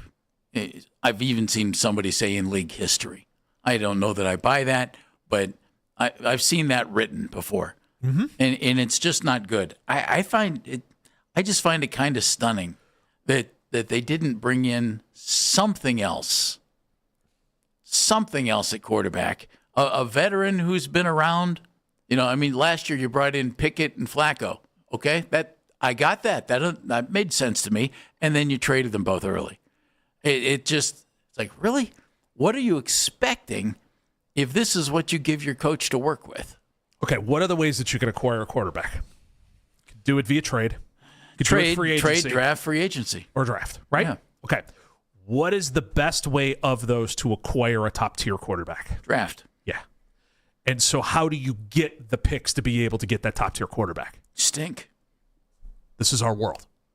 This is why I could go on my rant about why I hate drafts and think they're stupid and all that kind of stuff because you're rewarding losing. But that's not the point of this. What the point of it is these are the rules of the game that you need to play under. And so right now, Andrew Berry, I think, looked at the landscape and he looked at this roster and he said, what is my way to find the future quarterback of the Cleveland Browns that can be successful enough to get us into the Final Four so that we can find our way into the Final Four teams? What's the best way to get that? Not be very good. You got to play the game. Mm-hmm. And sadly, that's where we are. The worst place in the NFL to be is to be mediocre with the arrow pointing down. Yeah, same thing in the NBA. Exactly. Exact same deal. That's the problem. Yep. That's Bennigan. I'm Phelps. We're here on The Fan.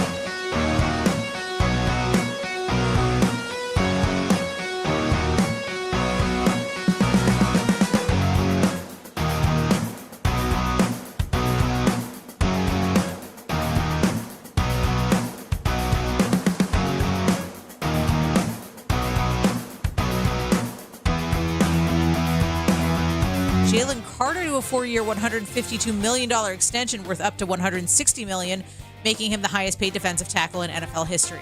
You can listen to the Fan Rewind weeknights from 11 p.m. to midnight. All the best segments from all our shows, and you can always listen on the Odyssey app. Headline sports news every 20 minutes on 92.3 The Fan. From the University Hospital Sports Desk, I'm Meredith Kane.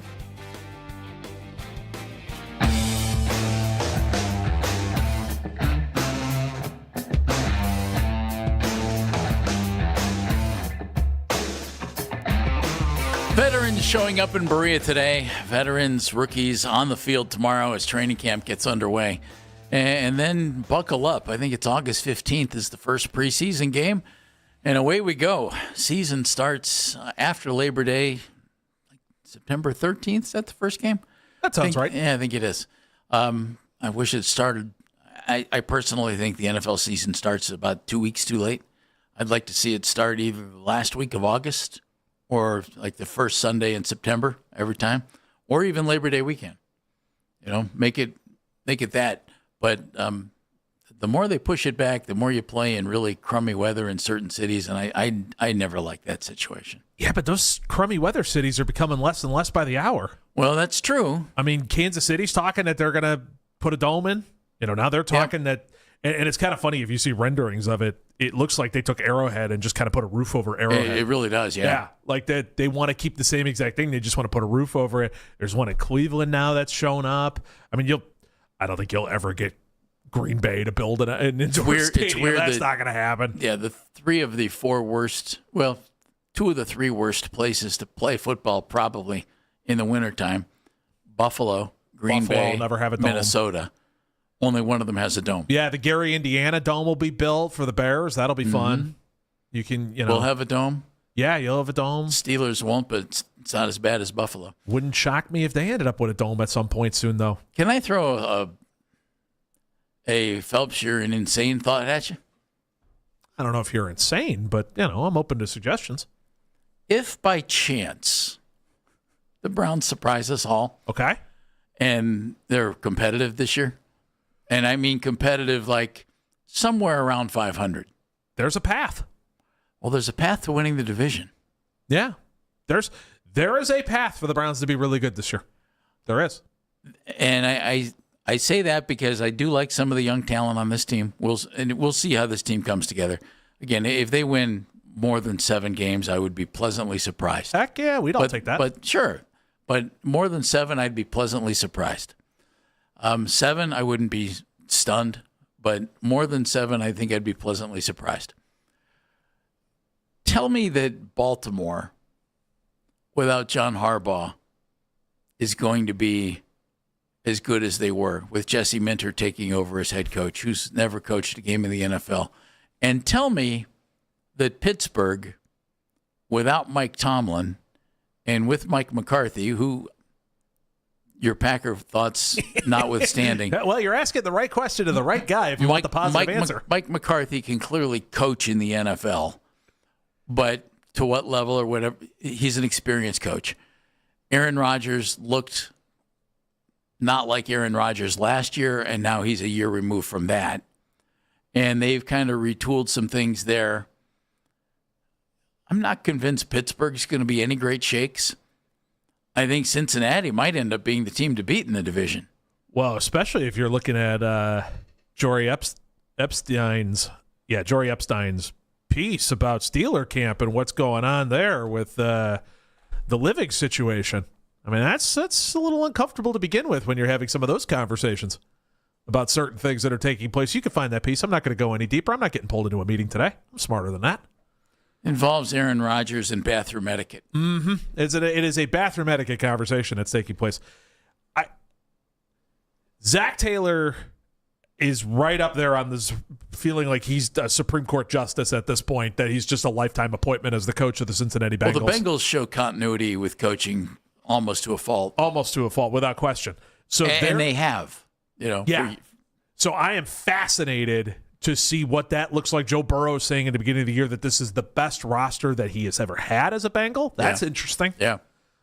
Joe Burrow's pretty calculated in what he says to say such things.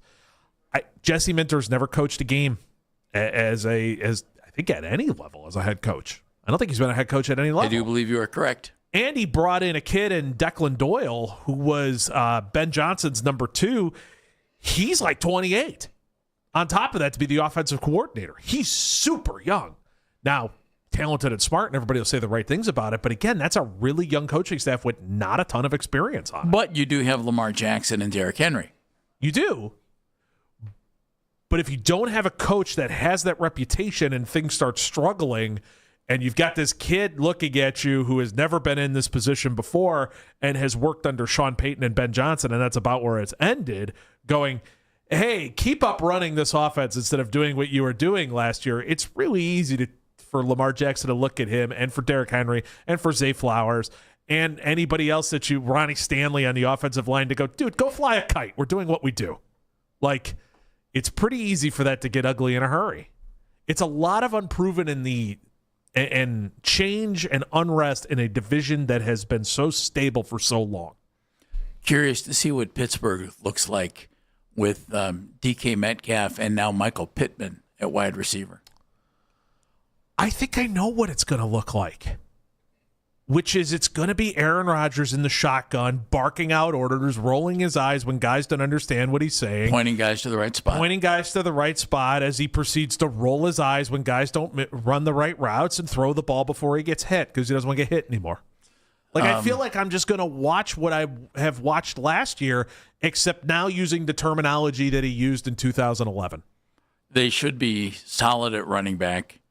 Jaylen Warren did a nice job for them. They brought in Rico Dowdle, who was good with McCarthy in Dallas, or was with McCarthy in Dallas and coming off a good season. I mean, we watched a lot of Ben Roethlisberger here. We watched Peyton Manning at the end. We watched Tom Brady at the end. We know what this looks like when guys don't want to get hit anymore. Aaron Rodgers doesn't want to get hit anymore. He plays quarterback like a guy that doesn't want to get tackled. I wonder how long it is until either Will Howard or Drew Aller end up being the quarterback there. Could it be this year? No, I don't think so. Could it be next year? Yeah. In fact, I would expect it to be next year. One of those guys. Aaron has said he's done. Oh, yeah. Mason Rudolph's not going to beat out one of those two young guys next year. I think it's by week 10 or 11. This year? Yeah. Why? Because Aaron's going to get hurt? Either he's going to get hurt or everybody's going to look at each other and go, we can't run an offense like this. Well, he's not going to sit on the bench. He'd have to retire. Yeah, we can't run an offense with him just throwing slot fades and back shoulder throws and dump offs. Seriously, you don't think they'd put him on the bench? I don't. Do you want to win? I don't know that that's the main thing. You would think it is, but with McCarthy and Aaron Rodgers, I don't see Aaron doing anything but starting this year if he's physically capable of it. Really? Yeah. See, I think at a certain point you need to look around and think of the health of your franchise and figure out, especially if things are going south, and think about, okay, what does our quarterback position look like? Do we need to do some scouting work on Will Howard and give him some of the options? Yeah, but or give could you imagine Aaron Rodgers being benched? I can't. I think there'd be a release. Like, I got a feeling it would be at the end of a game they would go, okay, we can't do this anymore, Aaron. We just can't do this, especially if we want to win. Now, if everybody is okay behind closed doors with all the windows shut, looking at each other and going, all right, if we win 5 games, we win 5 games, who cares? As long as Aaron gets his farewell. I mean, do you see it that way, or am I nuts? No, McCarthy has to win. Pittsburgh shows great loyalty, but they always showed great loyalty to young coaches that they hired and developed. Chuck Noll, Bill Cowher, Mike Tomlin. How long has it been? Well, since the mid-1960s, where the Steelers hired a coach who had been around with experience and probably has a shorter leash. Otherwise, they've stuck with the young guy that they've developed themselves and allowed to flourish. So I would think Mike McCarthy needs to go in there and be competitive. They're not going to be as patient with McCarthy as they were with Cowher and Tomlin, even though those guys walked in the door and were successful right away. And Baltimore is a team that shows great patience.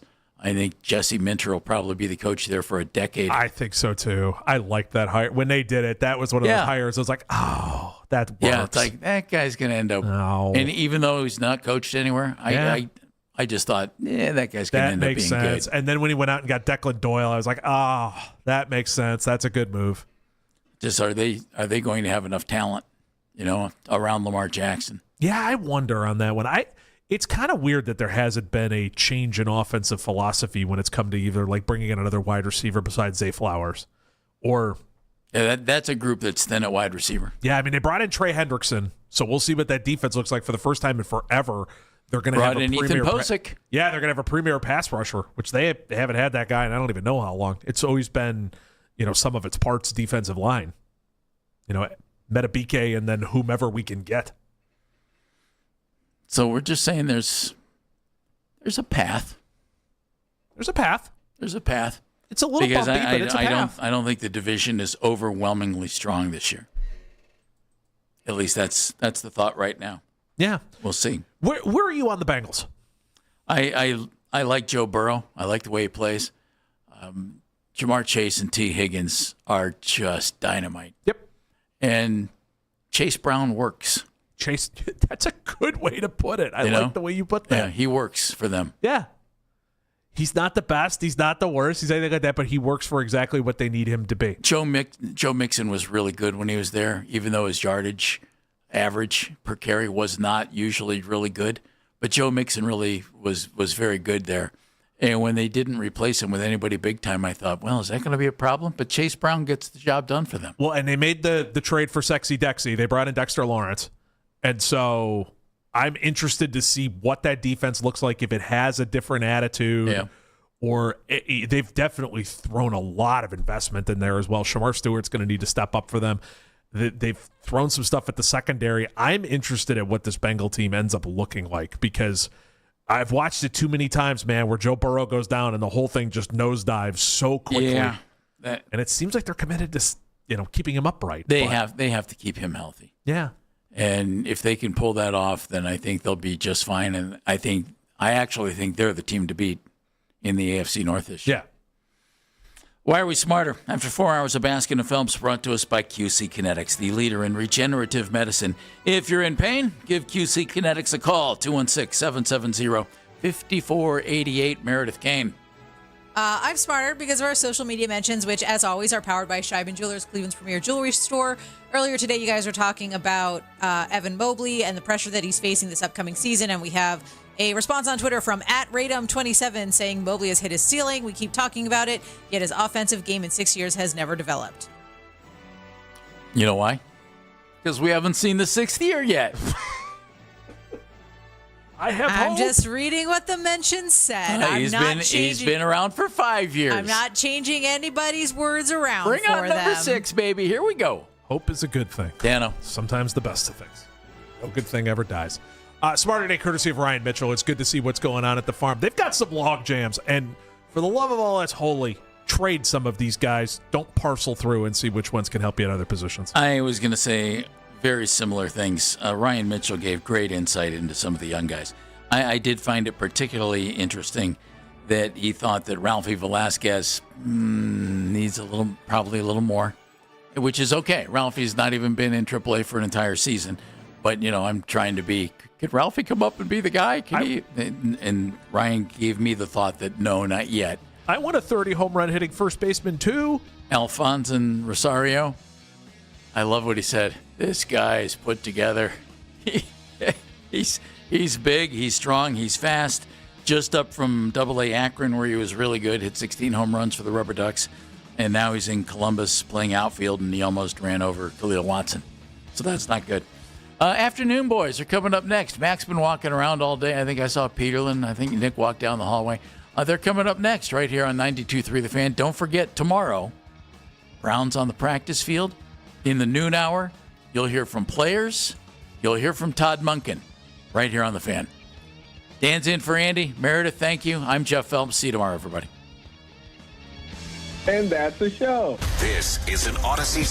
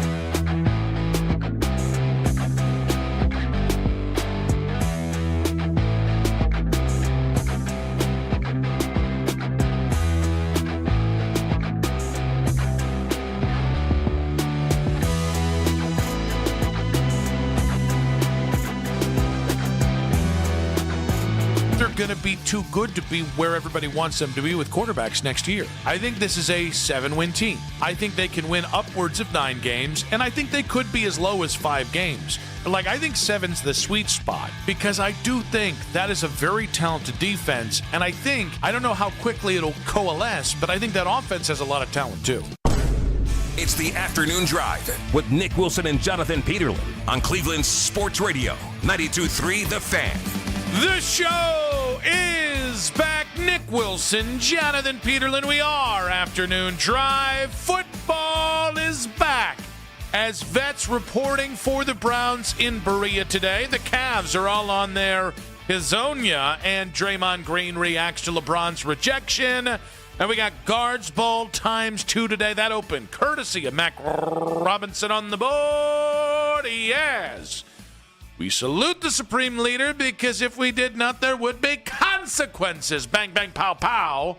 Those kind of consequences. And we got Jake Murrin producing today and man in the 92.3 The Fan YouTube channel. We would love to see you all on the 92.3 The Fan YouTube chat. You guys can watch all 5 hours live. I'm doing Trump hands right now. That's how excited I am.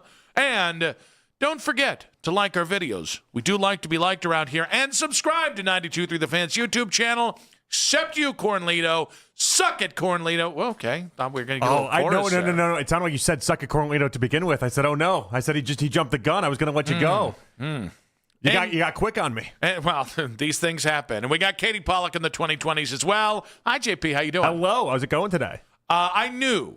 I said it as we were leaving the studio yesterday. Yeah. Maybe the Guardians just need a day off.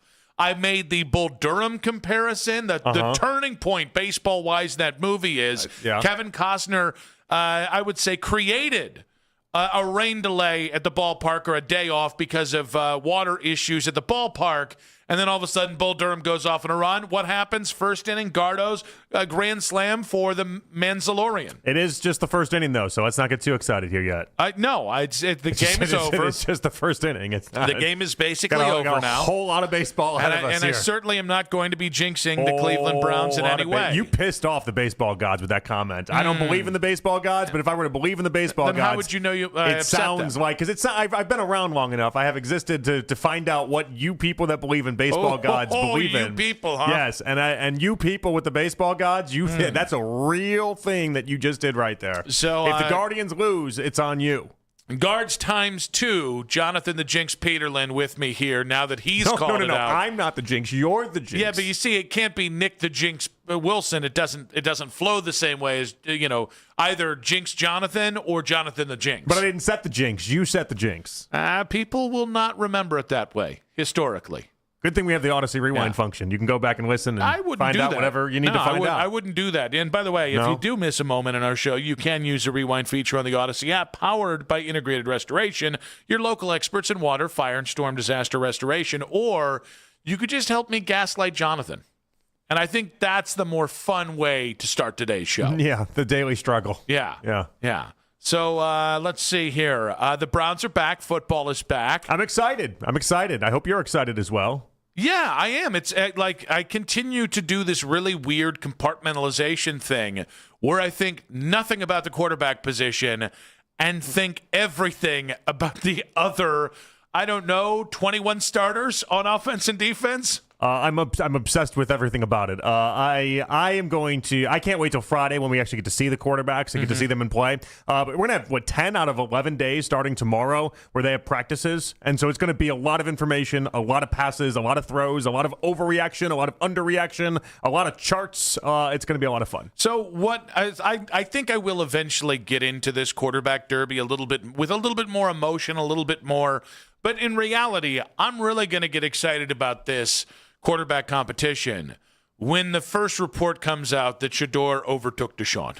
Yeah. Because if it's Deshaun, it's just I can't fake it. And that doesn't mean I won't be excited for the Browns. It doesn't mean I'll root against the Browns. Anyone could have been the Browns quarterback, and I'll root for them. I know because I've done it the first 26 years they've been back, right?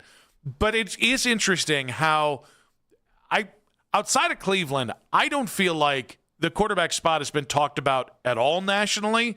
And then today, it was like everybody popped off a take on the Browns quarterback spot. Well, it is one of the more interesting actual training camp storylines. It's not like the NFL's got a bunch of different quarterback battles. People love quarterback conversations, quarterback discussions. This is one of the few spots. It's like a real, not even just like that Fugazi quarterback competition that happens in like Minnesota, for instance. There's a real quarterback competition. Yeah, but what's weird about it is nobody thinks much of either quarterback. I know, but we're also in that spot of the year. It's like, well, here's what they do, Nick. They tell everyone like Shedeur Sanders and Deshaun Watson are going to get coverage, but in particular Shedeur Sanders.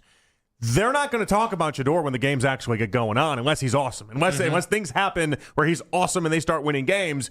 As much of a figure as Shedeur is, he's going to get sent to the back burner. Now's the time to do it, and you can do it honestly. But what's interesting is there's nobody that believes in Shedeur and Deshaun. This is very much an or conversation.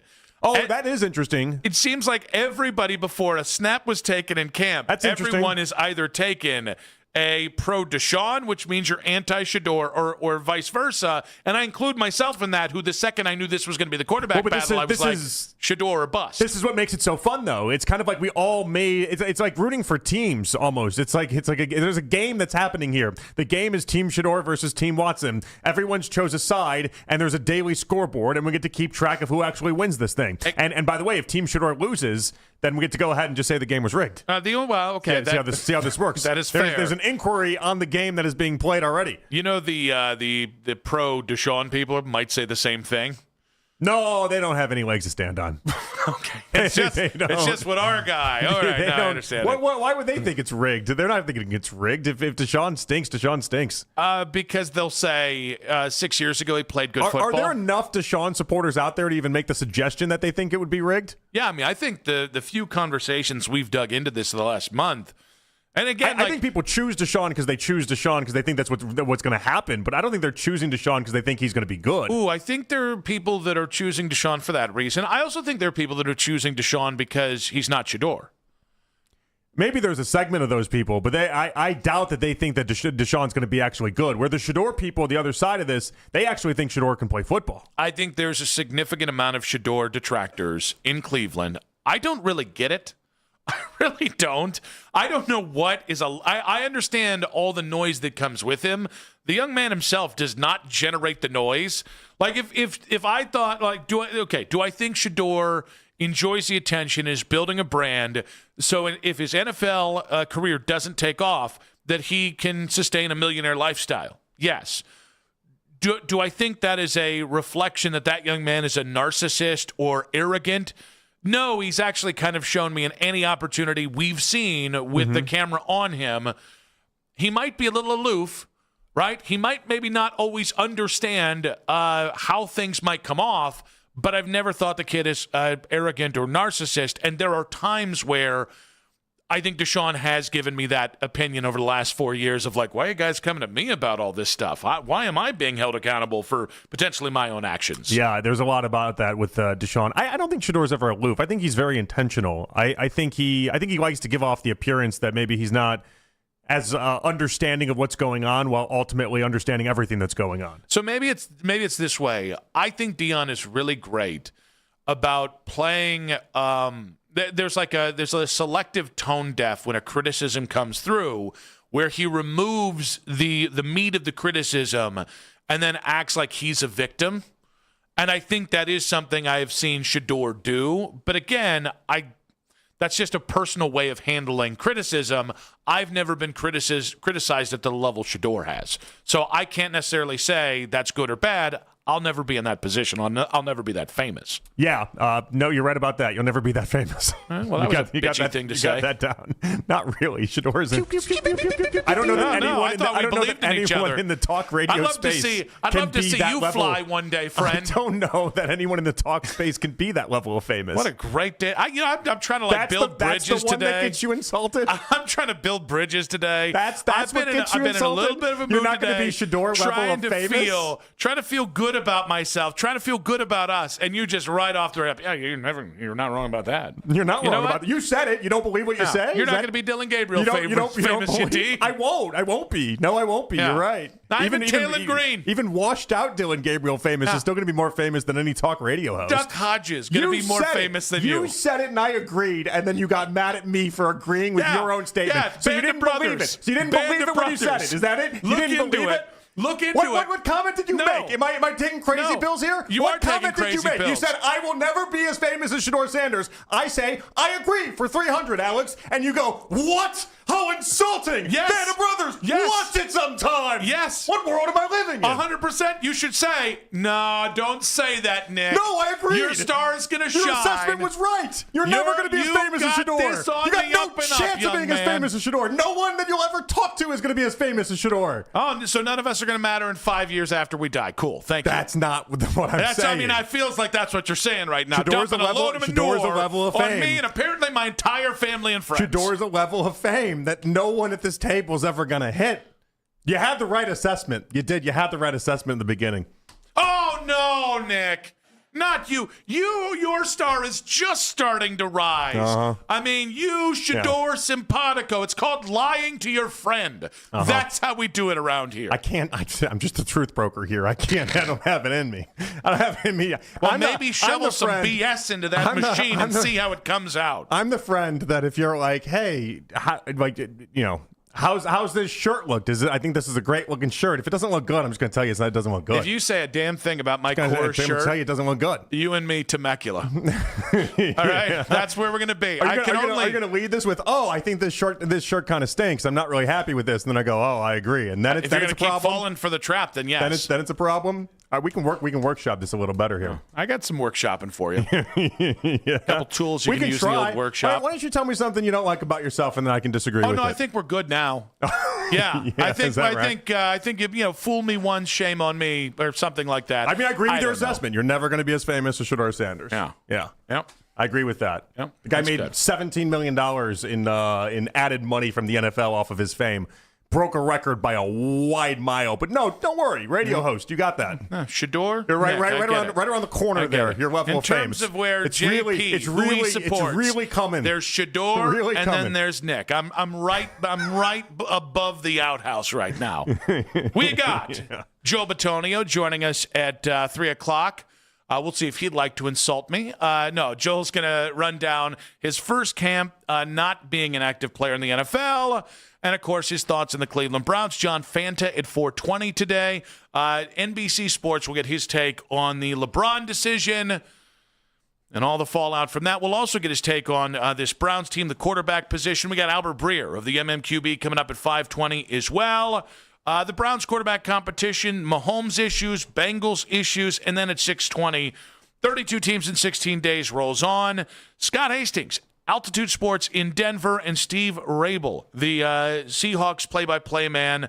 So we'll talk Denver and Seattle there.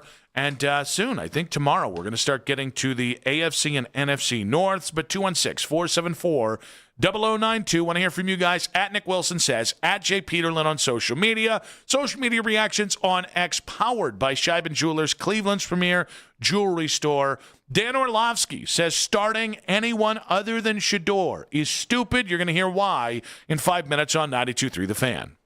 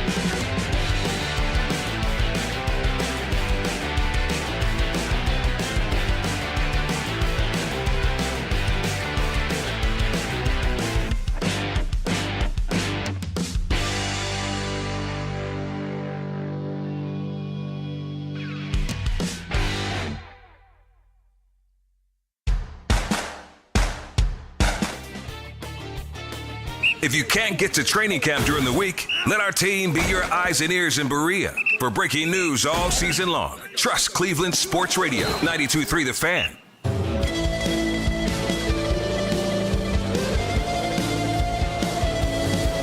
Quick Hits coming up in about 20 minutes. Joe Batonio coming up in about 40 minutes. Nick and JP back with you. We are about to get into the Watson-Deshaun quarterback battle. It would be nice if we had like a clever handle for the quarterback kerfuffle in a way that was just like shorthand instead of every time saying the quarterback battle, which is nebulous or too generic. Yeah. And then like if we go to just Deshaun versus Shedeur, I think we're gonna cross play those names and portmanteau the hell out of them in a very confusing way. I feel like you're headed towards your fantasy football names from ChatGPT territory. Do we need ChatGPT to come up with some cool Deshaun Watson versus Shedeur Sanders camp nicknames? Now that you say that, yes, because I just don't want to do the hard work myself. Okay, because here's the thing. I don't think any of them are going to catch on, by the way. Okay, that's fair. I just don't. I don't think. I feel like we start a lot of things in this city, but I feel like this one might not be it. There might be some resistance from the top, but you are the author of the indecision. That's true. And when I tried to create some sort of a combo of Shedeur Sanders versus Dylan Gabriel, that also that was not that got us in trouble a little bit. So you can't do that. Shadil did not work for anyone. No, ChatGPT really. Nor did Dildur. They really do suck at this, don't they? They really do. This is not what they're good at all. The 2 versus 4 war. Okay, that's about as good as they got. The QB Civil War is another one. Okay, I mean that's a little Marvel, but I don't hate it. The Watson versus Wonder Boy. I feel like we could do better with Watson versus Shedeur. Right? We're just making one of them the Wonder Boys. All that is the comeback versus the crown. Oh, the veteran versus the prince. Okay. I don't know that he was like Trevor Lawrence is the prince that was promised. I don't know that like Shedeur's ever been looked at as anything like that. I need more. I'm gonna yell at ChatGPT for a second. Wait. What was the? It was the comeback versus. I kind of do like the comeback versus something, but we'll have to go ahead and figure it out there. I want more involving their names is the problem. Yeah, I mean, you do want it to be pretty obvious that, without having to say their names. Maybe this is just too much to ask. 216-474-0092. Give us a creative name if you have one for the Browns quarterback battle. I want to get to what Dan Orlovsky had to say about playing Watson and playing Shedeur, but Victoria in Elyria has joined us here. Victoria, welcome to the show. You guys. Hello. I just wanted to say I've been a longtime lifer Browns fan. I'm not a fan of either Deshaun or Shedeur, but I want them to start Deshaun just because I want to get some money's worth out of him. I know he's not worth much, but I just have that. I want to get something out of you. Maybe you'll get hurt again. The money's already been paid, Victoria. So, like, it's not. It doesn't. Yeah, the money's already been paid. Work for it. Work. Okay. Put in some work. Whether the work's good or not, put in some work. Maybe you'll get hurt again, and then you can't vacation as much or something. But I need to see something. I need to see something back for the money. Something. All right. Is there anything Shedeur can do before week 1 that would win you over? Well, it isn't even about him. I mean, I don't see him being our franchise quarterback. I'm sure he's probably going to finish the season for us. But I just don't think he has it either. It's just, the curse continues. All right, Victoria. Suck it, LeBron. I know we're over him, but I have to get that in because I'm, Victoria, I think you just earned an automatic jump to the start of the line anytime you call from now on. We appreciate you very much. Thank you, guys. Love you. Love you too. Like you too. But she gave us a suck at LeBron. I know, that was nice. That was very nice. Playing into our love of telling Cornelito to suck it. Damn you, Cornelito. But I don't understand. I really don't understand the idea of like we have to get something out of Deshaun because we're paying him a lot of money. Even if you don't believe in Shedeur, I understand not believing in Shedeur. But at least with Shedeur, you have a chance that something materializes. You have zero chance of that happening with Deshaun Watson. This is absolutely zero chance you have him on this roster next year. I do think that the more we hear people say you got to get something out of Deshaun Watson, it just further illustrates how incredible of a job the Browns have done by using their media contacts to normalize the idea of playing Deshaun again. And honestly, like this is a level of propaganda not seen too often in world events. Like, every time I say it, I'm like, Deshaun Watson playing again for the Cleveland Browns. It sounds moronic to my ears. Yeah, which is funny because I thought at some point they would get to a spot where they're just so focused on 2027 and beyond, they would stop trying to play the little games behind the scenes. They just stopped caring. They, like at one point last year, within the 4-quarterback battle, it just kind of felt like they threw their hands up in the air. Maybe it was when Kenny Pickett got injured and was like, listen, this is what it's going to be. We just all have to kind of deal with it, and then just kind of no spins, nothing attached to it. It's just your reality. And I'm waiting for that spot to happen here. So my thinking continues to be they're using Deshaun to motivate Shedeur, to keep him honest in this quarterback conversation, and eventually the quarterback tide will turn. I mean, if that's the case, someone should tell Deshaun, because the videos he's posting and everything, he's got no clue that he's being a motivating tactic right now. Yeah, the video, we can go ahead and play that before we get to the Orlovsky stuff, because the video, it continues to emanate this very interesting lack of awareness, and that I think Deshaun thinks he's become an underdog. And judge for yourself here. Year 5, man, so it's that time. Just like everybody else, I've been waiting too. Things got to line up right. I feel like this the year that they all come together. Just getting the body, getting the movement right, make sure that I'm at my peak, going into training camp, getting ready for the season. So, man, body, mentally, physically, spiritually, emotionally, everything in the right space. And I'm constantly just building every day. So, locked in, I'm ready. So when he said year 5, it's time to pay some dividends. This is the time, you know what I'm saying. That's what he says. I did. This is the time, you know what I'm saying. No, I don't. I don't, Deshaun. I actively did chortle, because when you really dig deeper of like, hey, those first 4 years, those weren't the time. But now's the time. Now that all the money's been paid out. He gives this look of like, guys, this is now where I lock in, right? Like this is when this happens. Now I pay it off. 4 years were the practice run for right now today. And I got to tell you, now that all of that BS is out of the way, get ready to see the real Deshaun Watson. But you hear that, though, and you hear him talk about his mental space and where he's at and everything. It just doesn't sound like a guy that thinks that he's being used as a pawn by the Browns to motivate Shedeur Sanders. It sounds like a guy that legitimately thinks he's capable of playing the best football he's ever played, which, by the way, that's great that he has these thoughts. He's played at an elite level before. If he has these thoughts, that's good to hear that he thinks he can get there. But it's a little much for me. All right, Randy Jackson, not Tito, not LaToya, but Randy Jackson saying that he likes 2 versus 4 or 2-4 war. The 2-4 war. Okay, all right. Yeah. And Playboy, duh. I hope that's how he wants us to say it. Playboy, duh, because he's like a Playboy, duh. Do 2v4 for the QB battle. Okay. I mean, that we're keeping it short there.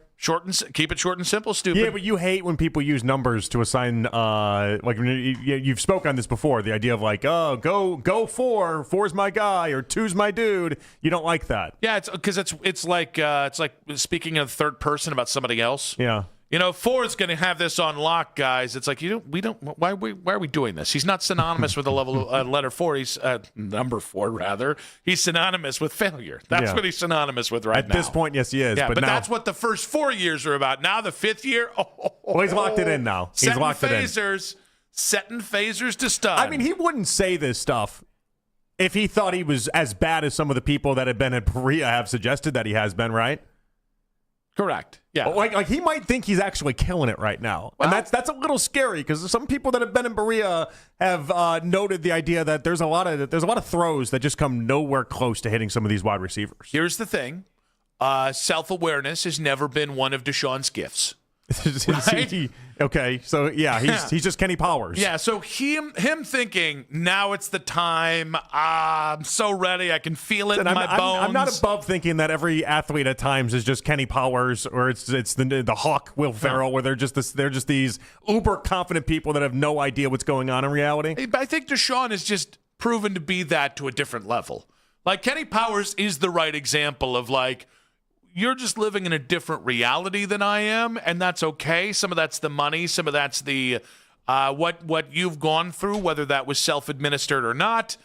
But yeah, like Deshaun being like, oh, I'm getting ready to show the league. And I'm like, I don't think you wouldn't do that if you really thought that at this moment you just couldn't play anymore. You wouldn't have the camera crew following you around and then making these type of statements if that was the case. Unless you were deluding yourself, which you kind of have to do. I mean, that is one thing that I do think, like, athletes have to convince themselves of whatever they need to do to go out there and compete. I'm telling you, I think he's already bought into it, though. That's like the impression I got is he's already bought into it. It's not like he's trying to convince himself at this point. Like that man, him speaking the way that he did, he clearly has already bought into him being not only back, but being the levels he was before. Well, he better, because if he doesn't, then he has no shot at beating Shedeur out. You know, well, but that's what's funny about that is that, like, entering year 3 that he was here, I really thought that he kind of got the idea that he just sucks. Like, I really got that impression that as it was going as poorly as it possibly could, and as we were approaching everything, like, it just kind of, he wasn't posting videos like this. At least I don't remember him posting videos like this. It just, there was a dejected Deshaun there was a defeated Deshaun, and maybe some of that just ties into the relationship with Stefanski. And now that Stefanski's not here, maybe he's got Deshaun is reborn. He's just reborn. He's got a new lease on life. He's got a new lease on what this offense can be. He feels empowered in some sort of way. But this is a little bit of a different Deshaun now. I did hear Coach Riz today, Lance Reisland, say with Lima, he's like, I don't care about those first 6 years. And I was like, what other quarterback have we ever done this with in NFL history? This goes back to the idea that the Browns have normalized Deshaun starting and the idea of him starting. And, like, even Jason today has said, and Jason said on with us last week, he's like, they could have made this work if they wanted to. It would have been painful. You wouldn't have fielded much of a team, but you could have gotten rid of Deshaun X amount of times ago. Yes. And they've done an incredible job of maybe normalizing this. But the idea that anyone, and I love Coach Riz, so this is not a criticism. Let me stick up for Coach Riz, though. But him saying, it's the last 6 years don't matter. There's context that's missing there. They have to. Because Coach Riz is operating with the idea that Monken is only going on what's in front of him, and that's it. I think that's what Coach Riz is trying to say. Like, the past 6 years doesn't matter because he's only seeing what's in front of him right now in the moment. And he would say the same thing about Dillon Gabriel. He'd tell you Dillon Gabriel's last season does not matter at all. I can only, as Todd Monken, I can only look and see what's in front of me today and who you are right now in this moment. And that's what he's trying to operate with. And I know Todd Monken has said that very much. I believe Todd to be a very honest head coach, and I don't believe he believes that. I believe there are things that sometimes as a coach you have to disguise the truth. There is no way that if he had his druthers, if he had full power and there were other options out there and he wasn't beholden to a salary cap, you cannot tell me that Todd Monken would want this as his quarterback battle. Year 1, specifically the Deshaun side of things. The idea that he's not aware of Deshaun's physical state the last couple of years or the failure or all the stuff that's happened with that young man, he's clearly at some aware. point, I understand football are distortion reality fields. I understand that's what football does to people, but I know Todd Monken's too smart for this. Well, the part of it they have to pay attention to is the injury history. Like, that part you just can't ignore. But like, Monken has talked about not really looking at much Browns tape with Deshaun Watson's tenure and going back to the Houston tape. Either. Well, but he's going back to the Houston tape. Like, he's openly talked about this idea that he watches the Houston tape and doesn't do much with the Browns tape because that scares me a little bit, that he thinks that there's something there with Deshaun that still exists, which is the number one fear I have with everyone in this conversation is they're all going to what happened 6 years ago. Coach Riz, I think, is just kind of hoping that people just look in the moment, stay in the moment, and that's it. So what I've actually started to do is I'm only watching Deshaun Clemson tape. Is that right? Yeah. Because he wasn't just a good football player, he was also a winner. And so that's what, like in 2020, they won 4 games. Won 4 games. I don't care about the almost 5,000 yards passing. I don't support losers around here. Now, I could go to 2019, but the stats look worse. So I'm simply 2016 Deshaun Watson. And honestly, anything that happened on or off the field after 2016, I have no knowledge of. I'll do you one better. Specifically off the field. His high school tape? Yeah.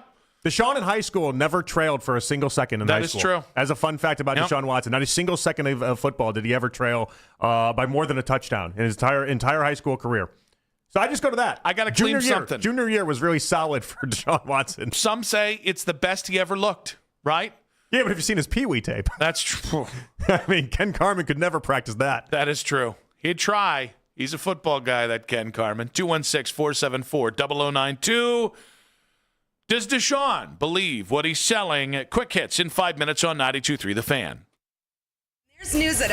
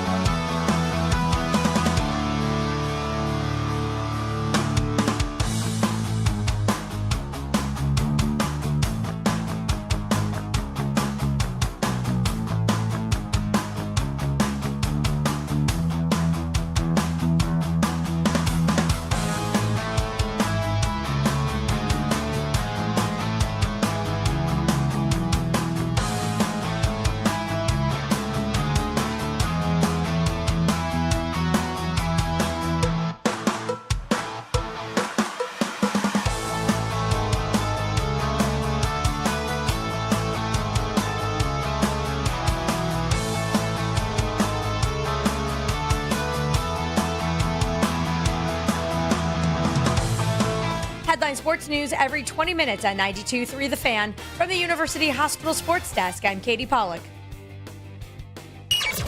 Listen to 92.3 The Fan on the Odyssey, iHeartRadio, and TuneIn app.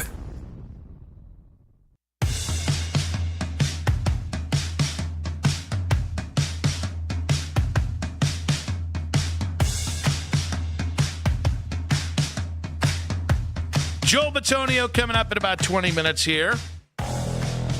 Joel not with the Browns this year. I don't know if you heard about this. He retired. It's a big deal. But excited to get his thoughts on what it's like to have today come. The vets reporting for the Browns and him not be one of the guys reporting. We do have a little bit of NBA news to pass along here. Draymond Green. And we're going to play some sound from his podcast, his reaction to LeBron spurning the Warriors. Later in today's show, Draymond signing a 1-year, $27 million deal. And I got to tell you, I do not get that from the Warriors side of things. I think that's like, hey, all right, you opted out at $22 million so we could make room and space, and then we could have things to operate within, and then nothing materialized. So here you're going to take a little bit more money. It's going to be a 1-year deal, and you'll probably be on your own after next year. I just, they're they do a string of 1-year deals with him, maybe. The idea that guy wasn't traded or cut the second he knocked out a teammate, and honestly, we could say that about 17 things that have happened with Draymond, even this last year. Like, there have been points in each of the last 4 years where you're like, it's got to be it, right? And it just never happens. They cannot quit Draymond, and they can't quit paying him so much more money than he's actually worth. Well, I mean, it's embarrassing what they're doing to the end of Steph Curry. There's just no other way to play. It's absolutely embarrassing what they're doing to the end of Steph Curry. They should just do the solid buy him and trade him to Cleveland for James Harden. He'd love that. Actually, no, Steph and I don't know that he'd love that at all. Playing together, that would just be interesting. All right, let's go ahead and get to Quick Hits. From the latest news and rumors around the sports world Go Angel! to the sound bites you need to hear. Hurry! It's Quick Hits. All right, big news out of a retail giant coming to Northeast Ohio. Here is News 5's Mike Holden with a good word. It is the real deal breaking right now. We can confirm that IKEA is officially coming to Crocker Park right here in Westlake and taking over. Look at it. The sweeping space of the former Dick's Sporting Goods, right by DSW Shoes. This is a landmark of sorts. Spring of 2027. Spring of 2027 is when the brand new IKEA is coming right here to Crocker Park. All right, this leads me to the question: is the Peterland fam as happy to hear this as the Wilson girls are? I heard it from every one of the females in my house today that IKEA is coming to Cleveland. I'm not the biggest IKEA person. This is not even like a full IKEA, though. I thought this was it's a smaller concept, smaller scale. So what am I missing? IKEA. Yeah. How small is it? Wow, that's a personal question. If it's replacing that Dick's Sporting Goods, it's still going to be a pretty good size, I would imagine. There's a lot of jokes here. A lot of jokes here, but we're not that kind of show. We'll see what you take and what you don't take. Okay. IKEA's concept has never been something that I've really jived with. Is it the fact they're Swiss? That's part of it. Is that part of it? That's part of it. But the Swiss and the French just don't do it for you. You'll pay less money, but we're going to make it incredibly confusing to build, and then you got to do it all on your own? Okay. I think IKEA puts out some good stuff out there. Yeah, I'm sure it's nice. I do, and I do appreciate the savings that they pass along to this consumer. The problem is Vanessa sees the savings and that then goes, oh, that means I have that extra $100 to spend on over here. I'm like, that's not how savings work. Yeah. This would be $400 elsewhere, but it's $300 now. That doesn't mean you have an extra $100 to spend. The reason why you're buying it, in part, is the $300. So, but I do want to reserve myself the right to actually go and experience it first before I go ahead and pass judgment. Because the only other time I've been to IKEA was in Texas. Oh. And that was a long time ago in life, okay? Yeah. I wasn't going to drive to Pittsburgh. I know some people that would make, like Tim Richards every now and again would be like, oh, I'm making that drive up to Pittsburgh, going to go do IKEA this weekend. The whole drive was just for IKEA. I'll tell you right now, that was not his idea. That's what he told me it was. Yeah, well, no. Yeah, it's his something significant else others. Going on? It's his okay. significant others, and he's agreeing to go along because he loves his significant other. He loves his wife. Well, all right. Is IKEA the type of store that I should love then? I like deals, Nick. I do like deals. No. I just always thought it was incredibly complicated, some of the instructions, and it was not as easy to make as maybe some of the other stuff. It's not complicated. They don't use words in it. Yeah, that sucks. Yeah, that's not complicated. I could use some help. That's just, quite frankly, bad communication. Listen, there are parts of IKEA that I appreciate. Vanessa loves IKEA. So I have no choice but to go to IKEA, whether I love IKEA or not. Thus my opinion on Tim being like, But he has all NBAs. He has the whole thing. The only difference is he's not good enough to be the MVP of the league. Honestly, it would be Embiid if Embiid played all the time. I think so he's got it right. If Embiid played all the time, that's got to be it. Embiid's one league MVP, and he fails in the postseason consistently. The Donovan one, Donovan's just not a good enough basketball player relative to how great of a football player Lamar is for the convo. I just think what's interesting is, to further the Embiid one, Embiid has injury history that Lamar has. Like, Lamar has had several seasons disrupted via injury, and that has impacted his pursuit to win a championship, which I think is what we can say about Joel as well. Yeah, but Embiid's missed significantly more time, all things considered. But it's noted. You're right. Lamar's not he's not without his health injuries. It's just Jared Goff Goff's has at more least been to a consistently Super in the Bowl. playoffs. So that's fair. He has been to one. That's fair. So is Jared Goff, James Harden? That's the part you. Yeah, actually, that's really not bad. I got to think about that a little bit more. But that's really pretty good. If only his weight fluctuated in confusing ways. Yeah. Although Jared Goff would be great. Jared Goff never had a stretch where he was considered to be a top 3 quarterback in the sport, though. And like Harden at least had that. He had a half-decade run where he was a top 3 player in the NBA. That is fair. The internet tells me that 4 Twins players are getting married on November 14th of this year. If you were, and by the way, it's Brooks Lee, Luke Keeschel, Ryan Kreider, and Cole Sands. If you were their teammates, who do you choose? How do you choose? It's just all about relationships, right? When you feel bad if you're on the Twins, you don't get invited to any of them. Nah, that would be a real problem. There's 4 of them, and you're like, I didn't get any invites to any of them? Yeah. By the way, if you're all going to get married on the same day, couldn't you have coordinated a quadruplets wedding? Or at the least, tandem twins wedding? You're like, oh, we're twins. We have twins weddings. Yeah, right? Twice the fun, half the cost. People don't like sharing their wedding days, I've noticed. I mean, your names are Brooks Lee, Luke, Ryan Kreidler, and Cole Sands. You probably could use the savings. Yeah, you think so? Yeah, Brooks Lee's the only legitimate everyday player there. Yeah. Everybody else, they're just kind of guys, I guess so. November 18th, you said? November 14th. November 14th. Yeah. So it's still during football season. During so you're football inconveniencing a lot of people, but it's not baseball season. That's really all they're going for. So it's during football season, it's and you're cold. sharing It gets it. to be a little cold in November. And we shouldn't assume all of these weddings are going to happen in Minneapolis, by the way. Given that ball players are all... That was a broad, I live in Northeast Ohio, so I think about the weather in Northeast Ohio statement. Well, yeah, but, oh, man. I hate everything about this story. Why? It's just coincidence is all. I feel like this feels... 2 weddings, I can say coincidence. 3, maybe. 3's pushing it, though. 4, this is a coordinated effort for some attention by somebody, and just the future wives, it feels like they're behind this, and I don't care for it. Which one does Buxton go to, though? He'll be a Philly, so I don't think it matters. I do love the idea of you getting traded and then being like, screw all you guys. Yeah, sorry, guys. I got traded to Charlotte, so I can't RSVP. It's like Darius hanging out with Evan Mobley on that private plane, and people are like, I knew it. I knew they were always really good friends. They miss each other. It's like, yeah, they probably became friends. That's kind of a nice thing. You hang out with people for a while. Maybe you want to see them in the future. Yeah, people don't die when you leave a workplace, although some people they do, though. Yeah, that's true. Some people they do. Omaha! All right, let's go to Dan Le Batard. He had this take on LeBron and whether he is maybe getting a little kickback on the side from Topps. Here we go.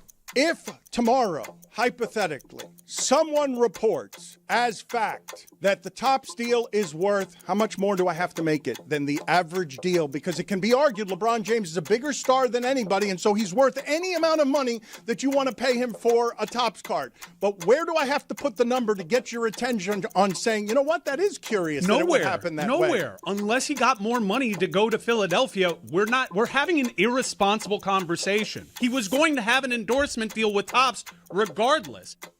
I don't think it's an irresponsible conversation the way that Michael Ruiz suggests that it is. I think it's in the world and honestly the Kawhi Leonard world that we're living in, I think we should all be wondering what kind of kickbacks are people getting on the side and what influenced what. That would also explain, by the way, why LeBron didn't announce at Fanatics Fest if he was going to Philly, because that might maybe even look even more fishy because Michael Rubin and all that.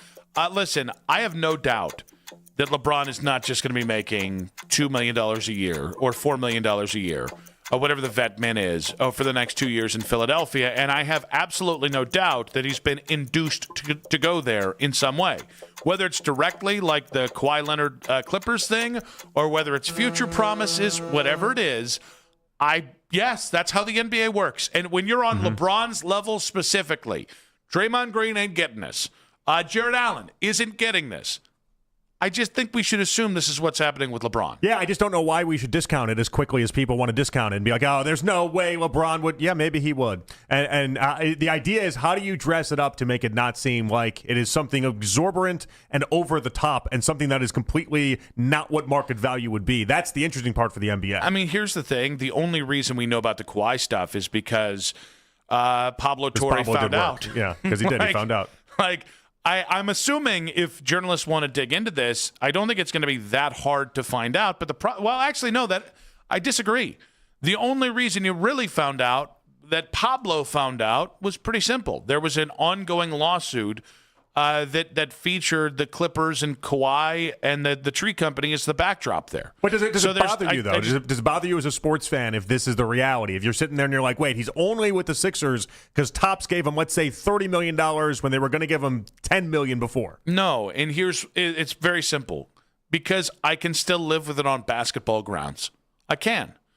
It's the one thing that took so much of the punch out of the Philly thing, even though it was still a punch in the gut, is it's like, well, Jaylen Brown, Joel Embiid, Tyrese Maxey, Edgecombe, Simons, they have so much stinking talent. I get it. I don't have to like it. I don't have to like that sports town. Because it's not great. I get it. It's not great for people that live in cities like Cleveland here, where we're not going to have somebody that comes in and says, hey, we'll pay you $45 million more to come play for our team. Or maybe a guy named Dan Gilbert should maybe think about that sort of thing, huh? He's the only one that essentially could, in all things being equal. Haslam, I guess, could if Haslam wanted to. He does own the Cleveland Cavaliers. I'm just saying. 216-474-0092. Is it over the line to say the Sixers or somebody in the Philly circle might have induced LeBron beyond the vet men to go to Philadelphia? Joe Bitonio, retired Browns guard, in 5 minutes on 92.3 The Fan.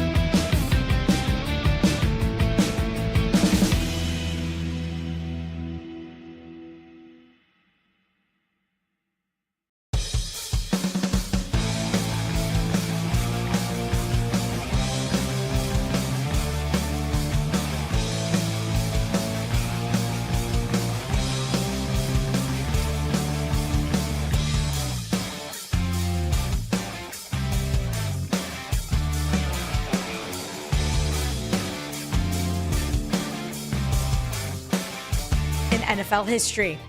Coming up next on Afternoon Drive, retired Browns guard Joel Bitonio joins Nick and Jonathan. Headline sports news every 20 minutes on 92.3 The Fan. From the University Hospital Sports Desk, I'm Katie Pollack. Wake up with the latest news from training camp and around the NFL. The Ken Carman Show with Anthony Lima. Weekday mornings starting at 6 a.m. 92.3 The Fan. It's the 3 o'clock hour. I'm not wavering. I might be wavering. On Afternoon Drive. But first, the Fan is looking for a winner. Enter the code STOMPER, STOMPER, at 923thefan.com before 4 o'clock for your chance to win a 4-pack of tickets to 93.3 The Fan night with the Lake Erie Crushers, Friday, August 7th at Forefront Field in Avon. Nick, Ken, Anthony, they'll all be there taking over the in-game fun, including the first pitch at 7 o'clock. Get tickets at lecrushers.com. It's all brought to you by the Lake Erie Crushers and Sports Radio 92.3 The Fan. Nick and JP back on Afternoon Drive. We will get to Draymond Green's reaction to losing out on LeBron James coming up, and some of the big news coming out of the NFL over the last 24 hours involving maybe a former Brown or two. However, training camp is upon us. Browns veterans reporting today, and the first practice is tomorrow. Media availability is tomorrow. But one guy who's been reporting to Berea for the last 12 years, not reporting this year. I'm not breaking news here. I'm just setting up an interview. Joel Bitonio, former Browns guard, joins us now on the Weishart Right, We Make It Right, Call Kyle Wright hotline. Joel, welcome to the show. Thanks. Hey, guys. Thanks for having me. Well, it's great to have you here. I do want to know, what are the emotions that you're feeling as you watch your former teammates report to camp and you yourself are not for the first time in a decade? Yeah, all off season I've kind of been asked that question, like, how does it feel? How does it feel? And it hasn't really hit me till probably right after 4th of July, right? That's when I kind of finally, would flip a switch in my head, like, all right, it's football season. And so this year I didn't really have to do that. And then now seeing teams report and in practice updates, the videos of the guys walking in, there's a little bit of emotions, but I was ready. I was ready to be done and call it a career. So no bad emotions, but you feel it. I've been playing football my whole life, 20-some years. So to not, be putting on a helmet tomorrow, it's a little bit different, but I'm at a good place. How are you filling your time now? A lot of family time. I was at the park this morning with the kids, enjoying some of that. I'm still trying to work out a little bit, trying to play golf as much as I possibly can. I got a couple tee times later this week, so we'll keep doing that stuff. So it's interesting, and I'm going to preface this. Joe Thomas took a shot at you about a year ago on the show that he was talking about himself having dropped all the weight, and I think it was J.C. Treader having retired and lost all the weight. And he's like, we got a nice string of offensive linemen doing this. Not that Joel's going to do it. I promise you I'm not making this up. I think I can text Joe and get him on the line about this. I do want to know, are you planning on joining the masses of former Browns offensive linemen that drop mass after playing? Yes, but not to their extent. These guys are him and, Joe and JC are both too skinny now, there's a certain point, you're big guys, and so you got to keep a little bit of weight on there. Yeah, I'm going to try and lose a little bit of weight. And, no, I wouldn't expect anything, different from Joe or JC on saying something like that. But no, I'm going to, I've lost a little bit of weight already, I'm making my way slowly but surely. Make sure it's something I can, commit to and stay to. But I'll never be as skinny as them. I have too big of a head to, get that skinny. People would be like, oh, God, this guy looks sick or something like that. So we'll get to a comfortable weight, a healthy weight. But nothing where you're going to be like, is this guy coming back to play tight end or receiver or something like that? Do you have plans already set up to come and hang out during training camp at any point? Maybe do kind of what Joe has done, which is teach some of the lines some things and just a sparring role? I haven't got anything super dialed in. I know I'm going to be at camp a couple times doing a little bit of content stuff with the Browns. Maybe one of the preseason games, be around a little bit. I haven't jumped into the coaching atmosphere. I know it's a new coaching staff, and I've had good conversations with, AB and JW and stuff, but I haven't made my presence felt. It's kind of, right away, you just finished playing, a lot of the guys. Like Joe's been gone now for 7-8 years. And so it's a little bit different when he comes back, as a first year, you want to give him some space before you rush back in and be like, all right, this is how you do it, youngins, you know? They didn't just have to replace you this offseason. They had to replace all 5 starters, and they went even beyond that. I mean, there's 8 new guys, I think, in that room that all could be vying for meaningful playing time this year. And one of the big conversation points is, you know, how quickly that level of turnover takes to gel.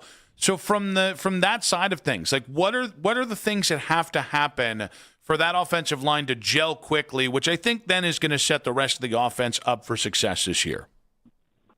I think it's reps, right? Like you need reps in practice with guys. You need reps in scrimmages and maybe even some reps in preseason games. You know, I know like all these guys, if you look at them on paper, like Elton Jenkins, Titus Howard, Zion Johnson, like these guys have played a lot of football in this league. So like they're not experienced playing, but then when you play next to a new left tackle and a new center and with a new quarterback and a new system, like that takes time. And so it might take a little bit of building, but I think the reps in practice, the reps from OTAs and just building it up, and they might not be at full strength, you know, till week 4 or 5. Like it's going to take a few weeks to truly understand what the people are doing around you. But I think they have the talent. And, you know, you hope the rookies come in and do a good job and you figure out who's playing center and who's playing guard, because I know there's some of that up in the air. But you know, you get the group together. Hopefully you get the group of 5 that you want to be out there, and then they get as many reps as they can in practice and in games to really be the best version of themselves. So given that, we don't just have over, you know, kind of figuring out who are going to be the 5 starting offensive linemen. You're also trying to answer the quarterback question as well. How does a quarterback battle impact that timeline of trying to get yourself, again, gelled and being the best offensive line you can be? It's part of it, right? You wish you could have just like day 1 starter, like this is your guy and you can gel with. Like that's the perfect situation. Every team wants to have, you know, their guy, their problem solved at quarterback. But I think for the O-line, it's more like let's figure out who's playing the positions and work with each other. And then we'll kind of worry about who's behind us, because you got to do that anyway in games sometimes. But I think they'll get the reps, and they'll split reps with Deshaun and Shedeur and you know, see who comes out in front. But I think the O-line will mesh, and the quarterback matters, but I think it's playing next to your center, playing next to your left tackle if you're the left guard, and really feeling comfortable with those guys. In playing with both of them, what is it something you want the fans to know about each quarterback and Deshaun and Shedeur? Yeah, I think Deshaun is as healthy as he's been, right? Since, I mean, he came back probably that first year, and he hadn't played football in you know, so many years because of injury and because of the lawsuits and everything like that. But I think he's finally healthy. Like he took another year off from that Achilles and is moving and healthy. And I don't have I'm not talking to him on a daily basis or anything, but just from the videos and from his confidence, I think he's the most confident he's been in a few years as well, which is huge. And then, you know, Shedeur, I think, has put in the work, and he is not afraid of those big time throws, right? Like, I think you saw that, and I think that's what sparked the interest of the team and the coaching staff last year. Was like there was some big time plays, and you know, it's hard to go on 15 play drives every time in this league. And so to have those big 30, 40, 50-yard plays in a quarterback, if you can, you know, show some consistency in other aspects of the game, like I think that's a huge plus on Shedeur's side. All right, now I got to put you in the hot seat. Who do you see winning the starting quarterback job? You know, it's such a tough question, and I'm I don't know. You know, I don't know who's going to, you know, come out on top. I don't know what the coaching staff is thinking or what AB and his team is thinking, like not being around. You know, it seems like from an outside, and I haven't been at OTAs. I've just seen. I'm a fan now. You know, I've just seen what's happening on Twitter and stuff. It seems like Deshaun might get the start of the year, which you know, from your perspective, is like you see what he can do. Is he healthy? Is he confident again? Like you've invested a lot of money in this guy, and you go out there and let him play. And if it goes well, you know, okay, you win some games. And if it doesn't, then you have Shedeur, and maybe there's less pressure on Shedeur when he's coming in, not having to start the season, not, you know, winning a competition. So that's kind of my perspective from the outside, but you never know. I mean, Shedeur could dominate in the preseason and be like, hey, we got to roll with this young guy, and you know, it's the future, and the time is now. You know, yesterday we talked a lot about whether or not, you know, players have favorites, right? It was off the Jerry Jeudy commentary on the internet and everything, and it's just interesting. Like last year, you guys it was 4 different quarterbacks, and I'm sure there was a bunch of different opinions in that locker room. What what do you see over the years when you have quarterback competitions and whether or not people are split, the locker room is split? Like, who's it on to maybe speak up or maybe just stay quiet in those moments about what they think should happen? Yeah, so as a player, especially as a younger player, like you're so worried about yourself, right? Like my first few years, I was always like, I just got to be the best version of myself to play and be the starter at left guard. And then as you get some time with the team and some relationships with the coaches, maybe you have a little bit more of a say on things, you know, and you start getting the vibe. There's definitely people that have favorites. Like there's receivers and tight ends that get the ball more with a certain quarterback. And then there's linemen that are like, oh yeah, this guy gets rid of the ball in 2 seconds. Like, let's put him back there. He gives us a great chance to be successful as a group. And, you know, I think it's really the coaches and the front office that end up making those decisions, but you can have your input. Like going into last year, like, you know, I was more comfortable with Flacco as our quarterback, right? Like I had played with him before. Kenny Pickett was injured, so I never got a chance to play with him in the preseason. And I was like, in my opinion, it's like Joe has to be our guy to kind of start off the year, and then, you know, we'll see what happens from there. So there's definitely like a feel of what you want, but at the end of the day, you know, the coaches and the staff are the ones making those decisions.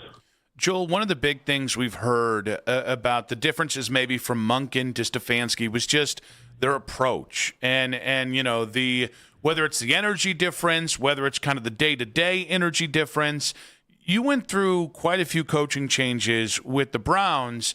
What do you see as the similarities of coaches that got it right and that were able to have success versus the coaches that maybe didn't have the kind of success you guys were hoping for and maybe found themselves quickly out of a job?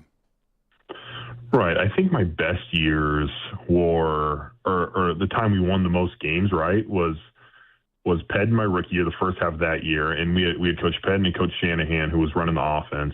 And it was like this consistency, these expectations, all the things you hear about these coaches. And I think that was a great, you know, start to my career of like, all right, this is NFL. Like, this is how you win games in this league. And then, you know, when Greg Williams took over after Hugh got fired, there was discipline there. There was accountability. And it's one of those things where, like, I think Greg Williams was a great coach. And it's like, does that wear on you for 2 or 3 years if he's the head man? But for an 8-game interim coach, like, it was what the team needed. And we you know, went 5-3, I think, when he was the head coach, and the guys bought into that. And then when Coach Stefanski came, he laid out expectations. He had a standard, and he was the same guy. There was no emotional, like, highs and lows that you have with some of the years that we weren't as good.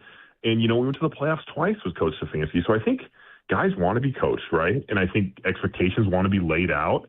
And you don't want any of this, like, you just tell it to them. You know, you hear stories about like Coach Belichick and some of these guys that call out Tom Brady in the meeting room, or, you know, Coach Vrabel would call out guys when he was the head coach of the Titans and now the Patriots. Like those moments, it's like, it's okay to call guys out. Guys want to be coached. And if you mess up, like, it's okay. Like, I have a holding call on third down that cost us a series. Like, it's okay to let the team know that. And so I think those people that have expectations, that coach guys kind of the same, right?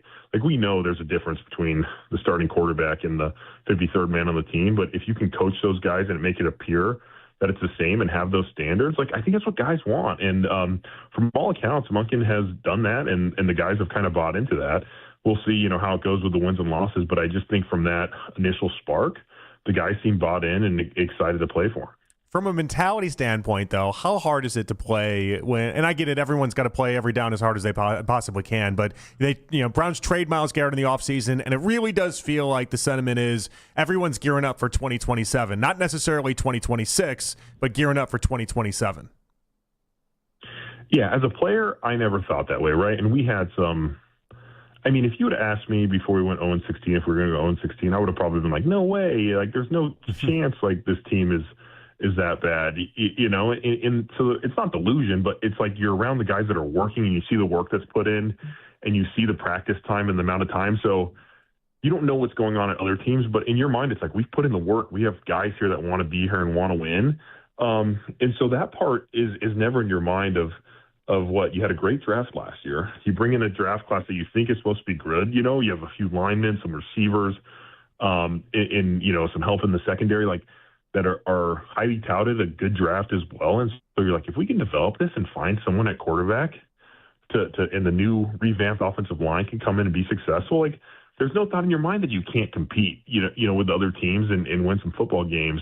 So as a player, you never had that thought. Maybe if you got to week 8 and you're like, dang, we're 1-7 or 0-8, you're like, all right, we weren't what we thought we were. But I think the mentality of going out there and trying to win every game is there. And with such a young team, like, you can coach it hard and you can practice hard and you can develop and continue to push to win as many games as possible.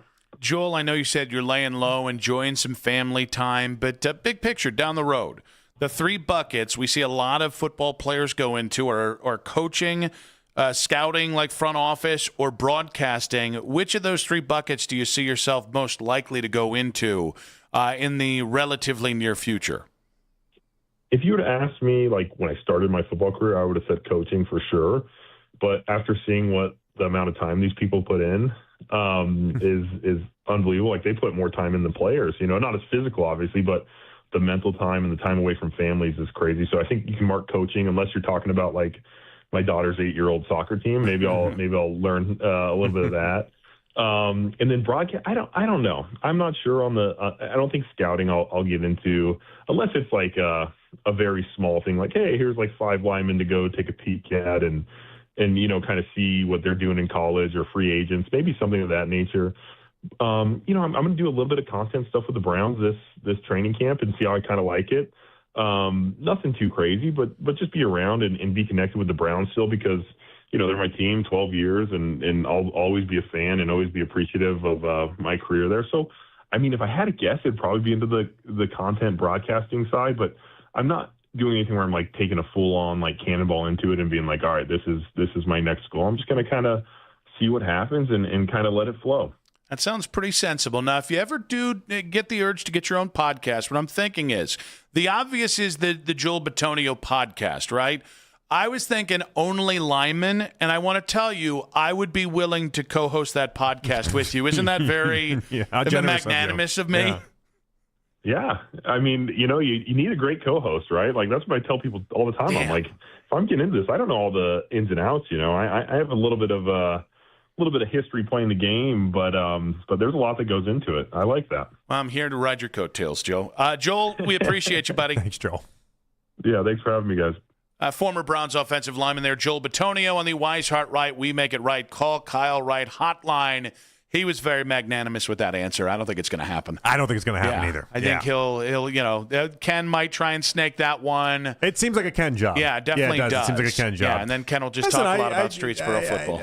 I don't hate how shameless you are about it, though. Oh, I have to. Yeah. I got a kid on their way to college.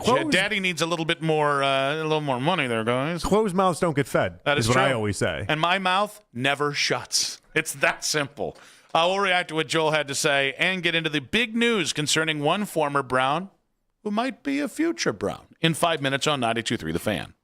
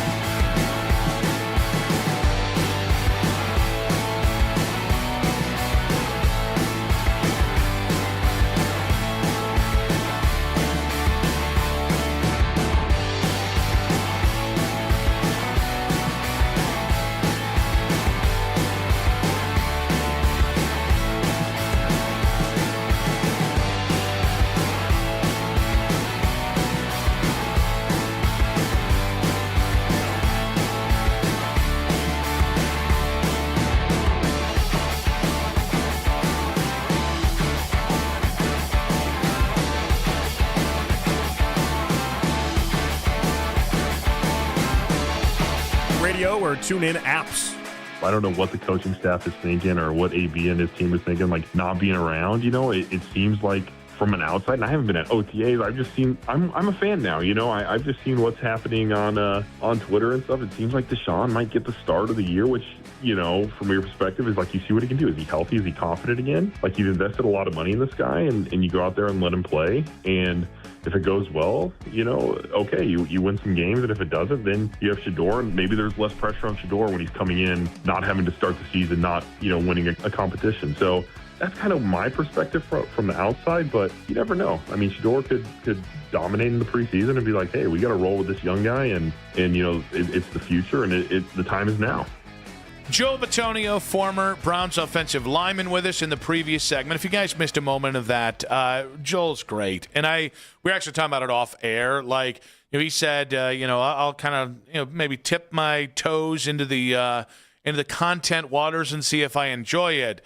I think if he does end up enjoying it, I could absolutely see him having a big presence in Cleveland media, or certainly if he wants to be maybe a color analyst in either college or the NFL, I think he could do it. I like your niche podcast idea, though. I think it actually could have some legs. The idea of only linemen. Yeah. So you only interview offensive linemen across the NFL, and then it's just an exclusive offensive line. It's an incredibly niche operation that you have to run. But I think it would do well enough. I do as well, but only if I hosted it for Joel. Yeah, naturally. Yeah. Naturally. I could, of course, bring him along. He could teach me, the kick step, and I could teach him, resets and all that stuff that doesn't really matter. Especially on podcasts. Yeah, oh, my God. Hey, coming up in 5 minutes, another offensive lineman. Joel, tell me about zone blocking. What's a gap?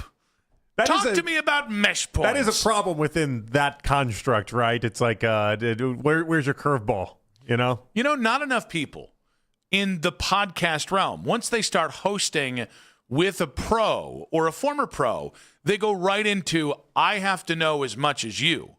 My angle will be, I'm an idiot. You're going to look be the so angle you have smart to you have to take that next angle to me. Okay, that's the second time today that you've gone that route. I'm just agreeing with what you're saying. Yeah. Hold on. That's the second time today I've just agreed with what you've said. That's the second time today you've no. rejected the opportunity to lift your teammate up. You could hang intellectually with Joe Bitonio when it comes to offensive lineman conversation. Thank you. Of course, Thank you. Nick. I agree. Of course. Yeah, finally. Of finally, course. you got the bit. Only took 2.5 hours or 1.5 hours. Of course. I'm sorry. Yeah, but you're made for that. I'm happy to be the comic relief if there's enough money in it. Yeah. It's really the only skill I got. Yeah, I almost said, and that's what you'd be. But no, that's fine. No, see, that would be fine. No, that's okay. Yeah. That's agreeable. Yeah, if you had just lifted me up the first part there. The rules on this show is astounding to me. That's what we're I can't keep track. We're a show of rules and rule followers. There's times I can agree. There's times I can't agree. I can't keep track. Mm-hmm. Yeah, you'll get it. Yeah. John Fanta coming up at 4:20. But really good stuff with Joel there. Now, some news pertaining to one of Joel's former teammates, Baker Mayfield, today. It was announced through multiple Bucs reporters he will play on his 2026 contract with the intention of becoming a free agent in 2027. And I think I'll say I'll do the future prediction first. Yeah, I think that what this means is I'd be surprised if they got through a contract at this point, an 11th hour contract. Because once Baker says something like this, I think he does mean it.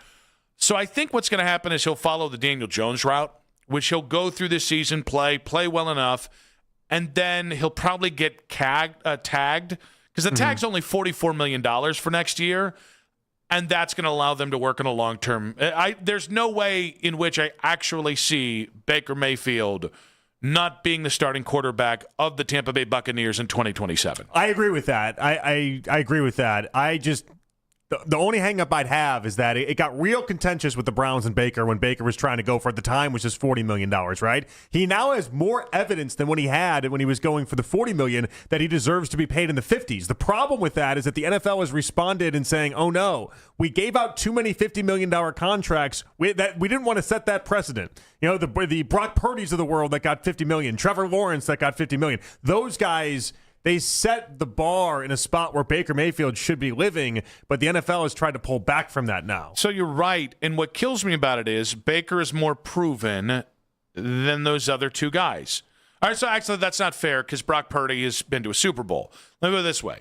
He's far more proven than Trevor Lawrence has ever been in his career, and I think he's a better quarterback physically than Brock Purdy. Yeah. So in one way or another, I'm looking at both those quarterbacks saying Baker should be a $50 million quarterback. I mean, there's 12 quarterbacks in the NFL that are averaging $50+ million a year in their current deal. Like, you're getting paid to be not necessarily top 5, and you're getting a lot of money to do so. And so if I was Baker, I'd probably want that.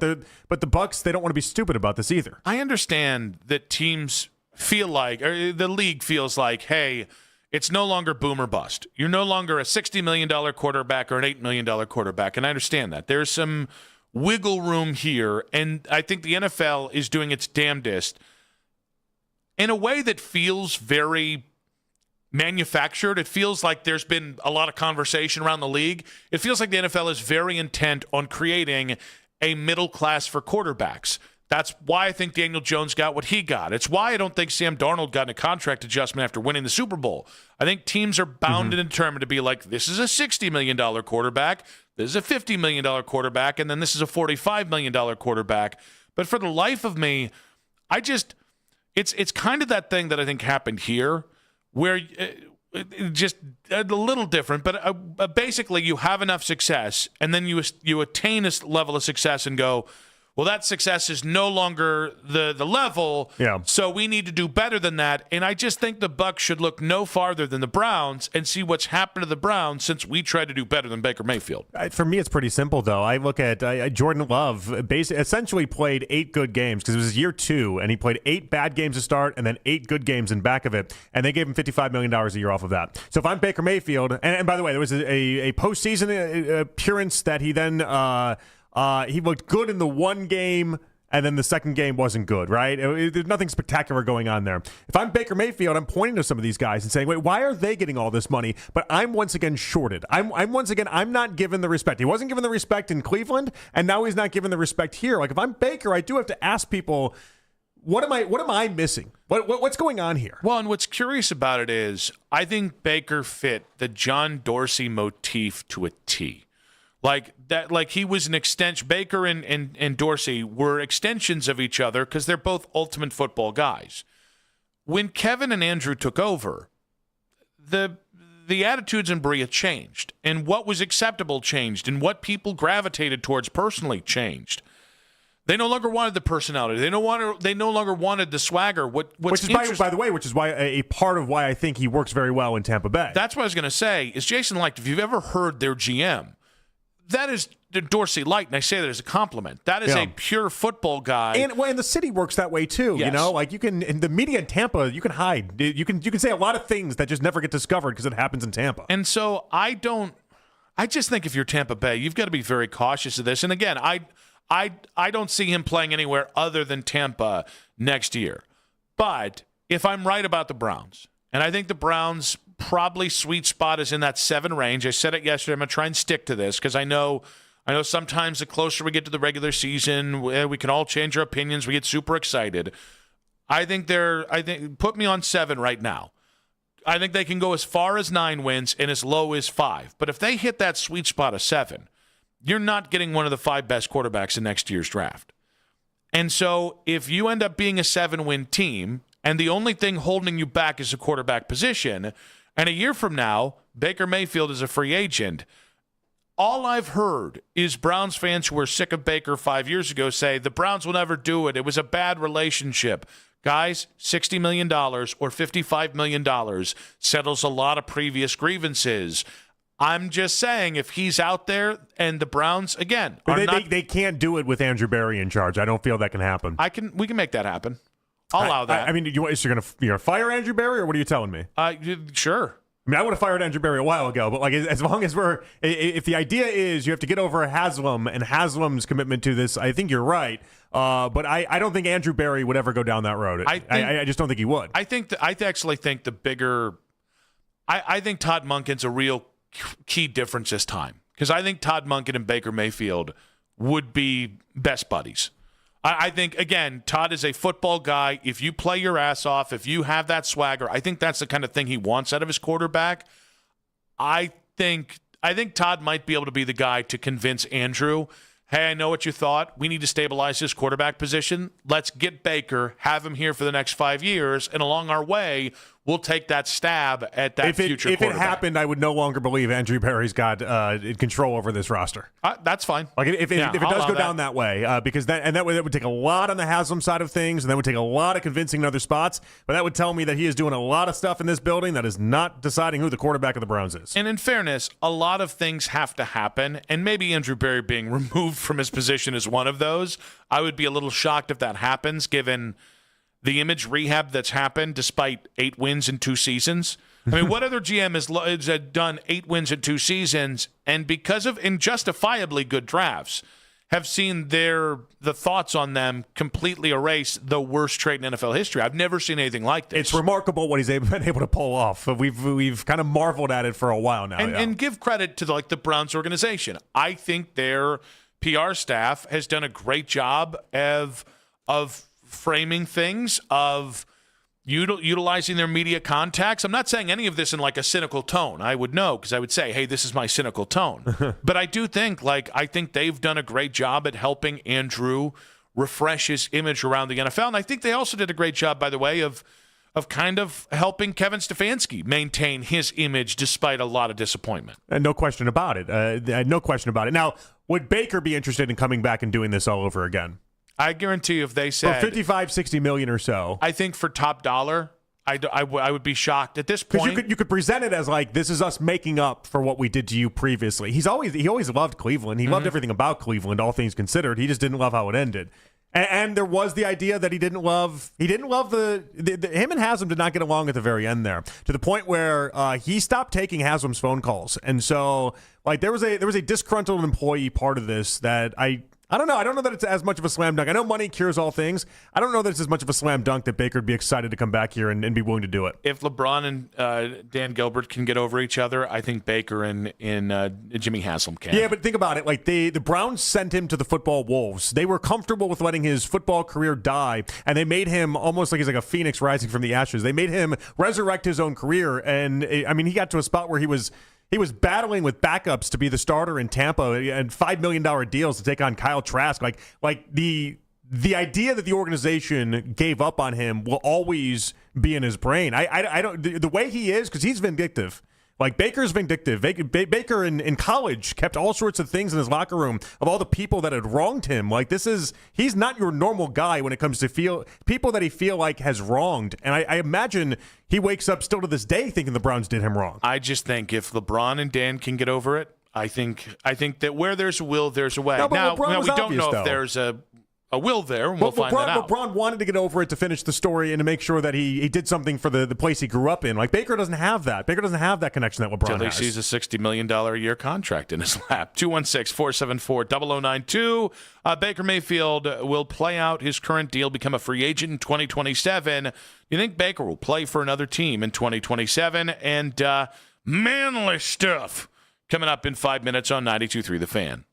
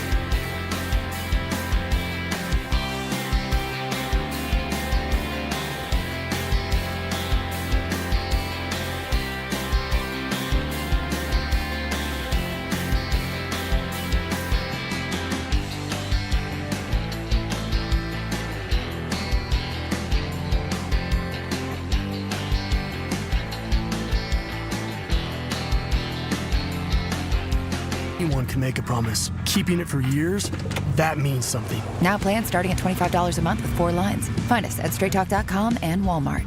Straight Talk Wireless. Straightforward. Always. Same price claim applies only to the base monthly price of our $45 plan from October 2009 to present.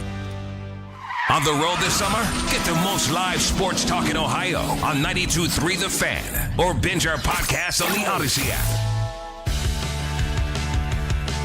John Fanta coming up in about 40 minutes' time. Nick Wilson, Jonathan Peterlin with you. So in response to our video earlier where I had said that, there are Shedeur people and there are Deshaun people. Yeah. But there are not Shedeur and Deshaun people. Yeah. And I've seen people say, like, I just want the best quarterback, whoever gives us the best chance to win. That's not the same thing as being a Shedeur and a Deshaun person. No. That just means you don't really care who plays. You don't really want to talk about it anymore. You just want someone to play well enough that we can win. Mm-hmm. Which, by the way, if not for the fact that I just have liked what I've seen from Shedeur as a playmaker, is probably where I'd be. But Miss Duke, responding to the video saying, I'm not nobody, Sasquatch. No, jeez. And I like Miss Duke. I do too. She always says I'm her man crush Monday. Oh, how about that? That's very nice. How about that, Miss Duke? All right. Uh-huh. Now is that Asian Jonathan Peterlin, or is that the one I see before I don't think me? we have a filter that like on YouTube translates to that. I guarantee you there's an Instagram filter for it. We could work on that. Yeah, very problematic, that one. And she said, I believe fully in Shedeur. Speak for yourself and quit hiding in the forest. Once again, if you're going to insult me, I enjoy this level of cheekiness. Yeah. Like the quit hiding in your forest got a legitimate chuckle out of me. It's kind of funny. I think it's very funny. But again, I did not say that there aren't people that believe in Shedeur. What I'm saying is there are people that believe in Deshaun, and there are people that believe in Shedeur. Mm-hmm. But there are not people that are pro both guys at the same time. It seems like we very much have. I shouldn't say. Nobody. Somebody out there exists that believes in both. I guarantee you, there's a guy or gal. I don't know. I said gal. What are the people that like really supported Deshaun Watson, but are now really supporting Shedeur Sanders do? One more time. The people that really supported Deshaun Watson that are now really supporting Shedeur Sanders, what do they do? Still support Shedeur. Because I technically Shedeur lives out. I would. There was a point where I was like, hey, he beat Baltimore.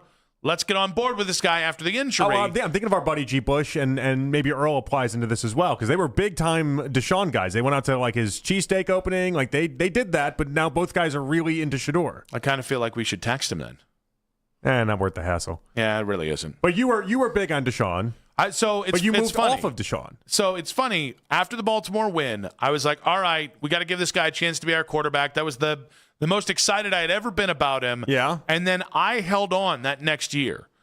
Through this, it was the game before where he tore his Achilles, where I was like arguing about the Raiders game. Okay. I don't know if you remember this. Me and Dustin got a huge argument because basically, if you put the Amari Cooper touchdown that was taken off the board, if you put that in, Deshaun had top 3 game he'd ever had in Cleveland. I was like, it's clicking. It's coming together. If you put that in. If you put that play that doesn't count in. And Dustin's point was, you can't do that? You can't do that. Which makes sense. I agree with Dustin. Like, you can't do that. But again, the play didn't happen. But the play did happen. No, the play didn't happen. It wasn't anything Deshaun or Amari did that took it off the board. It was some stupid penalty.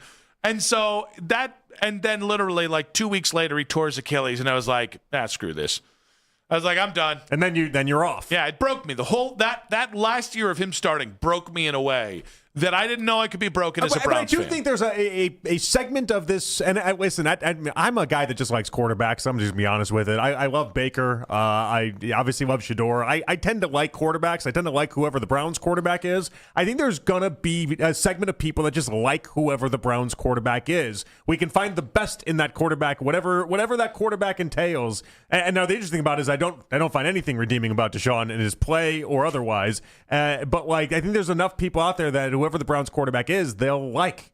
That's part of the deal. Until he has a bad game. For like 15%, yeah. But like for 15% of the fan base out there, it doesn't matter who they are, what their history is, what their track record is. If they're the Browns quarterback, they'll like. Like Joe Flacco last year, there's no people that week 1 loved Joe Flacco. That was based off of what he did 2 years prior, but it exists.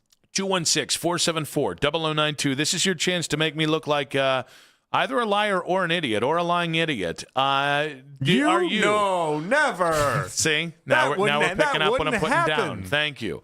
But are you a Deshaun and a Shedeur guy or gal? And I continue to say gal, and I don't love it. Now, speaking of manly men, Dan Orlovsky.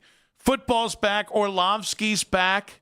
And Dan is not just known to be one of the best NFL analysts out there. He's also known to have quirky lifestyle takes. And it was no different today on Get Up. I have never gotten a pedicure. Oh, it's a delight. I never will. Yeah, no, I am completely against pedicures for dudes. Why? What for? You're a dude. You're not supposed to get pedicures. Yes, you are. Nothing wrong with being pampered. Oh, it's a delight. No. I'm so against this. This is a thing for me. You're coming with me. Dudes should not be getting pedicures. Who am I told is laughing at this? Monica Jay Will? Can we put them up there? Feel good. Jay Will? Just nasty feet, Dan. Just nasty feet. My feet are awful. I totally agree. But I'd rather have awful feet than get pedicures. All right. This definitely felt like Bad Morning Zoo radio. It was kind of, yeah. Oh, it's a delight, Greenberg. It's a delight. I'll take you with me. It's a delight. So when we get beyond the fact that was just schlock for all schlock, I will tell you, I like Dan Orlovsky a lot. And I'm not anti-Dan. I'm not talk sports guy only. Okay, but for Dan, talk sports only? No, not even with Dan. Okay. It's just I think the ratio of wacky, zany lifestyle takes to like football takes, I'd like to adjust that ratio. Well, I think so where he lost people was being like, dude just can't do it. Dude shouldn't do it. Like Dan's not the most manly man in the world, and for him to suddenly be like, I'm a man, I don't get pedicures, was like, I don't think this is on brand. I can confidently say I'll never get a pedicure in my life. I don't believe you. Confidently say that. You've got two daughters. I have zero desire to ever get a pedicure. But I would never tell people it's a manly thing or not a manly thing. Yeah, or that's like you weird. can or cannot do it based off of what gender you are. That's where I think he loses people. But yeah, I can confidently say I'll never. Can we pay for a pedicure? You said kids. Like maybe if my kids want to just kind of like play with my toes or something like that and paint them or something, maybe that happens. Safe. It's safe. That's what it is. My kids paint my fingernails too. Yeah. It's part of it. But would I ever pay for a pedicure? Not a chance. All right. I don't have interest in my toes that way. Stop saying the toes thing. You're gonna make me say something. What's wrong? That's gonna have. We couldn't do this segment, could we? No, we couldn't. No. Now, here's the thing. Not one Rex Ryan joke in the entire time too. I think we're really growing. I'm trying to avoid it. All right, we're not that kind of show. Who was it that just admitted to a foot fetish too? There was somebody. Go on. There was was it you? That was not me. I don't have that. Do you develop that weight and wife? Is that the type of thing that like develops weight and wife? I don't know. I have ogre feet, so that one's never happened. Well, so do you care about your feet being pampered and taken care of? No, I don't. Mostly because there's only so much lipstick you can put on that. It was pig. Micah Parsons. That's who it was. Micah Parsons, like 2 days ago, just came out and quote tweeted, was like, I got a foot fetish. Do you think Micah Parsons and Rex Ryan share like content? I don't know about that. Look at this foot that I saw. I think it more goes into the idea that if I tell you what my fetish is, you can't then use it against me later. That's not true. But Micah Parsons didn't understand. Yeah. Nobody would have cared. Yeah. But also nobody would have ever known. Yeah. He didn't have to say it. Well, here's the thing. He just gave it to a lot of people that never would have known or cared. We don't kink shame on this show. We're not that kind of show. We're not that kind of show. But if you're going to get shamed, that's still it's a shameable thing on social media.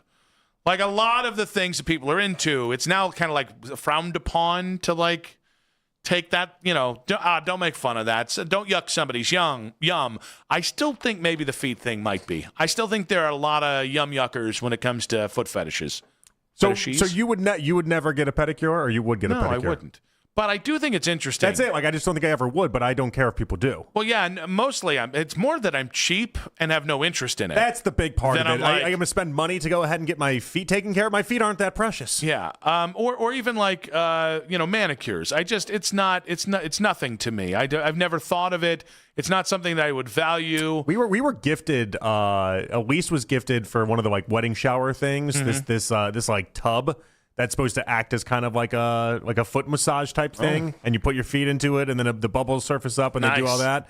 I wanted nothing to do with that. It was right in front of me. I wanted nothing to do with that. Yeah? Yeah, Elise used it once. That was the only play we got out of it. All right, I'm going to be respectful here. Now, if somebody wanted to sponsor the show, yeah, And you know, we'd do like a daily, you and me, hey, got our manis, got our petties.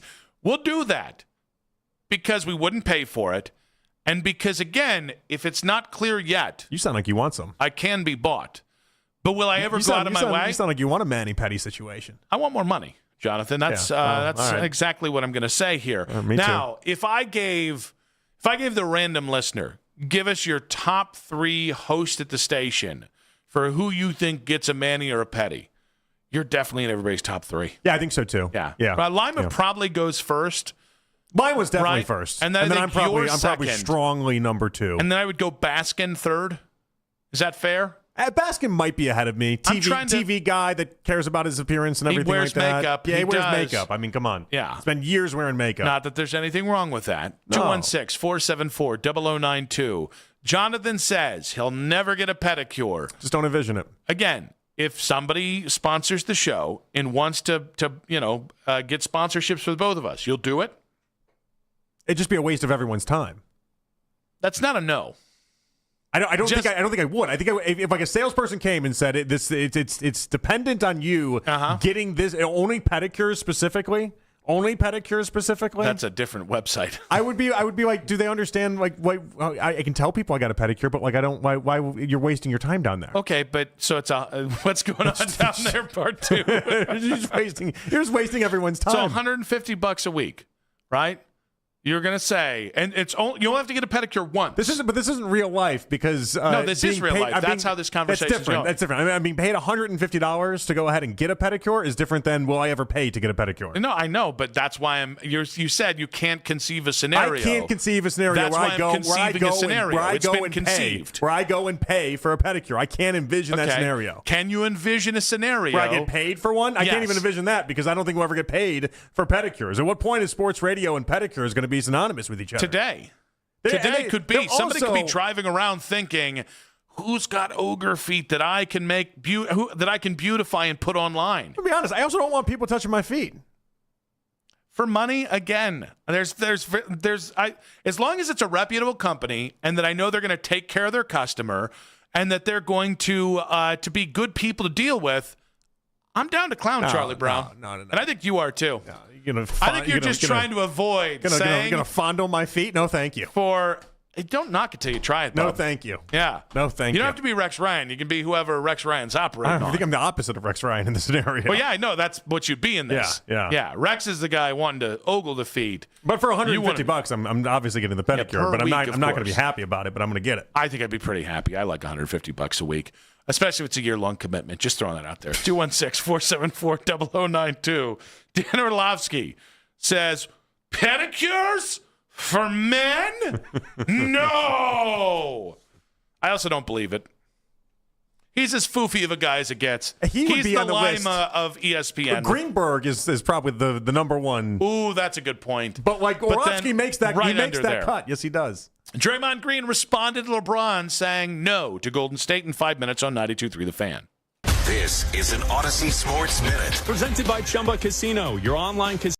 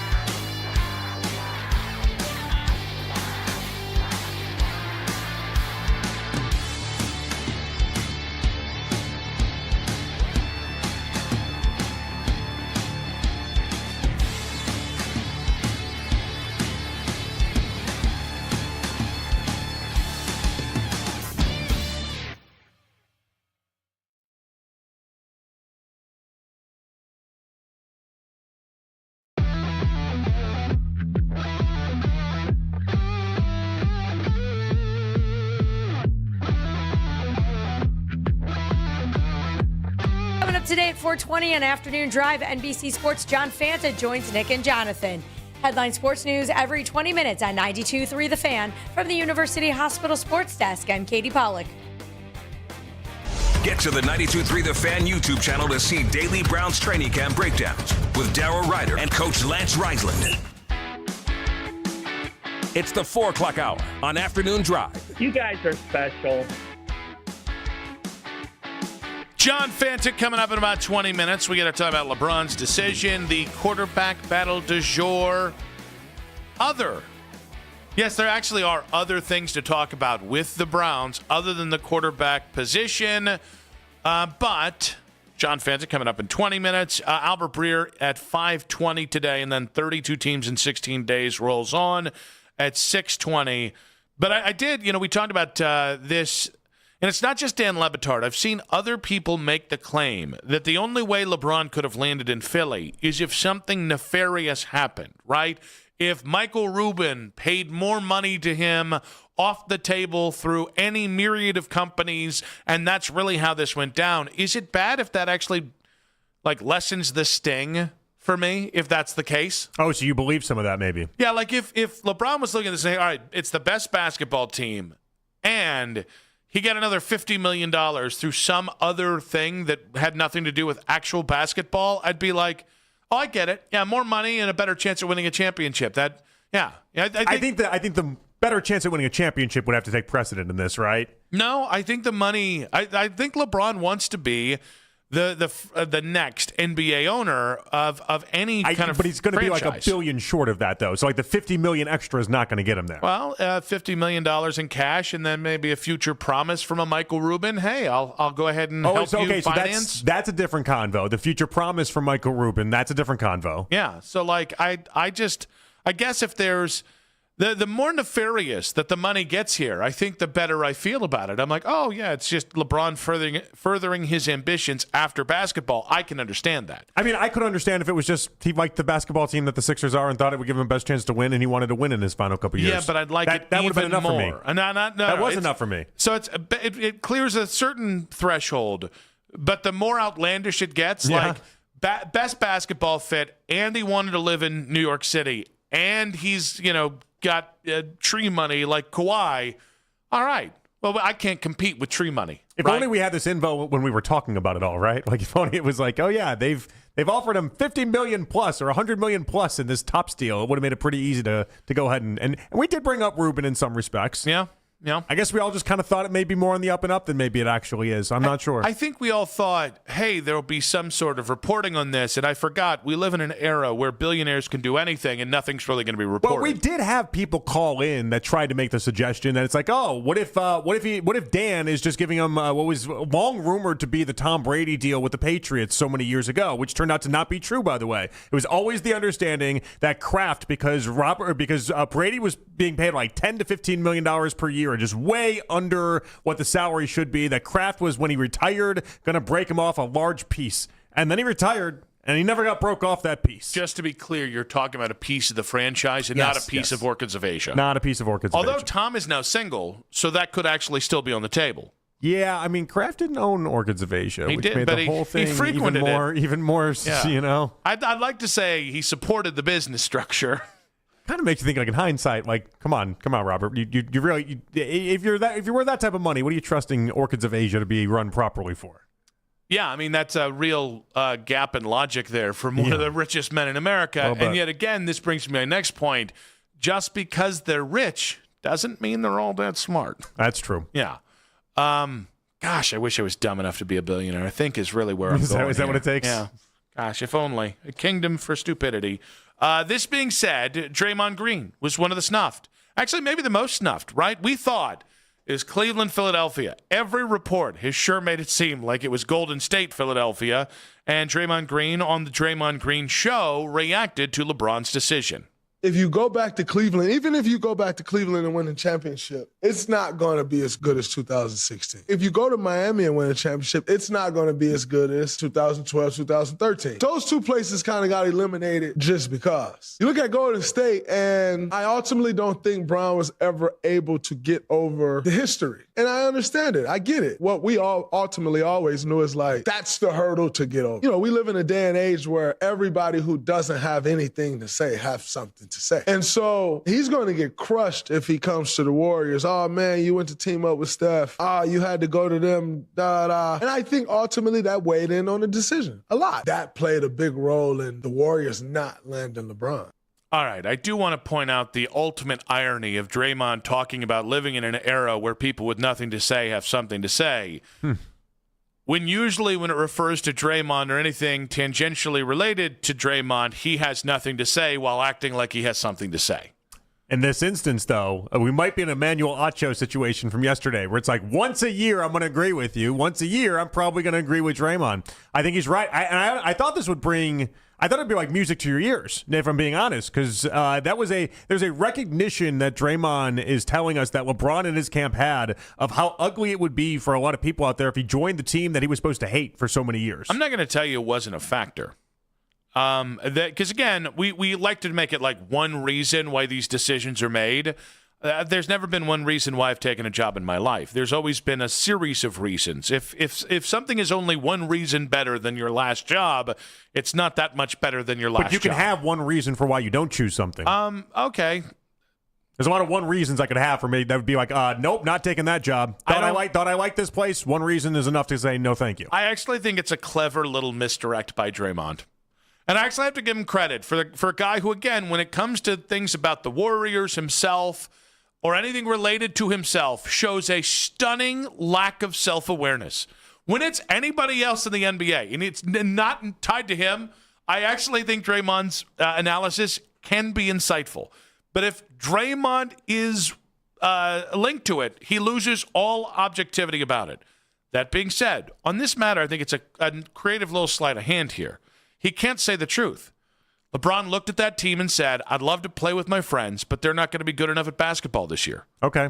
And that might be the reality, and it's something that he's obviously staring in the face because the Warriors are just not – they're just – I said they're wasting Steph Curry's the end of his career, and that includes then wasting Draymond's end of his career too. They're not trying. It would piss me off so bad if I was a Warriors fan. You have no idea. Well, I mean, even the Draymond contract itself, 1 year, $27 million for a guy who is, I think, still a good defender, but offensively, beyond facilitating, not a very good basketball player anymore offensively. No, they're getting all the pieces and everything ready for after Steph. And it's like the problem with that thought process is you have one of the greatest players to ever play the game on your team. When you have that, you should be doing everything you can to maximize that. And you should be it's a slap in the face of the fans. You should be trying to turn Draymond Green into a sign and trade into a player that makes Steph better offensively. And basically do what they did with Klay Thompson to Draymond Green. Yes. You can't help us anymore. We don't need you. Go find another team. Yeah, that's what's crazy to me. And I know Clay's Achilles kind of ruined this conversation.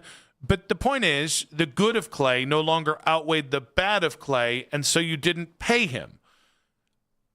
How often will we be able to say that with Draymond? And Golden State's just like, you know what? Here's another $27 million. We'll talk to you next year. Yeah. Next year's when we break up with you. They can't quit Draymond Green in a way that is just... They just don't care. They're getting everything lined up for after Steph Curry, which is just, it's wild when you have one of these type of players. But ultimately, though, I thought this would make you happy because I really did... I buy into what Draymond's trying to sell us here, and that there was a recognition from LeBron that he can't go out. He can't tell us to hate a franchise with all of our fiber and being and then turn around and join them and try to link up and try to make it seem like it can be buddy-buddy. I do think that would have been something people laughed at 10, 15, 20 years from now in LeBron's legacy. I think it matters. I would like it more if it was the number one thing that matters. And given what LeBron chose in Philly and why he chose it, I just don't think it's number one reason. Again, I think it's part of the conversation. So Draymond can't be 100% wrong. He can't be.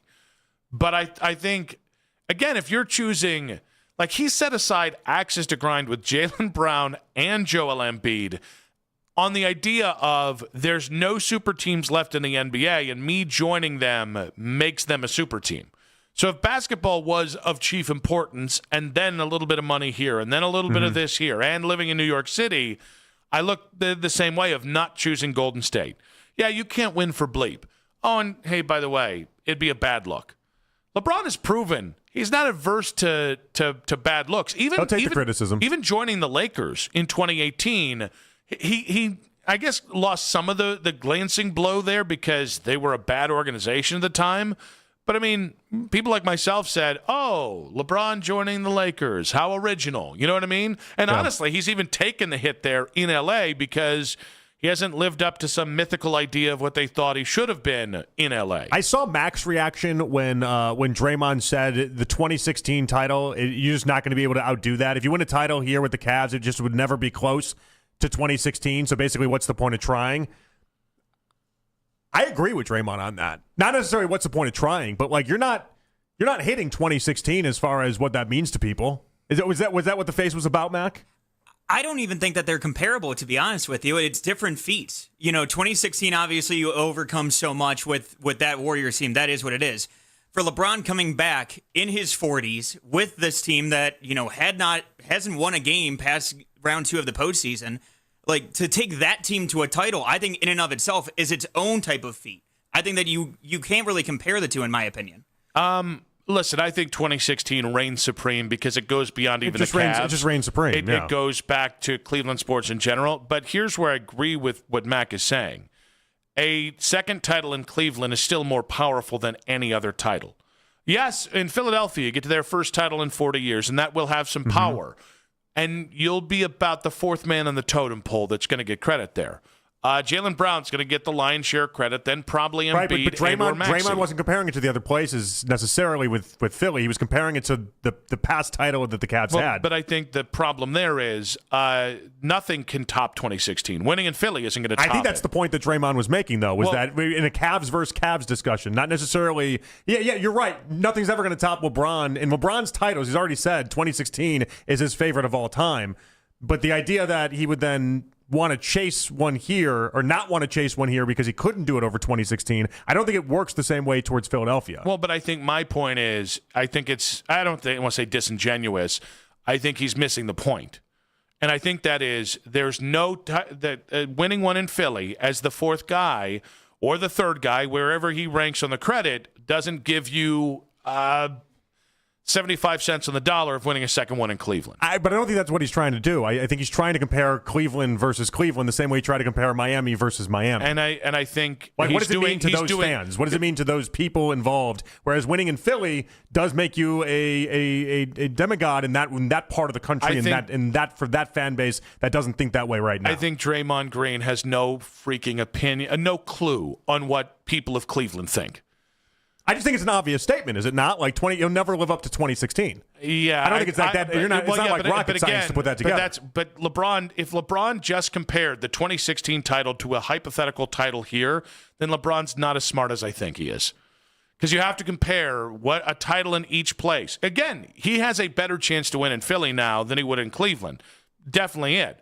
But when it comes to credit, which is another way of looking around the NBA. How much credit are you going to get? How much credit in Cleveland? He'll never get more credit for a title than any title in Cleveland over any other place because of the relationship and the history in Cleveland. This will always be LeBron's team, even if it's not. Yeah, but if it helps, like he also did this for Miami too. He's like, he didn't go to Miami because it's not going to be as good as what he did in 2012 or 2013.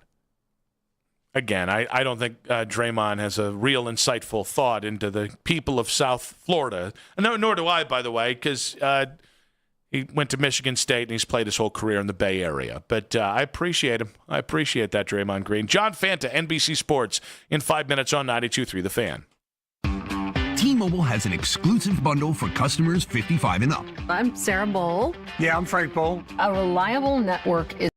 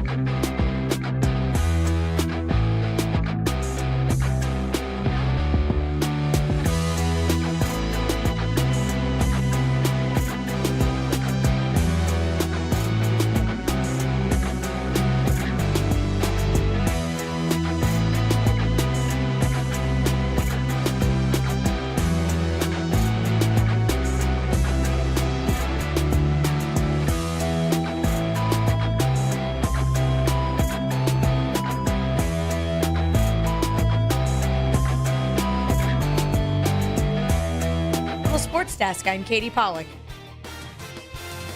If you can't listen to us live, we've got you covered. You can hear the Ken Carman Show with Anthony Lima, Baskin and Phelps, an afternoon drive with Nick Wilson and Jonathan Peterlin as a podcast. Full hours, full shows. Find it all on the Odyssey app, Apple Podcasts, Spotify, and anywhere you get your podcasts.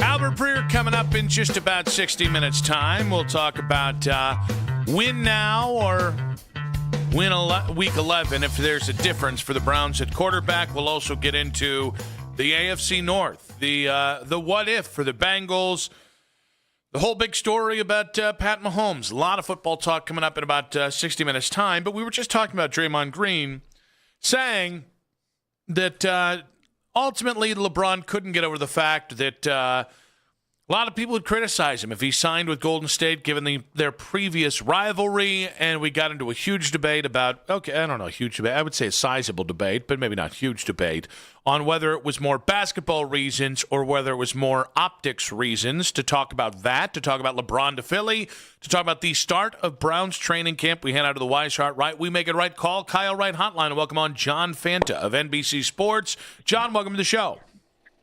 Did Hunter Gaddis get out of this jam, guys? I don't know about old gas can Gaddis because I was trying to get into the segment, but I'm going to say yes. He did. See, I knew it. Okay. Never doubted it in my life. In that 6-5 ball game where naturally everybody predicted that there'd be a first inning grand slam by Kyle Manzardo and then to take the lead a bunt in the 8th inning. But whatever. It's okay, John. Man, does that club needs to win a game like no other. Last we talked, you were defending this offense and saying how great they are. And a week later, I don't know. I don't know how you feel about it. Peaks and valleys. Keep the faith. I almost texted you as you were out there with the kids on Thursday, watching just basically zero hits happen zero offense throughout that entire game, and missed opportunity after missed opportunity. But I decided not to go ahead and do that. Oh, you could have put salt in the wound. It wouldn't have been the first time you did it. Not my style. Not my style. They go low, I go high. Not your style. They go low, I go high. Don't know. Everyone says that about me. Yeah. Everyone always says that about me. That's like you doing an ad outside a car dealership, and when they go low, I go high. I'm Jonathan Peterlin, and I approve this message. All right, John, do you approve of Draymond Green's message that listen, LeBron just didn't choose us because of optics, and certainly not because of basketball reasons? Okay, I mean he chose the Philadelphia 76ers to win a 5th ring. So the Golden State Warriors are not ring hunting. They're not a championship candidate with LeBron James. I think we've all agreed on that. Anybody that thinks that they would have been a legit title caliber team is forgetting about the ages of the people that we would be talking about as their squad. So Draymond Green, I don't. First off, I never really thought that. I remember when people were saying that he was going to be the connector to this whole thing, and that LeBron's decision would be impacted by where Draymond Green landed. Well, that's all debunked. I mean, I never really thought that Golden State made sense for any of the reasons that we've spoken about. Hollywood script, I didn't buy it. Winning a championship, certainly not. LeBron made this decision because, look, Philadelphia, they went and got Jaylen Brown. They already have Maxey and Edgecombe. And if you watch Tyrese Maxey and VJ Edgecombe play together this past year, first off, it's why Philadelphia traded Jared McCain away, because they only have so many minutes on the floor. And secondly, the moment that they said, we're going to get serious here and forget Paul George, enough is enough, we're going to go get Jaylen Brown, who's been a Finals MVP, we're setting ourselves up. And when you stack the teams together, LeBron James, pretty clear in his mind, thought to himself, this is the team of the teams that I could go to that gives me the best chance to win a championship. And that, I feel, is why he made the move that he did. The guy didn't pick Philly for a movie. He's not even living there. Where does this leave the Cavs now, John? Well, it leaves the Cavs in a state of purgatory. They're not a championship caliber team. and winning on the edges and the margins, I don't think is enough. I don't think that Mario Hezonja is going to put them over the top. And I didn't think that when this move happened, and there were some Cavs people that that love the team that were like, well, they could still get Kuminga, or they could still go out and get DeRozan, or what about this? What about no? The Cavaliers are not any closer to a championship than they've been before, and that was shown by the New York Knicks Eastern Conference Finals. They're a really good team. Like the people who are angry at the Cavs and infuriated and whatnot. Look, the alternative is that you're a bottom feeder in the NBA, right? That's the alternative. Are they still a top 7 to 10 team in the National Basketball Association? I believe that. The frustration is when you get to top 7, you want to be top 3 or 4. You want to be one of the 3 or 4 teams that can win an NBA championship. And I always think, this is just my belief in the NBA, I don't think there's more than 5 teams. By around mid-January, the 5 teams that could win the World Championship. If you're outside that top 5, I think it becomes very, very hard unless a team gets injured or unless there's a bunch of circumstances within the playoffs, and that's why you play the games. But the Cavs are in a very difficult state because you want them to be a championship contender. Everybody does. I think that there's still a sector of the people in that organization that believe that they are, when really they're not. And that was shown in the Eastern Conference Finals when they got wiped up by the Knicks. The only thing I would disagree with is basketball purgatory. I mean, you still are probably guaranteed to be a top 6 seed in the East next year, and I would assume at least go into the second round. I don't know that. I mean, I've watched Sagana Diop play. That to me was basketball purgatory, John. Only purgatory? The seventh circle of purgatory. You know a thing or two about hell. I mean, I don't, I'm only kidding. You're a good, holy man. We talked about the church last week. I would never say that to you. Okay. And I would never choose popes like you did. Yeah. Well, neither one of us would choose interns like JP did. Okay. I was going to say, yeah, right. I was going to say, if it's not purgatory, how about cars stuck in neutral? Is that fair? Sure. Is that fair? Because we all want to see the car accelerate, but in the NBA, it's hard to do it when you don't get stars. I mean, their vehicle, whether it accelerates or not, hinges on whether or not you believe Evan Mobley is going to take another jump, and it feels like that's become kind of unfair to expect. Agree or disagree? I agree. So how much is on Mobley this season to maybe showcase something that we haven't seen yet from him? Well, a lot is on him because, we're past the point of, well, he's young. Okay, well, how much longer are we going to proclaim that to be the case of why he hasn't fully gotten into it? I saw a version of him as the Pistons series went on that I hadn't seen consistently before on that stage, on that level of a stage, and that was encouraging. If I'm him and I'm the Cavs, I say to this guy, you are our everything. Like, Don is our bucket getter, but you do it everywhere for us. You're great defensively. You can be a good piece offensively. Go and get yours.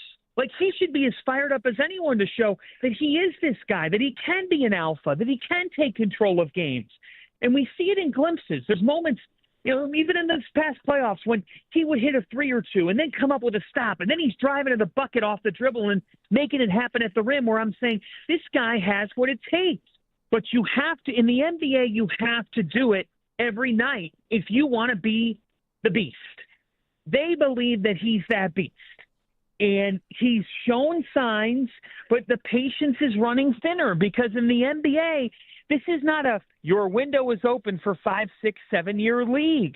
There's been 8 different champions in as many years in the National Basketball Association. It's not like I think it might come off harsh with my purgatory comment because I want to make it clear. The Cavs have it better than at least 20 teams in the league. But to me, the NBA is a little bit different than the NFL. It is. Where I think if you're 7th or 8th, you're closer to 13, 14, 15 than you are to 3 or 4. That's just how I view the league. I'm not going to say baseball because I don't believe that to be true. I think the elite are the elite. And if you're seventh in baseball, like the Guardians sometimes can be, they're still not the Dodgers. They're just not. But in the NBA, the Cavs, how do they hop the Knicks? How do they hop the Sixers? On paper, they do not. And it's hard to say that they will, because when they've gotten to that stage, guys, they floundered.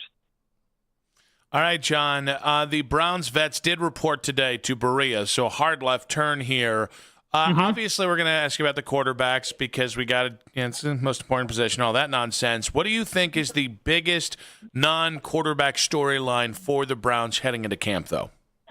The biggest, it's Jared Verse and what he brings to the table, and it's the sophomore class.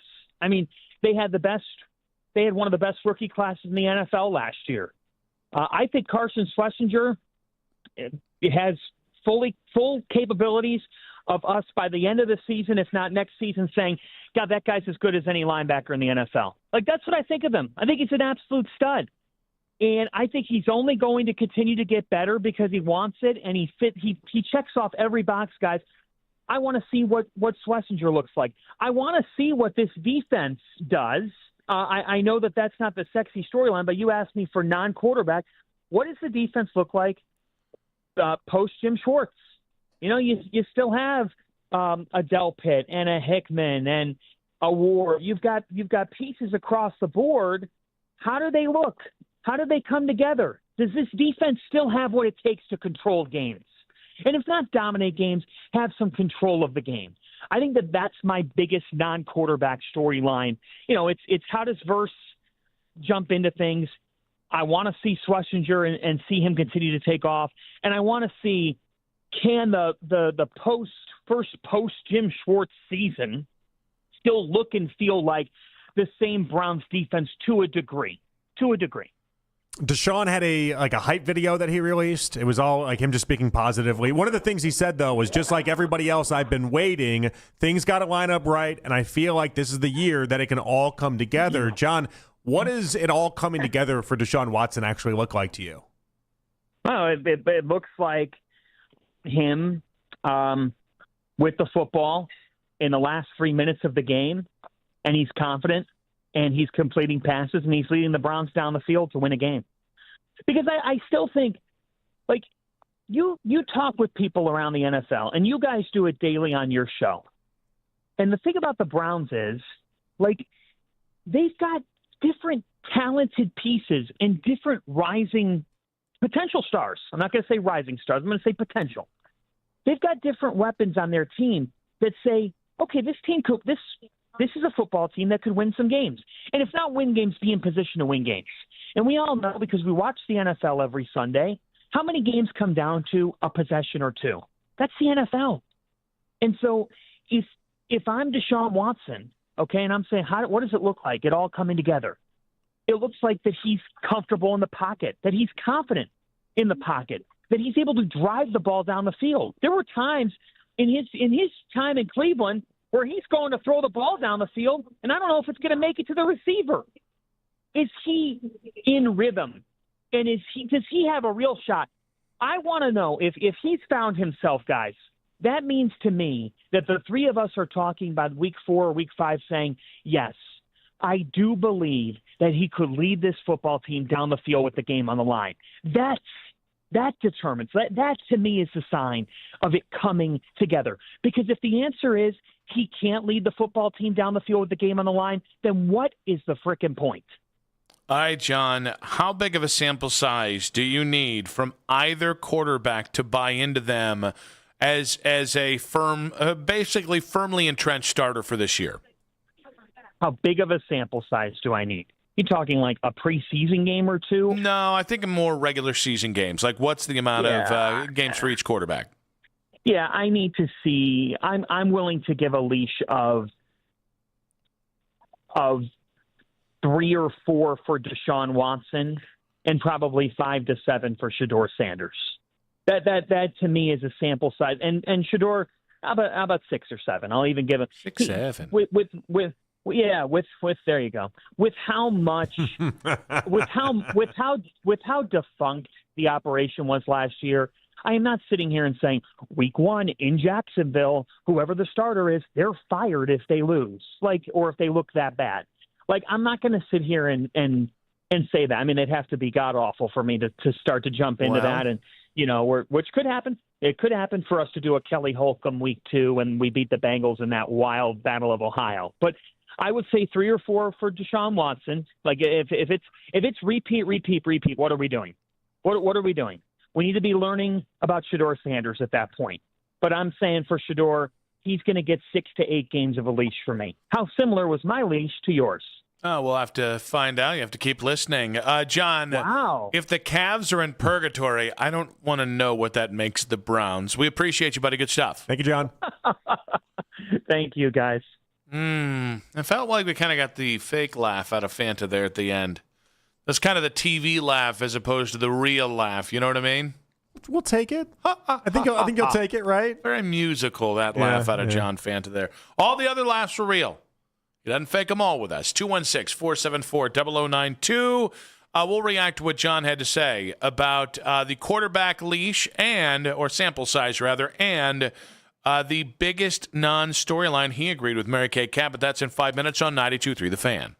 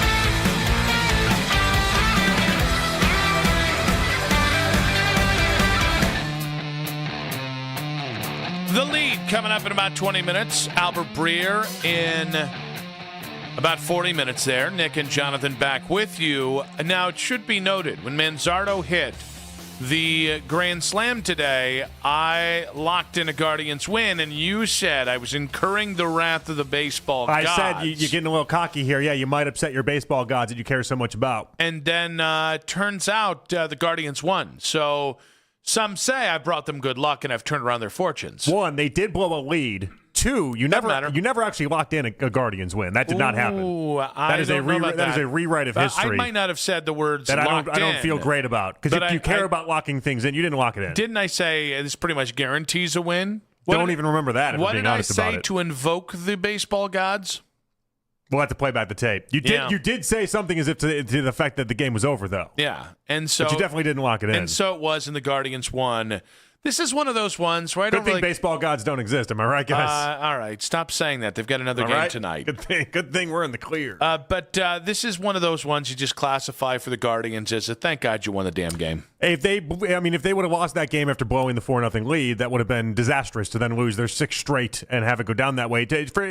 For my money, this is why Jose Ramirez is as valuable as he is. Okay? Obviously, you can look at the box score. It's like 2 for 5, 2 runs scored. That's great. How did they end up tying the game, though, Nick? That's what I want to ask you. It was a J-Ram single that led to him stealing second base, stealing third base, and then DeLauder hitting the sac fly to drive him in. So essentially, the offense did nothing around J-Ram. DeLauder did his part with the sac fly, but let's be honest about it. They did nothing in their own end. That was a manufactured run by J-Ram to tie up the ball game. Things like that just always happen when he's on the field. I'm not breaking any news here. It's great when J-Ram is back, but you don't win this game 3 weeks ago. You just don't. And the reason why I think this is kind of a great win to get is because Ciccone all day long was serving up a lot of big fly balls that felt like disaster was right on the edge, and then in the 4th inning, disaster struck.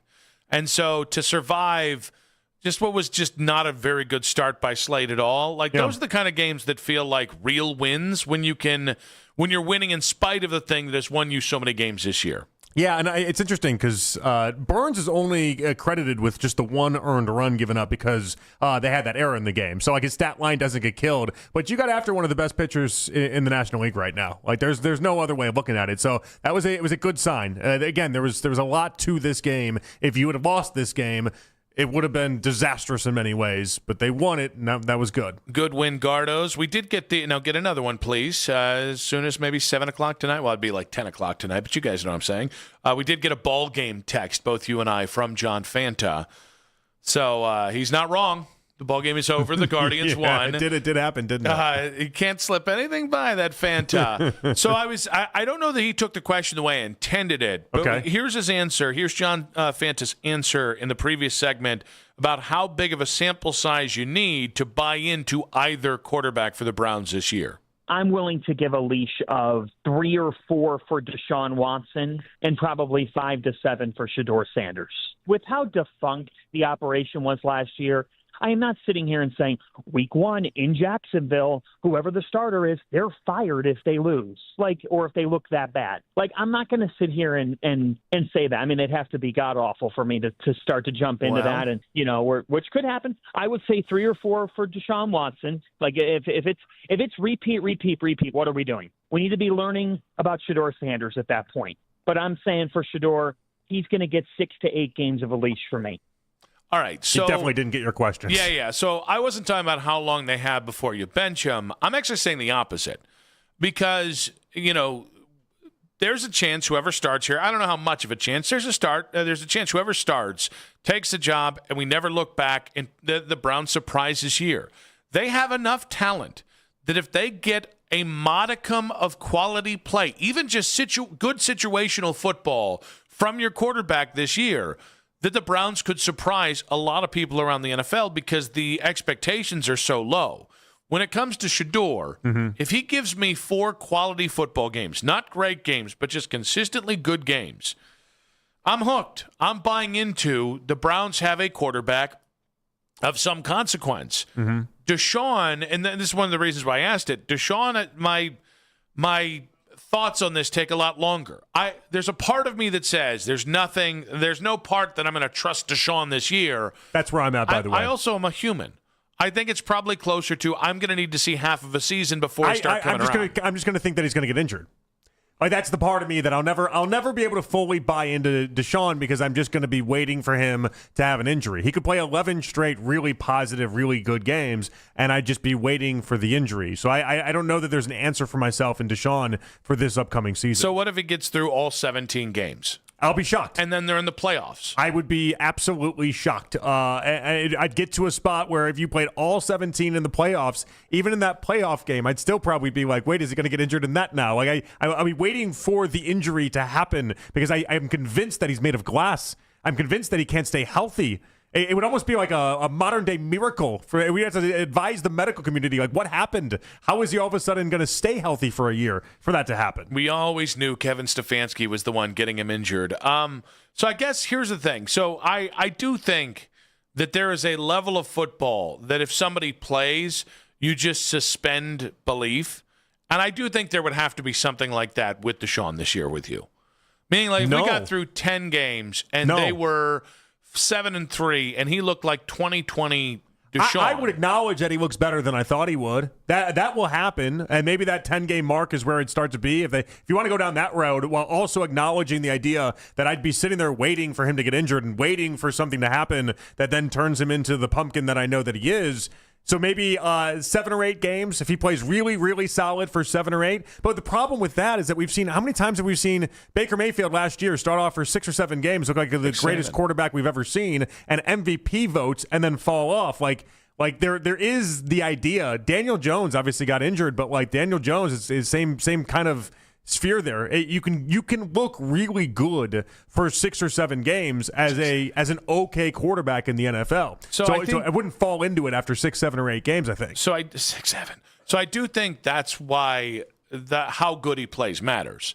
Because I actually, if he plays reasonably well, which I like just above league average, I think it's going to be a lot easier to do the Randy Quaid from Major League 2. He's going to get hurt. You know it. It's just coming. Yeah. Whereas if he looks like a top 5 quarterback or a top 7 quarterback or a top 8 quarterback, there's going to be just so much excitement about that level of play. And that's so the reason why I think this is a fun little exercise is there is a point where Deshaun can get me back to the idea of it's like, all right, let's see where we can take this, but it just feels so far-fetched today. It does feel so far-fetched. I would also, Nick, have to see him operate differently than what I think Todd Monken wants to operate with his quarterbacks with. Like Monken seemed like he was salivating over the idea of a quarterback that could run, and he obviously had Lamar, so he knows what that's like.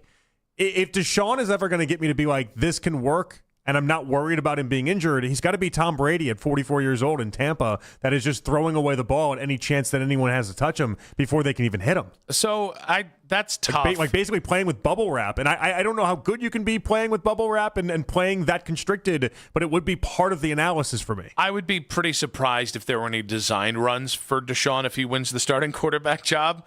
That just feels like a risk you don't need to take. But I do think something that Todd Monken is keenly aware of is while Deshaun and Shedeur are different quarterbacks, they're both guys that thrive with a level of freedom because they both have natural playmaking instances. It's why I do think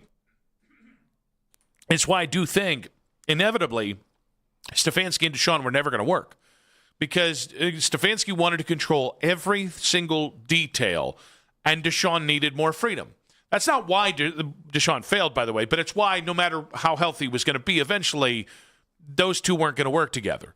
I think there's some – I do think, like, you're not going to design runs for either quarterback, but you need them to move around enough to open up plays because that's naturally what they do well. And that's part of the concern that I have is that, like, so you're going to open it up. And I agree. I think that will happen. I think it's one of the things Monken likes about these quarterbacks.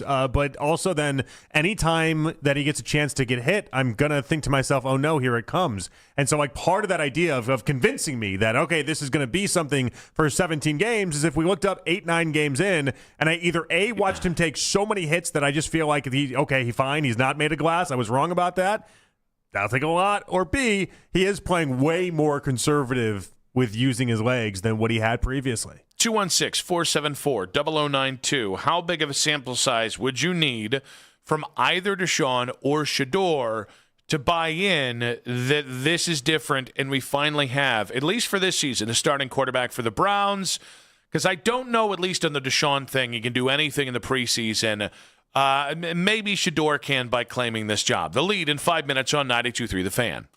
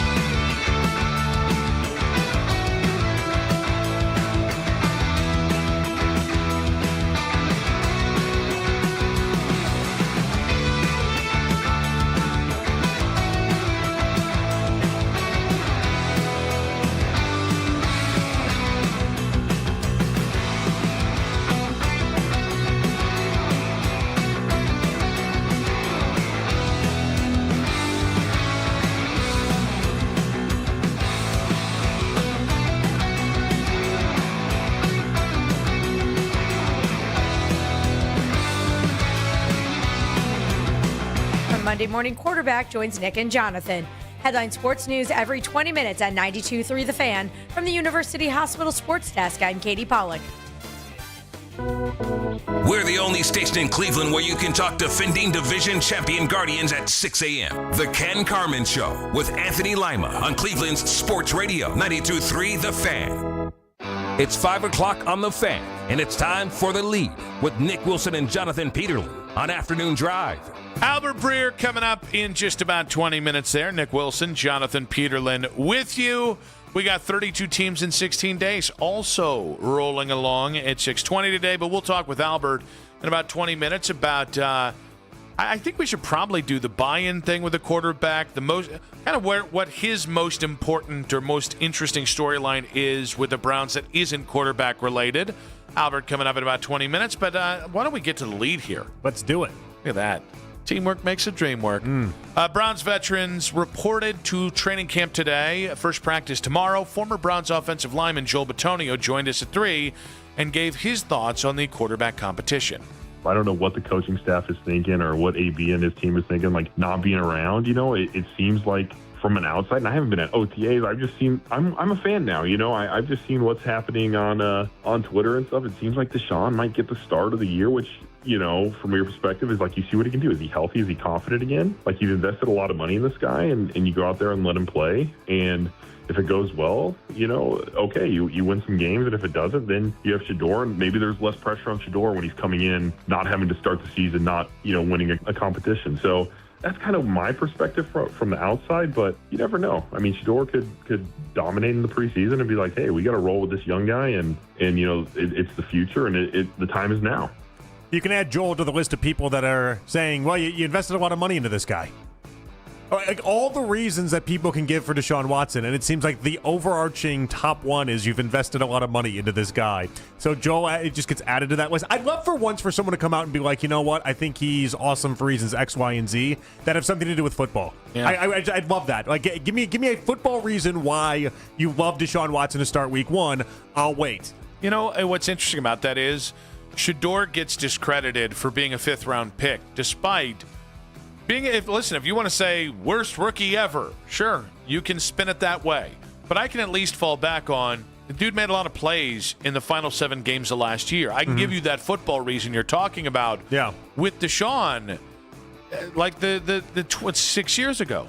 And I don't know even when Michael Vick was in Philadelphia, he had to be the backup before he got to be the starter again, because it had been like 3 years since he had played meaningful football. It'd been 900 days for Vic, and now this is the second time it has been 700-plus days for Deshaun Watson. Like, it is a little crazy to me. And listen, I don't love the idea of going into camp with a preset plan of, we'll see Deshaun for a little bit, and then, you know, hey, take the seasonal pressure off Shedeur and give him that run. But I can understand it as long as you're going into this saying, hey, that's a tentative plan. We're not really that glued to it. I'm excited for Friday for us to be out at camp, because I need to see it with my own eyes. You know, we've got a lot of people that have seen the installs and been out there. We've been doing these radio shows. We haven't been out there. And so I don't know how he looks firsthand. We've only seen a couple clips, and then we've seen what people will tell us. I want to know what we see. And I think when we see it, and then obviously they got a lot of these camps are open up to fans as well, I think we're going to have a better idea what we're actually dealing with Deshaun. I think I'm going to restart my TikTok. Oh, yeah? Yeah. How about that? That's a good call. That fell off sometime earlier this year. Yeah, I forgot that you were even doing that. But I think, we got about 1,500 followers at Nick Wilson Says, if you'd like to go ahead and follow me on TikTok. But I think I really love the content we got to do last year on TikTok for camp. And I think it's getting me. I got a couple ideas. I'm pretty excited for it. Listen, if what you do with your Nick Talk is just only talk during football season and then take 6 months off, that's fine. I think people are okay with that. Give yourself a nice breather and then get right back in the game. At least push it into April. I didn't even do that this year. Got a little lazy. That's okay. John Fanta, NBC Sports, joined us last hour. We asked him about the sample size he would need to see from each Browns quarterback. I'm willing to give a leash of 3 or 4 for Deshaun Watson and probably 5 to 7 for Shedeur Sanders. With how defunct the operation was last year, I am not sitting here and saying, week 1 in Jacksonville, whoever the starter is, they're fired if they lose, or if they look that bad. I'm not going to sit here and say that. I mean, it'd have to be god-awful for me to start to jump into that, and, which could happen. I would say 3 or 4 for Deshaun Watson. If it's repeat, what are we doing? We need to be learning about Shedeur Sanders at that point. But I'm saying for Shedeur, he's going to get 6 to 8 games of a leash for me. It's going to be really interesting just to see what passes the test at quarterback. There became a point with Deshaun that it didn't matter that he was winning games. He didn't look good enough, and that became the prevailing take with the Browns, and then he got hurt, right? With this, what's going to be interesting is the bar is so low for Deshaun and Shedeur that I do think competency is going to go a long way early in the season. The problem is that's a gray area.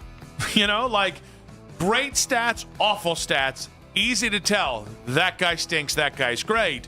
The gray area, which is where I think we're going to be working with these quarterbacks, I think there's going to be a lot of disagreements in real time about how good or not good the quarterback's actually playing, unless it's just obvious. I think it's going to take me a lot longer than it takes most fans to be convinced that Deshaun Watson can still play. I think for most fans, Nick, we talked a little bit last segment about our own expectations. I think most fans, if he's the better quarterback on the field against Baker Mayfield in week 2, that'll be enough for a lot of people. I don't think that bar has to be that extreme. For myself, I'll just constantly be worried about whether or not he's going to get injured. What is interesting about what John had to say, though, because, again, John got very confused with your question in general. Yeah. This is now the second person we've had this week that is suggesting that it is a very quick hook when it comes to Deshaun Watson. 4 games seems to be the number. Maybe it's because Flacco got 4 last year, but 4 being the number I find incredibly interesting because that is well short of what I had in my own brain in trying to handicap how long the Browns would give Deshaun Watson. If you keep holding up the number 4, people are going to think Jerry Judy that you want Deshaun to win. Somebody's going to jump cut this and say, Peterlin, now he's saying peace. Now he's saying peace that's not 2. It's just peace? Well, no, I think this is peace. This is 2. You got to turn the wrist up, as it were. So you're pointing to it yourself, which means peace to the camera. Is that how that works? Yeah, anybody looking on the 92 The Fan YouTube channel. They know exactly what's happening right now. People on radio, they're like, what the hell are you two chuckleheads doing? And that's fair. That is fair. Mary Kay Cabot at Cleveland.com is on with Baskin and Phelps today. She said she's keeping an eye on Jared Verse in training camp. He's just got to be one of the biggest storylines of this camp, to come in here and try to not fill the shoes of Myles Garrett, but try to make your own mark on this football team, put your own stamp on this defensive line. I think that's going to be really, really exciting to see what he can do. I think he, in the same way that Todd Monken is going to bring a different energy to the team, I think that Jared Verse is going to do the same thing. I think guys are going to be a little bit looser around him. I think they're going to be a little closer around him. I think he's going to be a unifier. I think he's going to bring guys together. I think he's going to kind of just bring them together with more camaraderie. And a lot of times that translates over to the field. And I think that they have to spread the wealth this year on that defense. And I think he's going to be a big part in making sure that happens. Yeah, it's going to be huge, obviously. It's funny. It's just like spread the wealth as if to imply that, and we've had this with Jadeveon Clowney in the past, the idea that basically Myles eats and everybody else gets the scraps. It will be interesting to see if we have a defense that is just set up where it doesn't feel as slanted maybe to one person. I think that makes a lot of sense that everyone's going to get a chance at this. Because, again, Jared is a power-first player, whereas Myles was power and he had that just ridiculously quick step. You know what's interesting is I've thought about this a lot, and my initial take on the Jared Verse for Myles Garrett thing is that, I can't expect Jared Verse to be Myles Garrett. The more I've thought about how the Browns position this, and that to them, Jared Verse was the most important part of that trade, he kind of has to be the best part of that trade. Well, they think that he one day will be close to Myles Garrett. I think it's ridiculous to say that he'll ever be Myles Garrett. Myles Garrett's one of the best defensive players of our lifetime, okay? That's a crazy high standard. But the idea that he's going to be a top 5 pass rusher one day is exactly why they made that trade. And I think it has to be this year. He's going on year 3. If he's going, this is kind of the Evan Mobley conversation. If 2 years from now we're still talking about, he's maybe top 15, but he's not top 5. then he won't be top 5. Yeah, the worry I have with Verse, and I think it's founded, is the idea that with Los Angeles, he had so many great opportunities. Has a really good all across the line defensive line with the multiple people that had double-digit sacks on there. Like, he had a lot of really good opportunities, and they also had a lot of really tight games late in order to have those opportunities. And so I wonder if his numbers aren't going to look as good because of that. I don't think the other Browns defensive linemen get nearly enough credit because they played across from Miles. I think Mason Graham was really good last year. I think Malik Collins was elite last year when he was healthy. I think Alex Wright and Isaiah McGuire are really nice starting edge rushers in the NFL. And I think something that you have here that I think they had in LA as well is they've got depth. I'm a little concerned about being a little thin at defensive tackle, at least long term, but I like the depth. I don't think there's much of I don't think there's as much of a step down going from who Jared Verse played with in LA as who he's playing with here. Miles got a lot of statistical production last year because he was a quarter step faster than like 4 other guys on the defensive line. Yeah, there's a reason why though there was multiple guys that they talked about on that defensive line though, as far as people that they could have necessarily traded for. I'm thinking about like Kobe Turner. I'm thinking about Ford. I'm thinking about they just got guys everywhere. They're very good players, and I don't mean to say again they're a step better than what the Browns are, but I think it's almost been underreported. I think everyone's kind of treated it like Miles was the only thing the Browns had going on the defensive line. And I think that's a bunch of people who didn't watch the Browns because they were a 5-win team last year. No, they definitely have more than that. There's no denying that. Guardians snapped their 5-game losing streak with a 6-5 win over the Reds. Manager Stephen Vogt asked about Kyle Manzardo's grand slam after the first game of the doubleheader. That was awesome. I mean, obviously we had Burns on the ropes there in the first, and for Manza to come up with 2 outs, he gets hit by the pitch. You could hear the 2, but then on replay it didn't look like it. So, but it's hard to regroup. You get hit in the hand, and then you got to get back in there, and he got a hanger and didn't miss it. So that was huge. We needed that in the worst kind of way. What do you think the question was? Hey, what'd you think about that grand slam? It sounded like it. Yeah. It sounded like that's exactly what it was. That's a fastball right down the middle. Well, you knew that Vogt would knock it out of the park, right? Hey, we caught a hanger, Chief. How about that? Yeah, it looks like Kyle Manzardo's not the only guy hitting a grand slam today. Well, you could tell he really wanted to argue about the idea that he thought Manzardo got hit. Yeah. Which I actually think is a fair complaint. Like because he hit the grand slam, nobody's going to discuss it, nobody's going to talk about it. But you can tell Vogt was still lingering on that idea that he was convinced that clearly Manzardo got hit.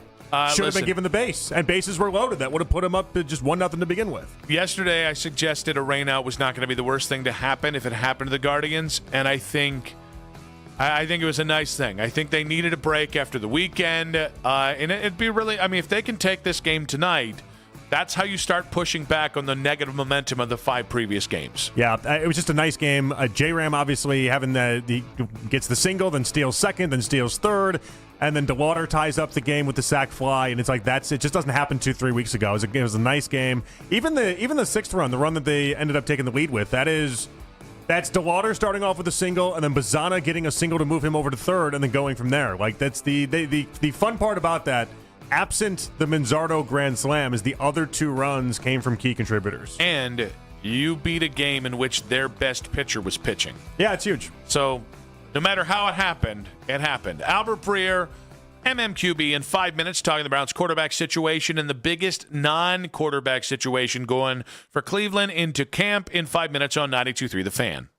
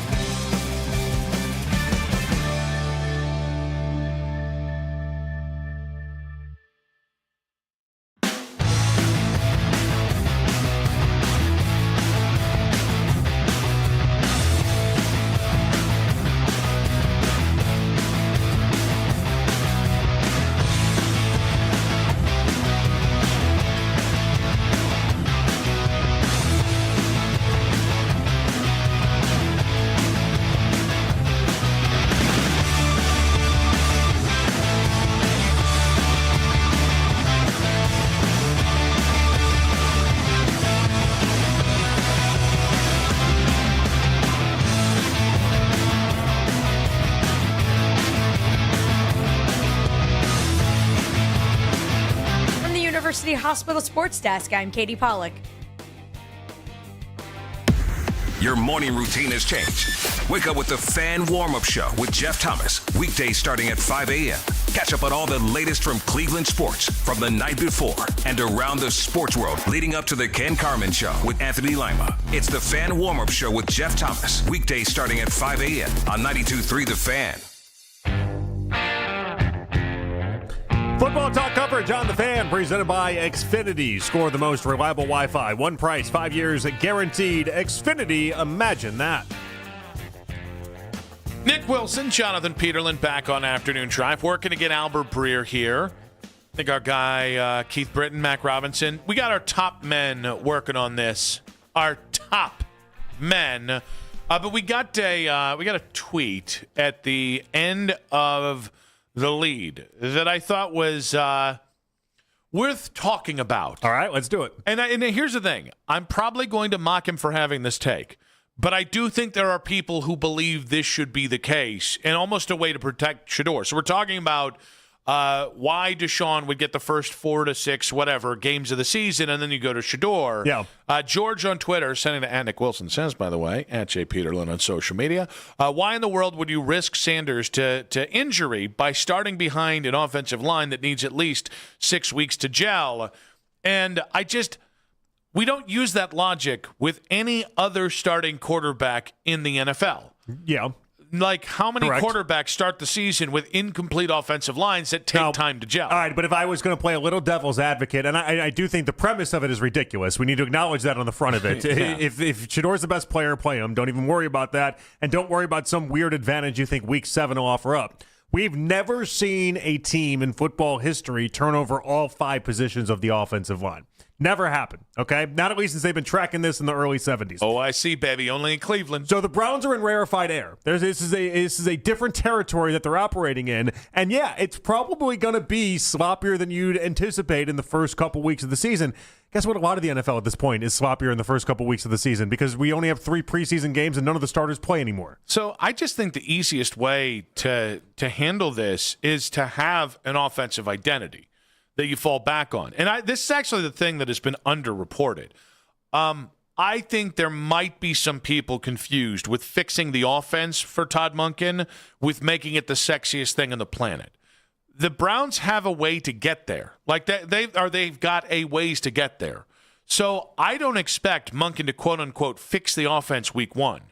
I expect him to establish what this team is going to be about. And that's what gets me excited about Browns offensive football. Is because I don't care if it's Shedeur, Deshaun, Dylan Gabriel, Taylon Green, the ghost of Duck Hodges.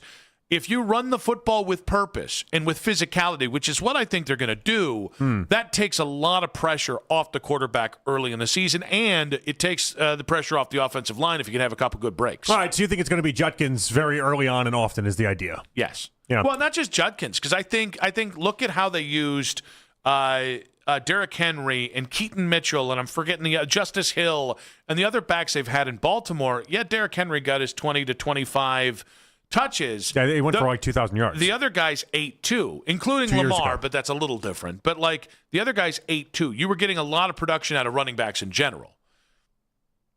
So are you expecting like a glorified role for Dylan Sampson? Is that the idea? Oh, I think Dylan Sampson. I really like Rocket Sanders. I think he gave you some really nice touches last year, and he's got. I'm gonna be honest. He's a true bruiser. I hadn't even thought of Rocket Sanders, and it's been months. It's been months since I even thought about him. I've thought about him nonstop. Are you just dreaming? Mostly late at night. You dreaming about Raheem? When I was waiting, laying in bed, waiting for my CPAP to take over. Is that what that is? And my mind would just drift to Rocket Sanders. Yeah. And you'd be surprised. This is the first Rocket Sanders mention of 2026. I think out of the whole year, this might be the first time. I would count my Sanders. I would Shedeur, Rocket. Yeah. Is it Barry would pop in somehow? Barry. Yeah. It's the meme of a guy and his wife laying in bed, and it's the woman thinking, he's probably thinking of other girls, and he's thinking of random like sports players. Yeah, but the Colonel. But in this case, Vanessa's like, he's probably thinking of Rocket Sanders. She just knows me so well. It's always Rocket Sanders. But no, I mean, I think if you've got a bell cow back, but then you've got guys who have traits. And again, Rocket Sanders, I think, can be your Gus Edwards. And I do think Dylan Sampson can be your Keaton Mitchell. I think, if anything, we've slept on the running backs. Because if that offensive line can gel, be it week 1 or week 6, you're going to give those young running backs a chance to go, and they all have a specific skill set that I think Quinshon's a good mix between the two guys, but you've got something for each one of those guys. It's going to be interesting to see. I had not considered the prospect of it being so run heavy, which when you say it, it obviously feels like it should be. Because if you don't believe in the quarterbacks, then you're going to get your offense out of the run game. It's just interesting because how much of that is balanced off by the idea that you spent 2 different draft picks, top draft picks, first and second round, on these wide receivers. Like, so much of this, you're trying to figure out with the 2027 quarterback, whoever that is, are they going to be ready to go ahead and just be placed in there? And I think a lot of that balance is making sure that you get the pass catchers to where they need to be, again, for 2027. So you might have to sacrifice even a little bit in 2026 to make sure that they get the touches and the catches that are necessary. No, because I think, I think what people always get wrong about the run game is, even in the conversation about like running backs, which drives you crazy, the run game's never been less important. It's like, look at the really good teams even before the last couple of years where we've had Saquon have such a huge role, and all the teams that are winning run the ball, or almost all the teams run at an exceptional level. And then unless you've got a Mahomes, unless you've got a Josh Allen, they base the pass off what happens there. And I know it's a cliche, and I know we got sick of it, but that's what that's what people mean when you say marry the run and the pass. If you can be dominant and physical, which people definitely got ground, tired of hearing around here, by the way. Oh no! And again, like Stefanski just drove that cliche into the ground, and a fair amount of coaches like him do, but there are coaches that's a real thing on, and I think Todd Monken is one of these guys. I still think in 2026 you can take a punishing, bruising, physical, violent run game, which starts with your offensive linemen. You can't have it without those guys kicking asses and taking names. Right. But I think you can take off that, whether it's in play action or any other which way, and build a stout passing game. Do I think they're going to be great? No. If this is going to be a really, really good offense from the passing perspective, it's because Boston, Concepcion, Judy, and Isaiah Bond, and Harold Fannin Jr., They make the plays. I see a lot of getting the ball into their hand and then just see if they can get you points. Would the quarterback be the second highest rusher on this team? No. Because I'm looking at Baltimore last year. Baltimore, the second highest rusher they had is Lamar, because Lamar's always that way. Yeah. But it was only 350 yards. It wasn't crazy. Keaton Mitchell only had 340. Yeah, I don't. And I don't think he's going to try to just copy and paste what he did in Baltimore. I think that's insane if he tried to do that. I think one thing I like about Todd Monken is that he seems like he's really about the players, and he's really trying to figure out like what plays to the strengths. And Baltimore, let's be honest with it, it's with Lamar is almost a one-of-one setup. I don't think he's going to try to mirror exactly what Baltimore does. It's just a peek into what he likes to do. No, I think with Shedeur and Deshaun, and less with Deshaun. I mean, again, if Deshaun's healthy enough and he can move reasonably well, there's a chance it happens. But I think the rushing production from the quarterback spot, I think in this situation, is going to come from either broken plays or you've moved around enough and now the pieces are kind of moving downfield and you've got a chance to pick up 5. I don't see a lot of like Daniel Jones things.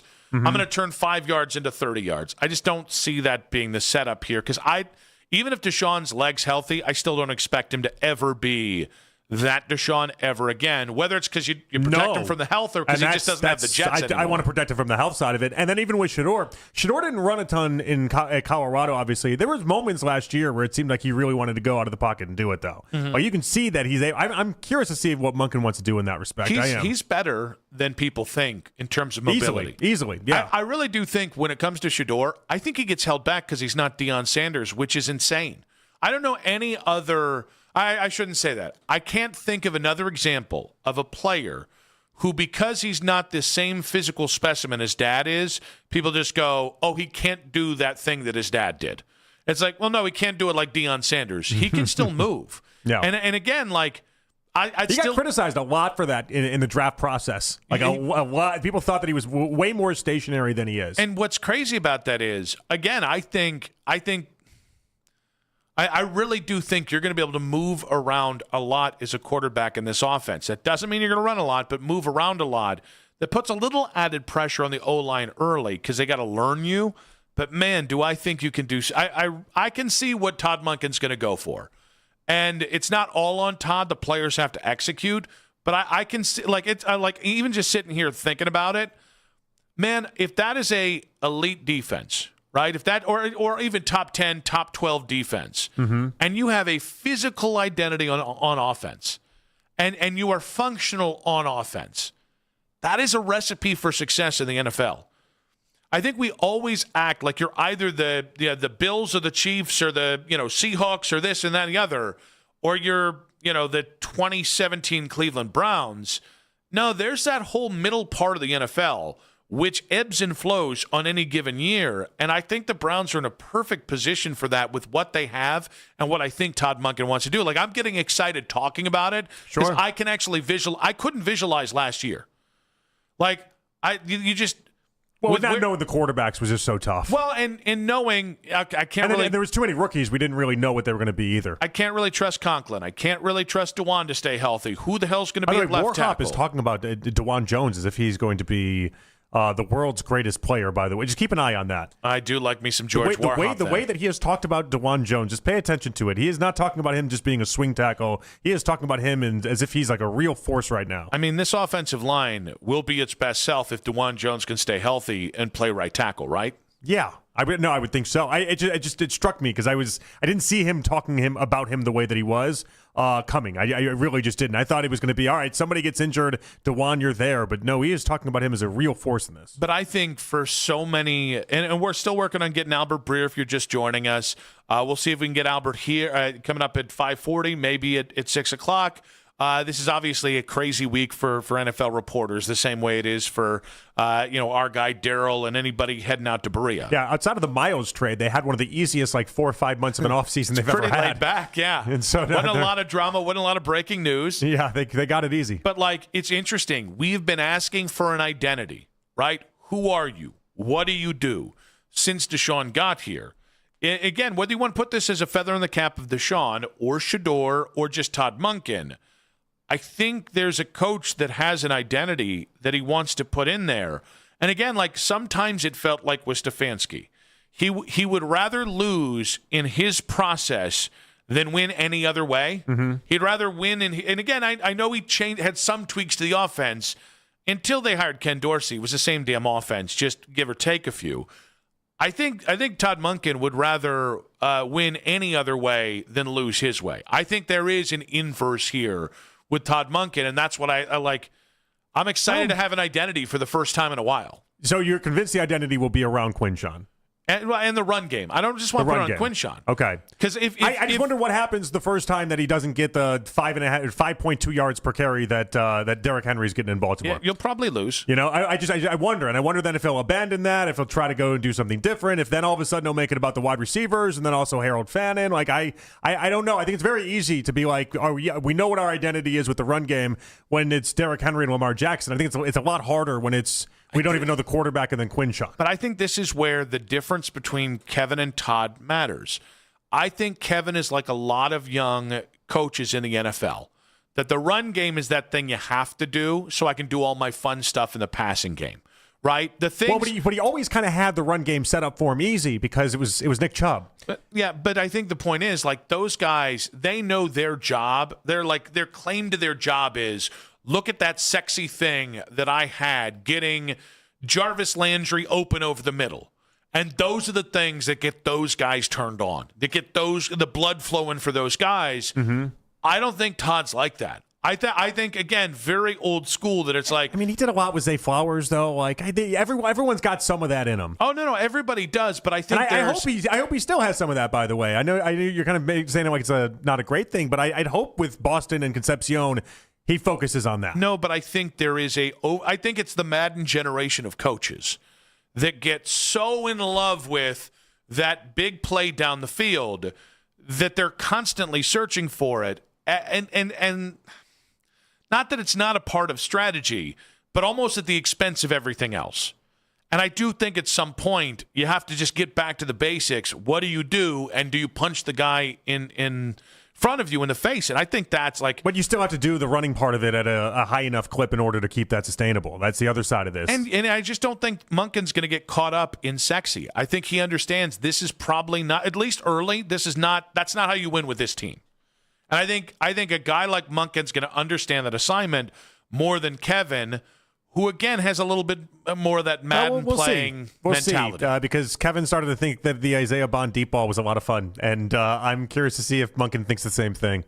Everyone keeps raving about Isaiah Bond and what he's looked like over the past couple months or so. Like I don't know. I think you can have it both ways in many respects. I think you can do some of the fun, creative, offensive principles and really kind of madden the game up while also making sure that you do stick to the run game as well. You can if you got a guy named Lamar Jackson or Josh Allen as your starting quarterback. If you're between Deshaun and Shedeur. Yeah.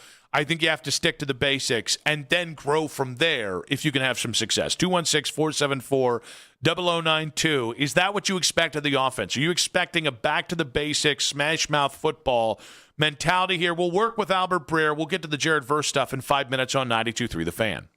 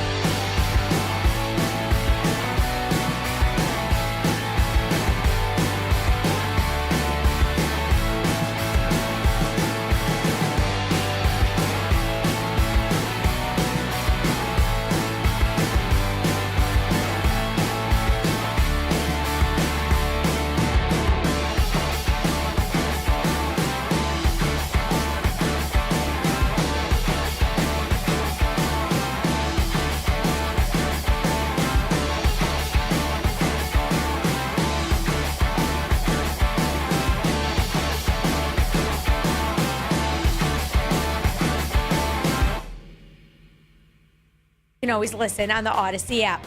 Headline Sports News every 20 minutes at 92.3 The Fan. From the University Hospital Sports Desk, I'm Katie Pollack. The first big baseball move in July could involve the Guardians, and this is the place to talk about it. Cleveland's Sports Radio, 92.3 The Fan.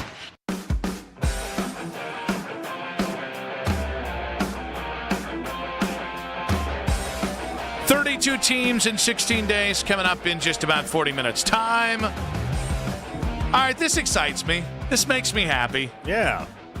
The news coming down just in the last 5 minutes here. Adam Schefter tweeting out, the Browns and 5-time Pro Bowl cornerback Denzel Ward reaches agreement, or they have reached an agreement on a 2-year, $62 million deal that includes $52 million guaranteed and makes him the highest paid defensive back in NFL history for the second time in his career.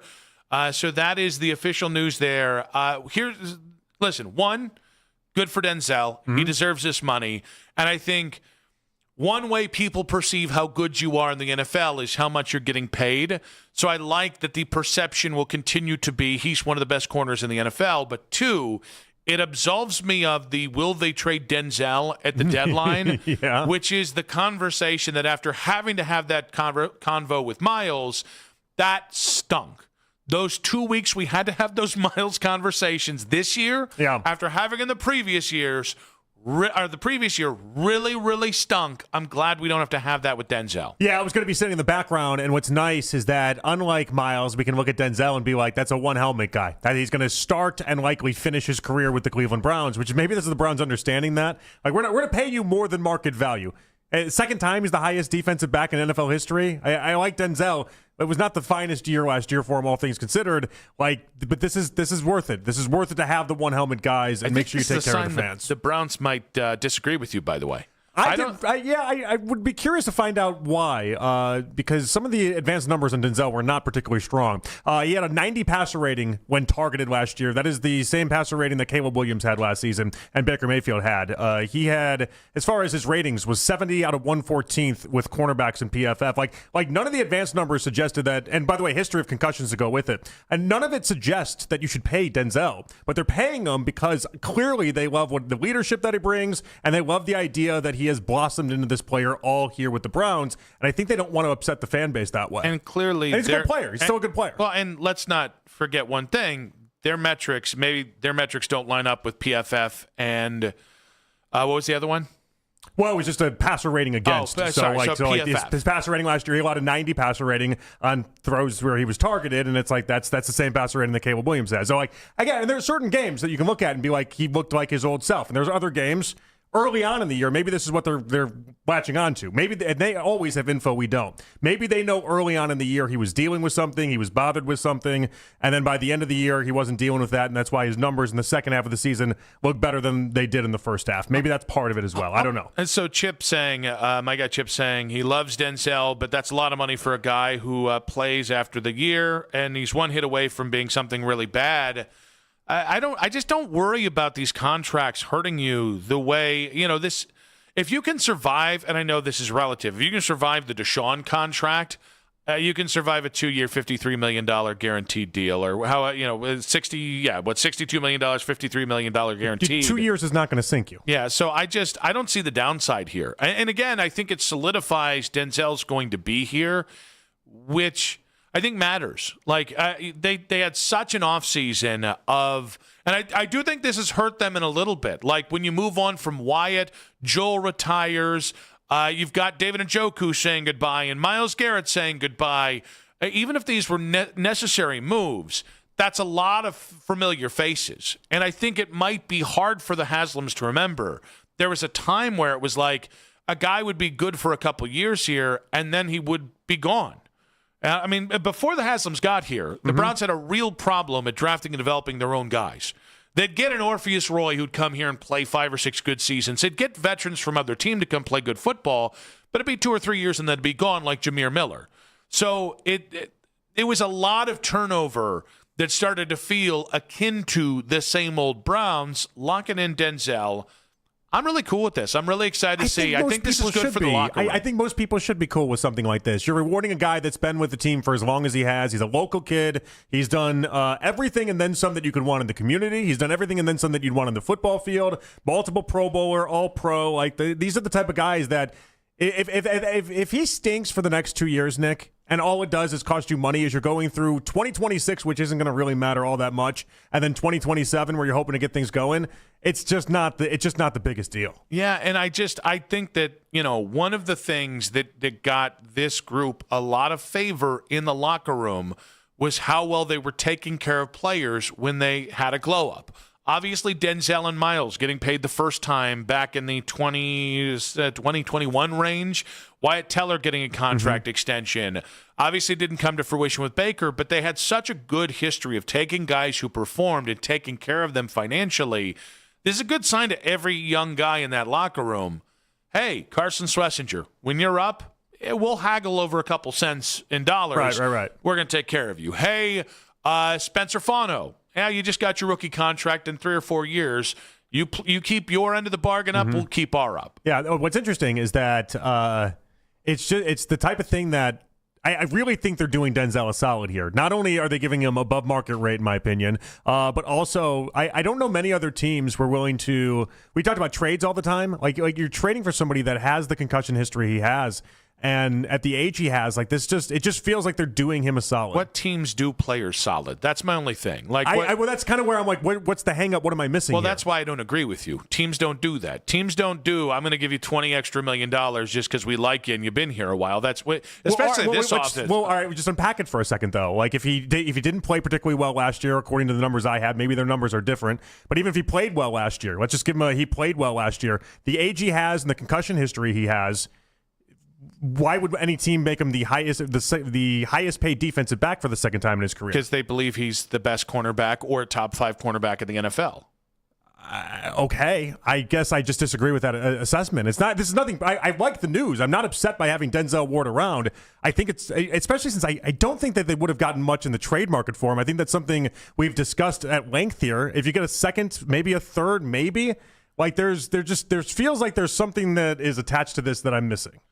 216-474-0092. Denzel Ward coming to an agreement with the Browns on a 2-year contract extension. Now, the only downside I see to this move, beyond the obviously he's had concussion issues, is I still think we're locked into this. How much you getting paid? Do I think you're worth it? And I just don't do that anymore because the NFL salary cap has shot up so much. And as of right now, there's no quarterback that I have to worry about paying. So I can pay Denzel, an extra $30 million a year. I can do this with this player, this with this player. And the reason why I say that is you can finagle it any way you want. Like there have been times this happened with David Njoku. I think a big reason why some Browns fans don't look at Denzel in the same light as maybe I do is because he got hurt and had the concussion issues while being the highest paid defensive back in the NFL. And so I hope that that's not the I'm trying to look for the downside of what could – I want this to be, man, Denzel could have done what Miles just did and recommitted himself to the Browns. I hope that's the prevailing takeaway. I think some Browns fans might be jaded enough about where they are with his team that it goes, well, he better play 17 games this year and look like the best defensive back in the NFL. I just don't think a 2-year contract ever demands that of you. You know what I mean? I think that's why I hope you're right. I think this is why it's a nice years and nice mix. Again, it just kind of feels like and I know you're like, oh, they don't ever do what NFL team does a solid by people, but I do think that this is it's like a gold watch of sorts for Denzel Ward of you've been the consummate professional. We've never had to worry about you in the locker room. We've never had to worry about you through all the turmoil, all the everything. Listen, we weren't going to pay Miles all this money. We weren't going to do that with him. We do want to do this with you, though, and we want to reward you for what you've been and what you still can potentially be. 216-474-0092. So that is the latest news here. Denzel Ward signing a extension here with the Browns. It's interesting. I didn't know how much him being a one helmet guy might have mattered to me until this news. I was very passionate, and you and I were both very passionate about the offense and playing with a mentality or playing with an identity for the first time in several years. But, like, this was kind of a pep in the step on the first day of camp for me. Almost like the Browns could have used a win. You know what I mean? And, like, this is a win. This is the resounding thought out of this should be from the fan base of, like, we got to see a guy that we've watched grow up before our eyes and continue to do just that and not get just casted off. You know, I still hate how the Nick Chubb situation ended up. You know, I do. I hate that the end part of Nick Chubb was him making wildly less than any other top-tier running back ever should. I think he made $33 million total in his NFL career. Like, just a travesty, the low amount of money, all things relative to the amount of production that he gave. And it's like, all right, go to Houston. And then now Houston's got rid of him after 1 year and discarded him. Like, I like that it doesn't have that type of ending. And Denzel's still playing at a much higher level than obviously Nick Chubb was at the end. But, like, I like this. I like this story to it all. I think something you and I have thrown around for the last couple of days is talking about how much patience your average Browns fan is going to have with this latest retool, right? And it's going to be interesting because, like, I've already kind of gone in being like, anything you get out of the quarterback spot is of a certain ilk because I'm excited about Denzel and Emmanuel McNeil-Warren and Carson Schlesinger and Mason Graham and Jared Verse and Denzel Boston and Harold Fannin Jr. and Spencer Fano and all the young players here and all the veterans that you have. I'm so excited about the other positions at quarterback, outside of quarterback, while understanding you're only going to get something so much out of the quarterback spot this year. Yeah. And I just...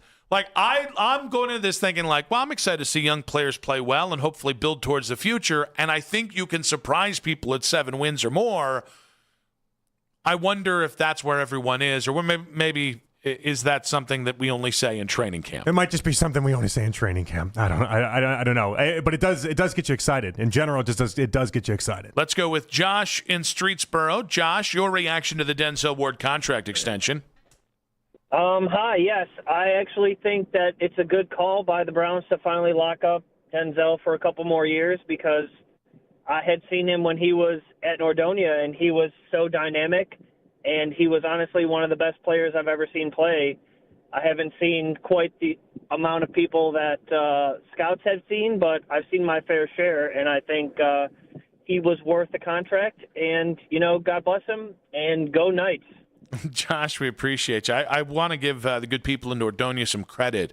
Although I've always seen the stadium there going off Route 8, I'd never actually been there. This last year when Wadsworth played, I went there. That's a really, really nice stadium there. And I can see why Denzel looks so good on that field. I would have slipped and fallen all over that field, but I can see why real athletes. What was different with it? Well, I was fat and untalented.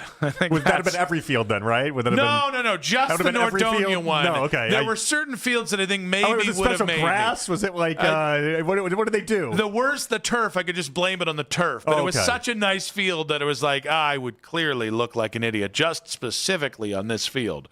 216-474-0092. Your reaction to the Denzel Ward contract extension and how much patience are you going to have with this latest reset? More from you guys in 5 minutes on 92.3 The Fan.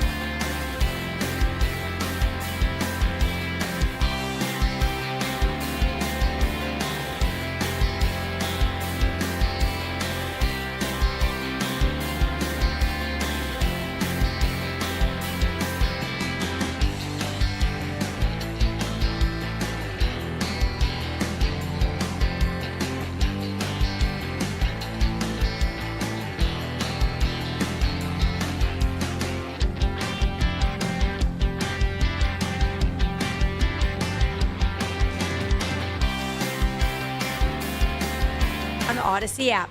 Headline Sports News every 20 minutes at 92.3 The Fan. From the University Hospital Sports Desk, I'm Katie Pollack. Hey Browns fans, this is Denzel Ward. Keep up with the latest football news every 20 minutes with exclusive 2020 reports on the radio home of the Cleveland Browns, 92.3 The Fan.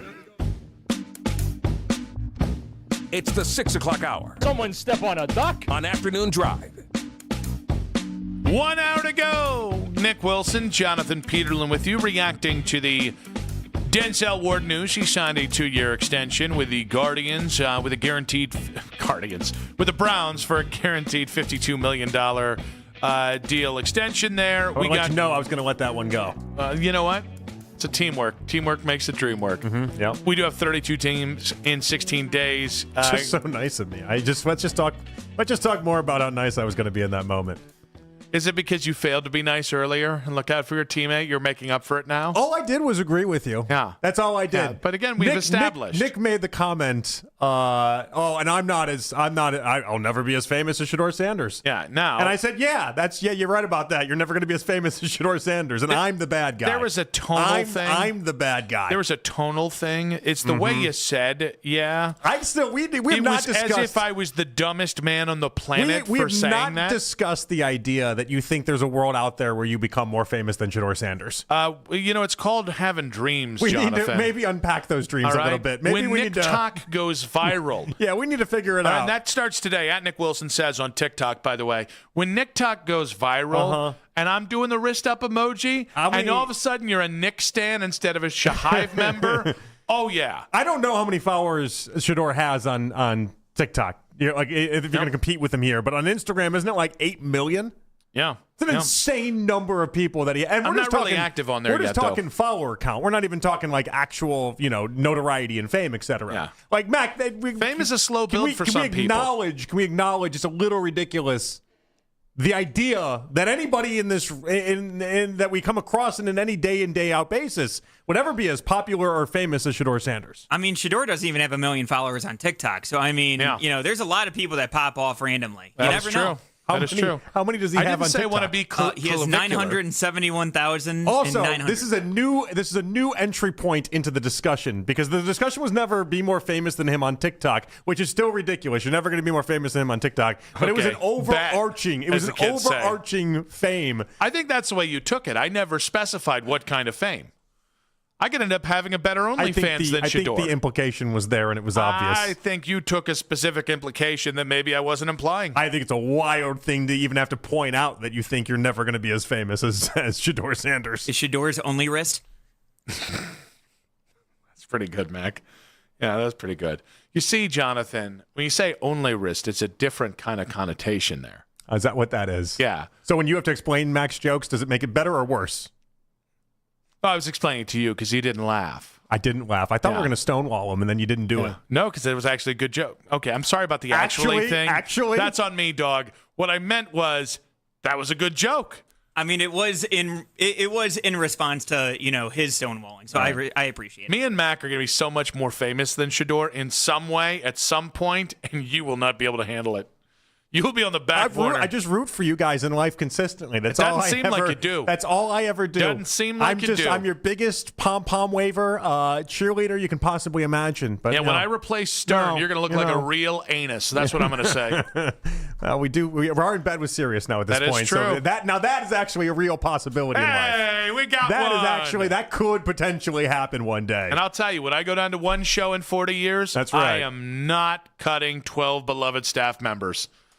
I'm cutting everybody. I'm out. You're all gone. I'll be 80. Screw y'all. It's just you and a mic. They actually don't even throw the show out anymore. They just tell you that they are. So it's basically Francesa. It's Francesa. Dog. Is this thing on? I don't know. You tell me, Mike. All it does is turn on a red light for you. Yeah. Hey, the light's on. Surprisingly, by the way, it'll be the best work I ever do in radio. We're just describing the stuff that's not actually published. We're just describing you in the old folks' home. That's actually, true. Is what this is. They're just saying, "Oh yeah, you replaced Stern years ago." Your aide comes in and just tells you all these awesome lies. That is going to be such a fire podcast when I'm berating somebody for not giving me the correct dosage of Valium. Yeah. I said double it, Sheila. You go on a 20-minute rant about how they don't have the right cheesecake, and Every once in a they're while you offering the just wrong hear- biscuits in the cafeteria. You just hear a sort of sniffing sound. What's Grandpa? Your kids, sniffing? they come to visit you, and then they're just like, Dad's recording the podcast again. I know we've got Olivia from Cleveland. Olivia, why don't you ever visit your father here? Okay, very nice. Why don't you tell your dad you love him a little bit more? That's all right. I don't have feelings. I'll be dead soon enough. You hang up on your kid in the room. All right, that means you leave. You say I turned off your mic. Dad, I don't have a microphone in front of me. Get lost. Now, Denzel Ward got signed by the Cleveland Browns to an extension. Have you heard about this? Have you seen about this? This does beg a question about how the Browns defense is set up that we'll get to in just a moment. But Joe in Cleveland, welcome to the show, Joe. Hey, thanks, guys. Sounds like you're having a great time there. That's debatable. Hey, we're having fun. Yeah. I think the biggest thing about you look at it like our team, and he's like the most veteran guy that still has, to me, like those headaches. I don't want to call them concussions, are over with a little bit. But if you have a blanket on one side of the field, that shuts down. That's how important. He shuts down the field. They don't go into a game plan and say, hey, you know what? We're throwing to Denzel. They're not. And there's great receivers in the NFL, obviously, on both sides of the game. There's not great cornerbacks on both sides. And guess what? Campbell's cool, but you got T. Higgins and Jamar Chase, right? So you take half of it away, and now we have those linebackers. Bro, and the Manuel, that was a great pick because, to me, Delpit is right there with Denzel to me. But we know how that, he hasn't been healthy, too. He's great. Delpit might get paid, too, by the way. That's not. And thank you, Joe. Delpit might get paid. He deserves it. I mean, if he can stay He's healthy. another one of these guys. Yeah. Both those guys read so well, but now you put that Emmanuel, whatever, like how Perry did an amazing job bouncing up and grabbing that kid because that's what we needed. Whatever. Our defense is us, right? Our offense ain't set yet. We got a lot of young kids, and we still don't know. I mean, man, I want Shedeur so bad. He's got some tools now, so we'll see how that goes. But, the defense is like that verse. When I see Anthony walk in with the Moses shirt, I'm like, I'm ready. As a quarterback. All right. Joe, we love the energy, brother. Thank you so much. Okay, all right. Hey, love this tools. Here's the thing. There's a lot there. Joe gave us a lot, so we're going to try and go through it. Did he? This is why EMW is better than Emmanuel McNeil Warren. It works. Because EMW works. That's a mouthful. That's a lot. If you're trying to rattle off Browns defenders, Emmanuel McNeil Warren, that's a lot, especially if you're not honestly, if you are a professional broadcaster, it's a lot.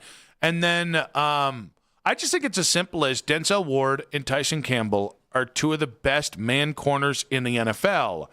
And if you look at the cost of cornerbacks in the NFL, you've got both of these guys. I know Denzel's now at a higher cost, but Tyson Campbell's at a very affordable deal for the next couple of years.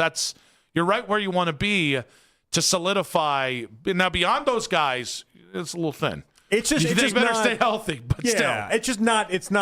It's not a gamble. That's the point. You can do this 2-year deal, and even if it doesn't work out, it's just not. It's not going to be a gamble. It is interesting though that you mentioned earlier. You're like, they obviously there's a money part of this that is attached to what people think across the league. $31.1 million for Denzel when Trent McDuffie is 31 on the money. And Sauce Gardner's 30.1 after being Derek Stingley 30 on the money. They just throw in that extra 100,000 so he gets the title of being paid the second highest or first highest defensive back for the second time. Same for when I replace Stern. I just need 100,000 more than he's making, and we'll all be good. Casey Reish, I think that's how you say it, saying once again the Browns prove how dumb they are. They made a 32-year-old who's one concussion away from being a potato, the biggest contract ever for a DB, and makes him untradeable now. It's a lot to unpack there. I think, is he 29? When does he turn 30? He's next April. Next April. So the whole season will be 29. Yeah. So we're off by 2 or 3 years there. Yeah. So when the deal ends, he'll be the age that you're describing. Also, and I had some of this with Miles. Guys, there are just certain players that, again, if somebody had come along and said, we're going to give you a first-round pick for Denzel Ward, If it was a first-round pick in 2027, I don't know the Browns would have been able to say no. But this idea that we have to constantly win the value on these – this isn't baseball. This isn't I got to make sure that I cash in on Cade Smith's value so that I can replenish the roster so I can be competitive in 2 years from now.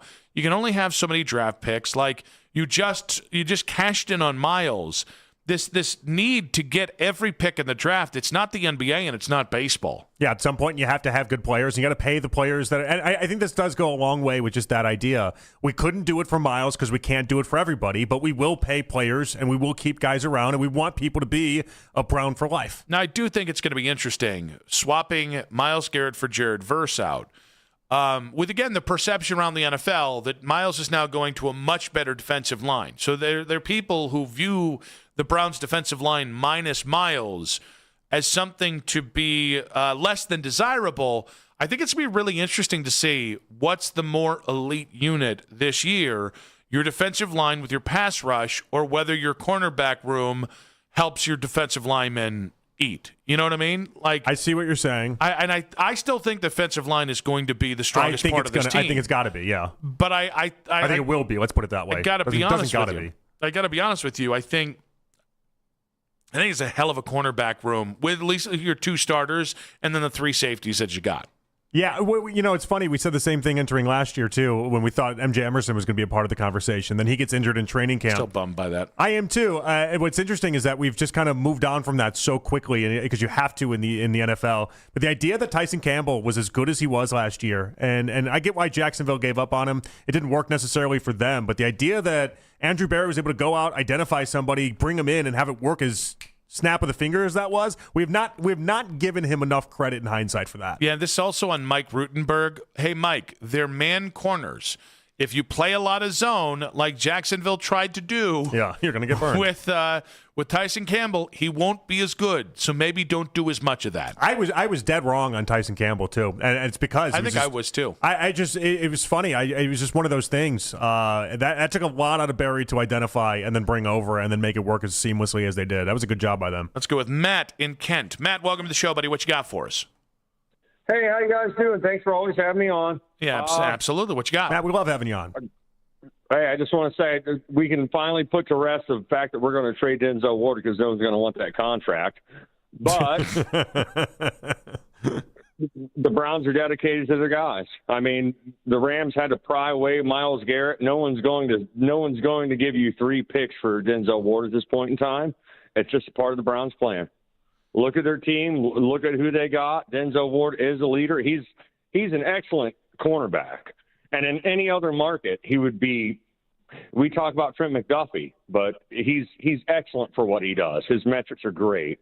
And he might be one concussion away from retiring, but so is everybody else in the NFL at this point. So I really like it. I like the fact that they were loyal with that. And – look at all that talent. Look at all that talent they have on the defense and the offensive side.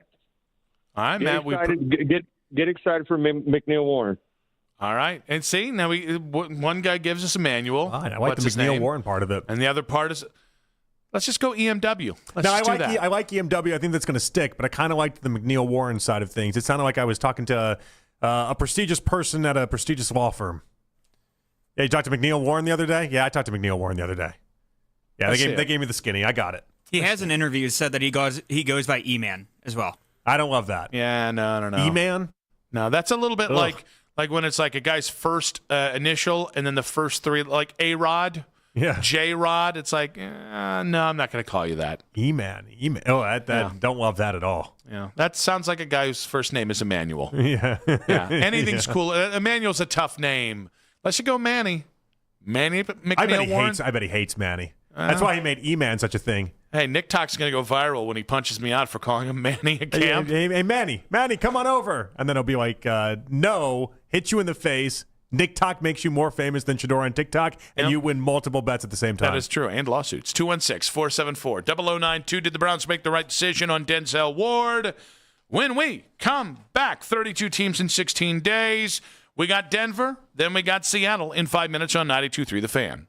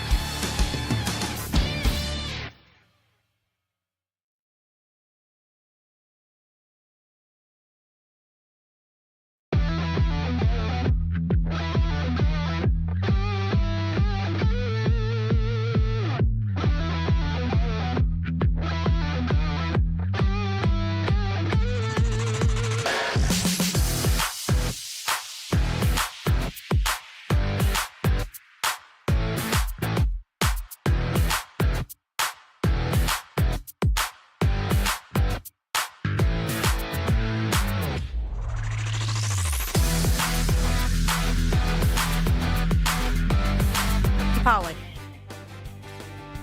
Get your routine right during training camp. Listen to the pressers and hear from the players while you work. Baskin and Phelps.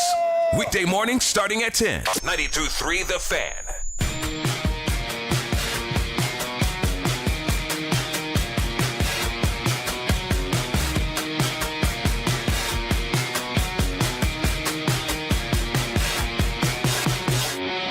In case you missed it, coming up in about 20 minutes. In case you missed it, Denzel Ward agreeing to a 2-year, $60+ million contract extension with your Cleveland Browns. $52 million of it guaranteed. Good work if you can get it. I wouldn't say no to it. It's a lot of money. In case the Odyssey, antennas are up, I will not say no to that kind of an extension to stop me from being Stern's replacement in 30 years when he finally does retire. Well, when he goes from one show to no show. At least you're showing him you have competitive offers elsewhere. That is true. That's how you really people in the business. That's how you make your hay in this business. That is true. But we're gonna start just bringing fictitious offers to the table. Yes. It's actually the Saudi Royal Fund has been reaching out. Like, we need Nick Wilson in this market, and I don't think it's going to go well for me. But 32 teams in 16 days rolls on, and he's actually joining us a little early. We initially planned to go Denver into Seattle, but this gentleman here, not only a Seattle legend, the voice of Seattle Seahawks football, but he joins us on the Wise Heart Right, We Make It Right, Call Kyle Wright hotline to join us a couple minutes early. He must also be a gentleman. Steve Rabel. Steve, welcome to the show.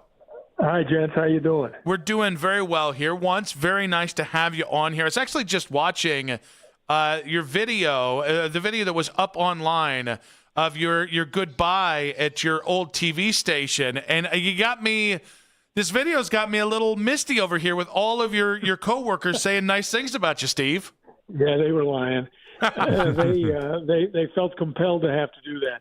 Yeah, that seems like it was an eternity ago. I think it was, 4 or 5 years ago now that we retired. But that was very nice of them. It happened actually during COVID, which is why I don't remember much of anything that happened during that period. But, we've now just been doing one job instead of two full-time.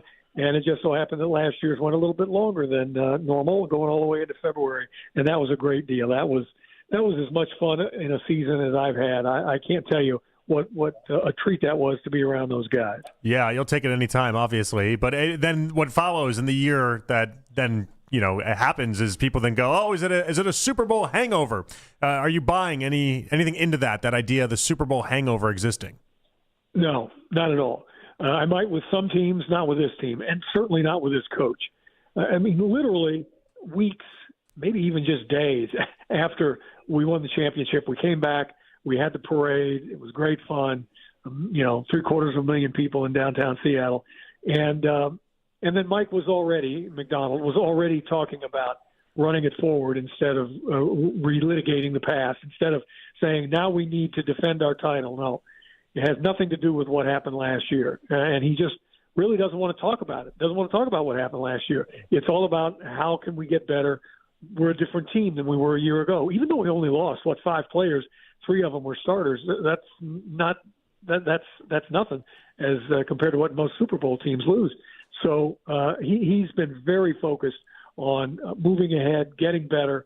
We've had some changes in coaches, our new coaching offensive coordinator for one, and I just think that maybe with some teams they'd have that, but not with this group. Steve, people who don't know your story here, Steve is a former Seattle Seahawk. He actually does the game with his old teammate. And you guys, you took over the play-by-play role, I believe, in 2004. So you see the 2005, the first Super Bowl in Seahawks history. It was a loss. We don't want to talk about that much more. But you've had such this great vantage point on Seahawks history. How did we're trying to get the Browns over the hump? We're trying to get to consistent competitiveness, winning a Super Bowl ourselves, or heck, at least making one for the first time in franchise history. What was the turning point? What changed in Seahawks lore that allowed the Seahawks to become what they've been, which is a 2-time champion in the last 14 years? Right. Well, you just said it. You said the word, consistent. Consistency is the number one thing, I believe. Because there are a lot of teams that have good personnel departments and and they draft high, 3 or 4 years in a row, you should be able to make some hay with those kind of athletes.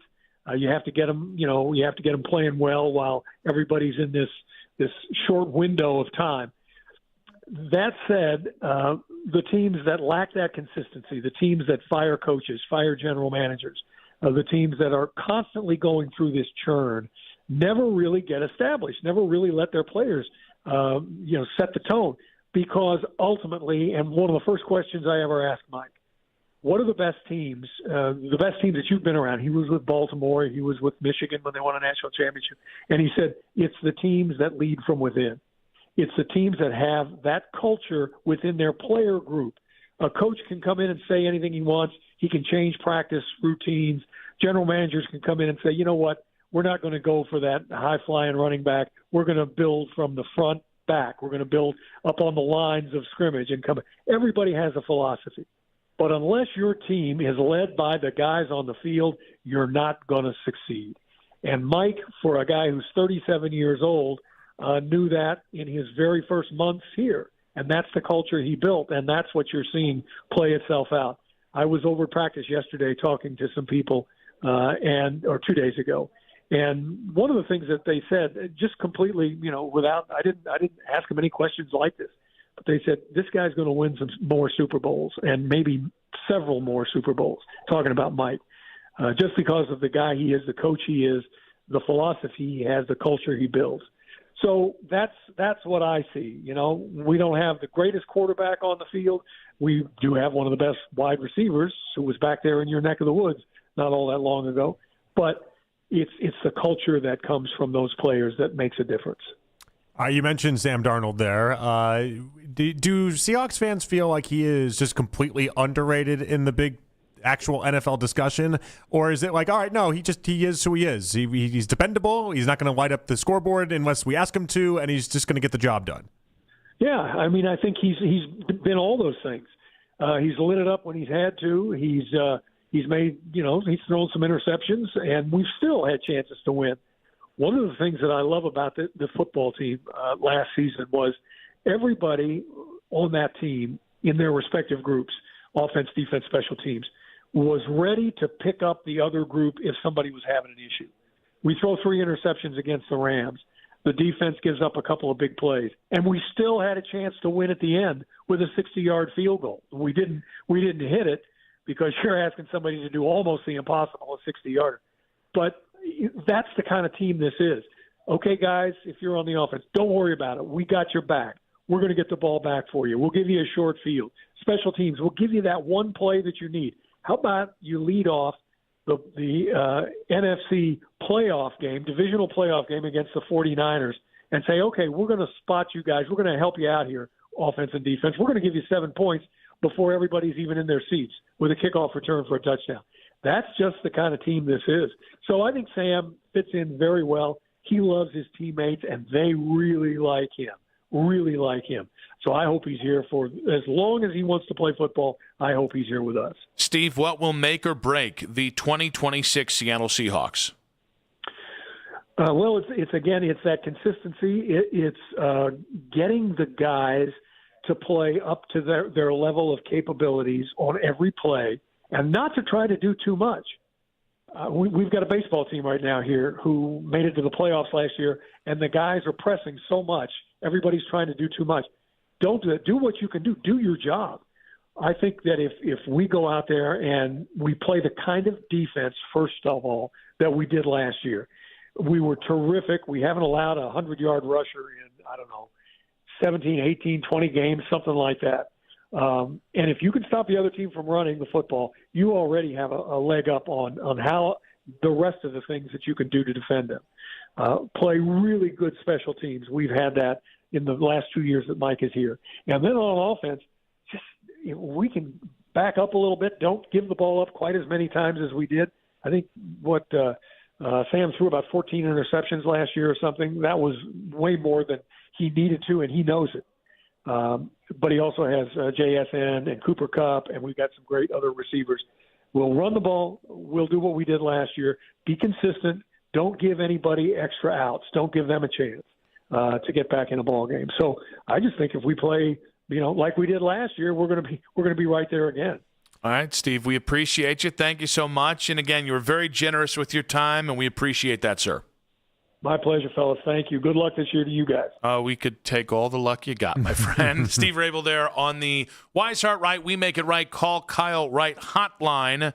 Really good stuff on the Seattle Seahawks there. I don't think we're going to get our guy Scott Hastings here of Denver Radio. Let me double check here. Okay. Yeah, I don't think we're going to get him. So the Broncos are in the AFC title game last year, and I do think there's a fair amount of Broncos fans who think if Bo Nix is healthy for that NFC or that AFC there's a lot of game. Patriots fans that think that if Bo Nix was healthy for that game, it goes very differently. And I just don't get it. Like maybe it's Bo Nix is a really nice football player. I don't think he's in the same stratosphere as Drake May.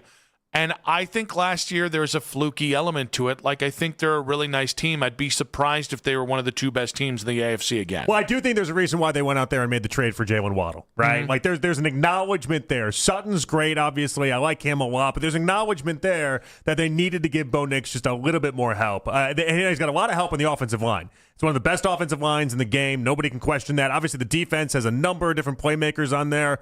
But, yeah, like they needed a little bit more help. And they went out and got it with Jalen Waddle. Now, the weird and interesting part for myself out of this Denver team is that relationship between Peyton and Bo Nix. Yeah. This has been awkward. Like, they just have to. It's been awkward. They're like fighting over injuries. They're trying to one up each other. It seems tumultuous, and I know it doesn't get nearly the national play that maybe it should. But this Broncos offseason has been awkward, to say the least. Yeah, this feels like something that if they go even something at 9-8 this year and are the eighth spot in the AFC, so you miss the playoffs.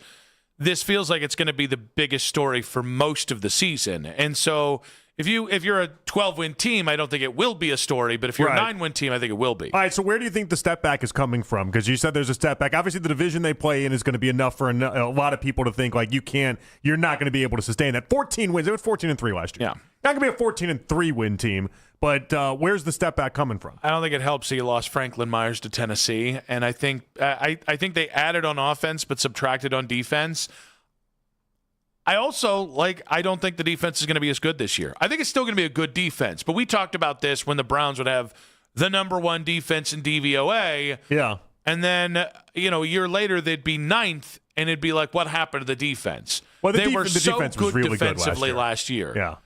It's been a couple years, though. It's been a couple years they've been building on that defense. And they really didn't do anything to add any new pieces on the defense. Losing Franklin Myers is huge off that defensive line. Yeah, but they also, they kept all they did was just promote other guys up, and it was the same. It's the same stretch. It's Allen, it's Jones, it's Jonathan Cooper. Like it's some of the same guys. Now it doesn't come with nearly the same gravitas as maybe that defensive line did at parts last year.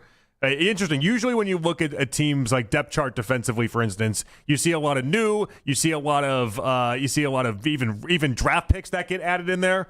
They only took really one guy that's going to be maybe a playmaker on that defensive line. Wasn't that their first pick, who was, I think, the 66th pick in the draft? The third rounder. I don't know how to say his name. Onyedime? Yeah, Onyedime. Is that how you say it? I think so. I don't know him. But that's the only one they had that is going to be of consequence. The other two guys they took defensively were both seventh round guys. Also, they're relying on the run game with J.K. Dobbins in a way that I think, given if we're having that conversation about Denzel and the injury history, yeah. J.K. signed the extension there. I don't necessarily feel like we're going to double that up. And he was, that's fair. When he's healthy, he's incredibly explosive. Yeah, but they used R.J. Harvey a lot last year. That was the second round pick in 25. I thought he had a really nice season, all things considered. I would expect him actually to take over J.K.'s role, essentially. I can do kind of I expect him to be the lead rusher by the time we get to the end of the season. I just think for a 14-win team last year, I think they might have more holes. And here's the other thing. I'm not really that sold on Jalen Waddle either.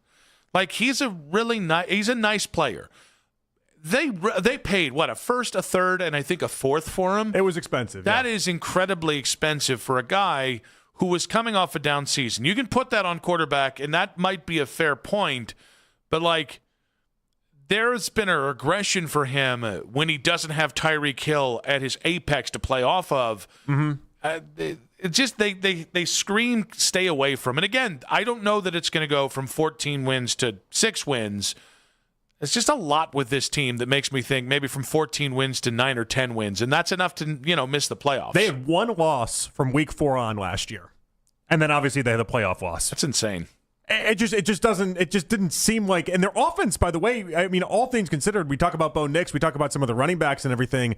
It was fine. Yeah, it wasn't the greatest thing in the world. Yeah. It was not. It was hardly some of those dynastic Chiefs teams offensively. It just wasn't. It was built on defense more than it was anything else.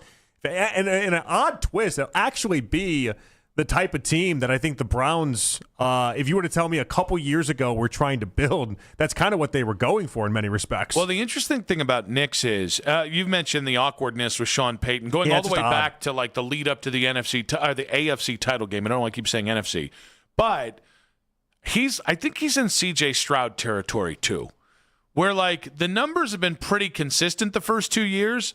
If let's say you have the same statistical season year 3, and again now you're a 9 or 10 win team instead of a 14 win team, and the defense takes a step back, I wonder if the conversation on Bo will change of why haven't you taken that step? Because it happened for CJ. This last year was, it was loud. It got loud real quick. It's funny. People go from I can't believe you got Bo Nix to be this to now it's you need Bo Nix to be a 4,500-yard guy that throws for 40 touchdowns. Did we forget who Bo Nix is? We got to remind ourselves who Bo Nix is. He was the 5th quarterback off the board in his draft. In case you missed it, coming up in 5 minutes on 92.3 The Fan.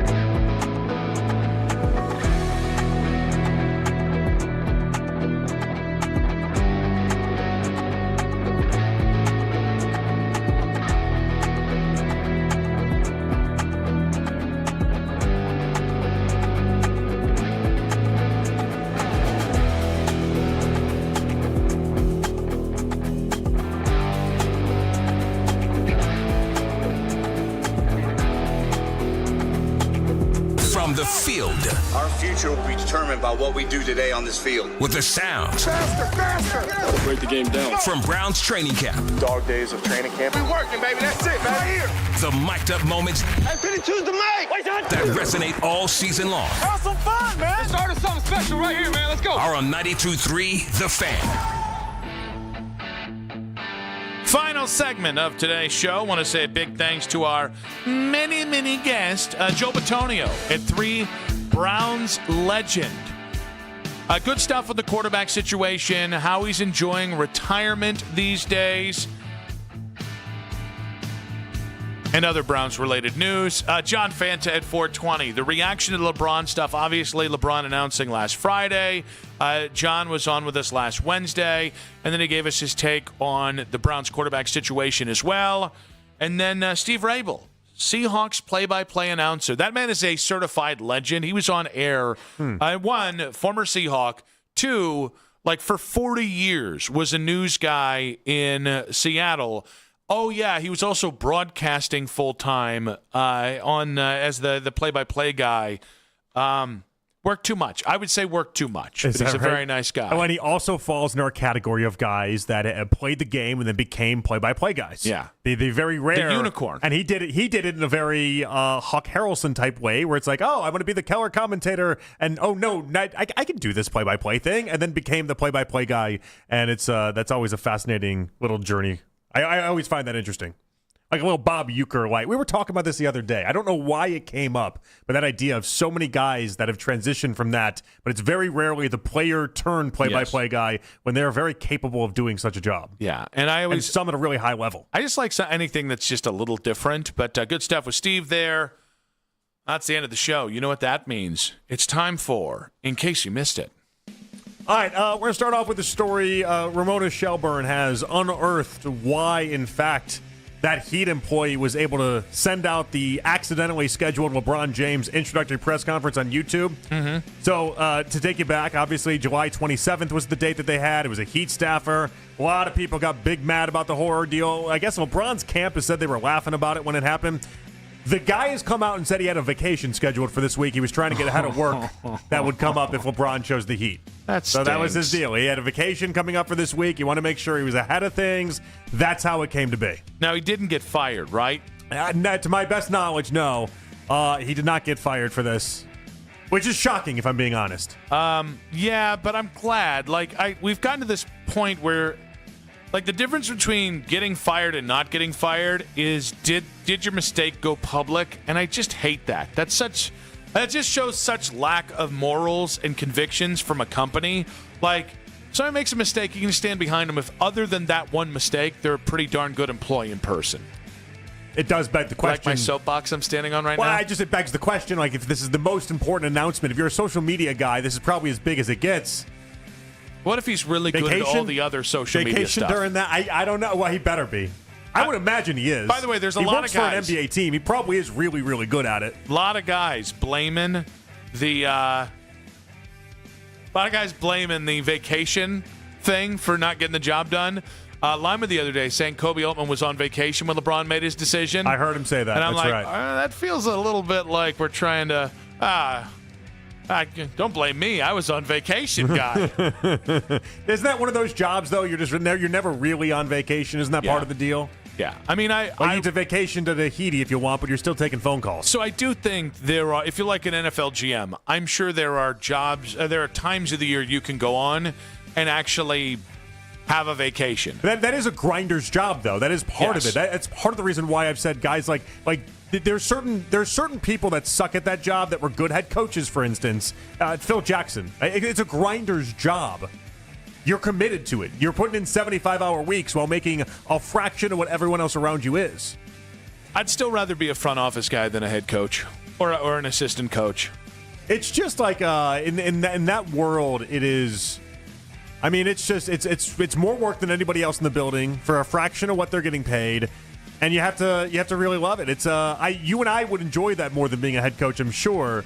But in that world, it's almost like a lot of grunt work more than it is a lot of hey, this is awesome. I'm a GM. I get to run a team. That's also why I wouldn't want to be an NBA GM. I think of all the major sports, being an NBA GM or NBA head coach is the least desirable. Because the league just works so much differently than the NFL or Major League Baseball. In baseball, you could be the assistant GM of the Guardians for 30 years. Yeah. And have unparalleled job success and quite frankly, never worry about getting fired and make enough money to retire early. Same thing in the NFL. You could just be a great number. You could be Ed Dodds and work in the NFL as the number 2 guy for 12 general managers. You might have to switch area codes a couple times, but again, you're just not at the whim of the ego of superstars the way NBA GMs are. You can't just make pure football you can't just make pure basketball moves most of the time. No, again, I really do believe there's a reason why certain guys, Steve Kerr didn't work out for a reason, right? Phil Jackson didn't work out for a reason. Like I said, it's a different mentality you have to have. All right, the news came from Pete Thamel this morning. Ohio State is entering a new corporate partnership with J.P. Morgan Chase that includes jersey patches for all 36 Ohio State teams. Per industry sources, this is expected to yield Ohio State nearly $17 million per year, an eye-popping number that exceeded expectations for industry-leading. Michigan also has a similar deal with Palantir that I think came out. I think that's a real thing. Okay. I didn't really read the full story on that one. I just saw a glancing tweet. It's funny. All of these big-time administrators keep looking to Washington. They keep looking, please, someone save us. It's the wild, wild west. And you know what they don't do? Say, I'm going to draw the line at whoring ourselves for corporate money for our jerseys. I just think it's really interesting that when the players go to get and turn in every dime they possibly can, this isn't good for football, but hey, let's put that banking emblem on our jersey, and that won't bring any shame or besmirch us in any way. I don't think it brings shame. I'm very unbothered by the advertisings on jerseys. I didn't know how I would take it when they started becoming in vogue and started becoming a thing. Like, for instance, Marathon is the logo on the Guardians jerseys. if I asked 100 Guardians fans how many people even know that it's Marathon, maybe half of you get it, maybe half you don't. You know what I mean? I'm very unbothered by it. I thought it would be the type of thing that I would constantly see and I would constantly look at and be like, I don't love it. It's just not how I am. I've embraced the idea that you get to put one advertiser on a jersey. I don't want you turning into NASCAR, okay?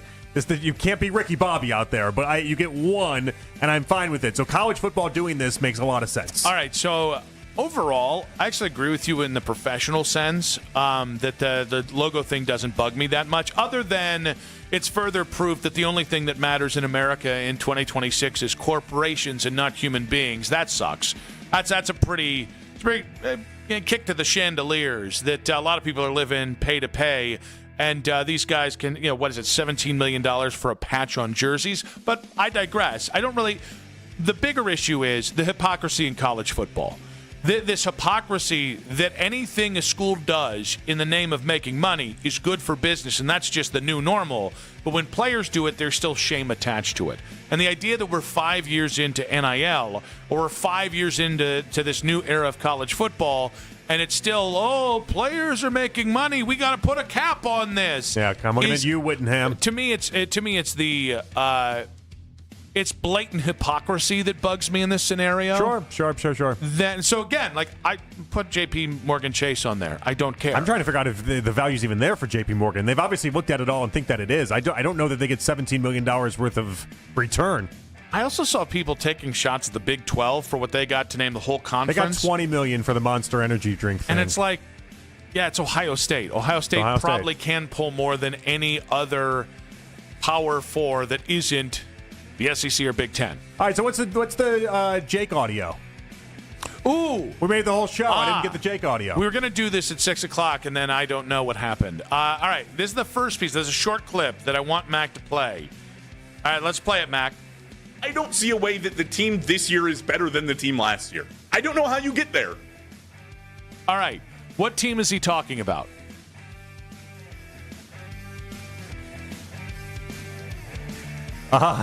Yeah, see?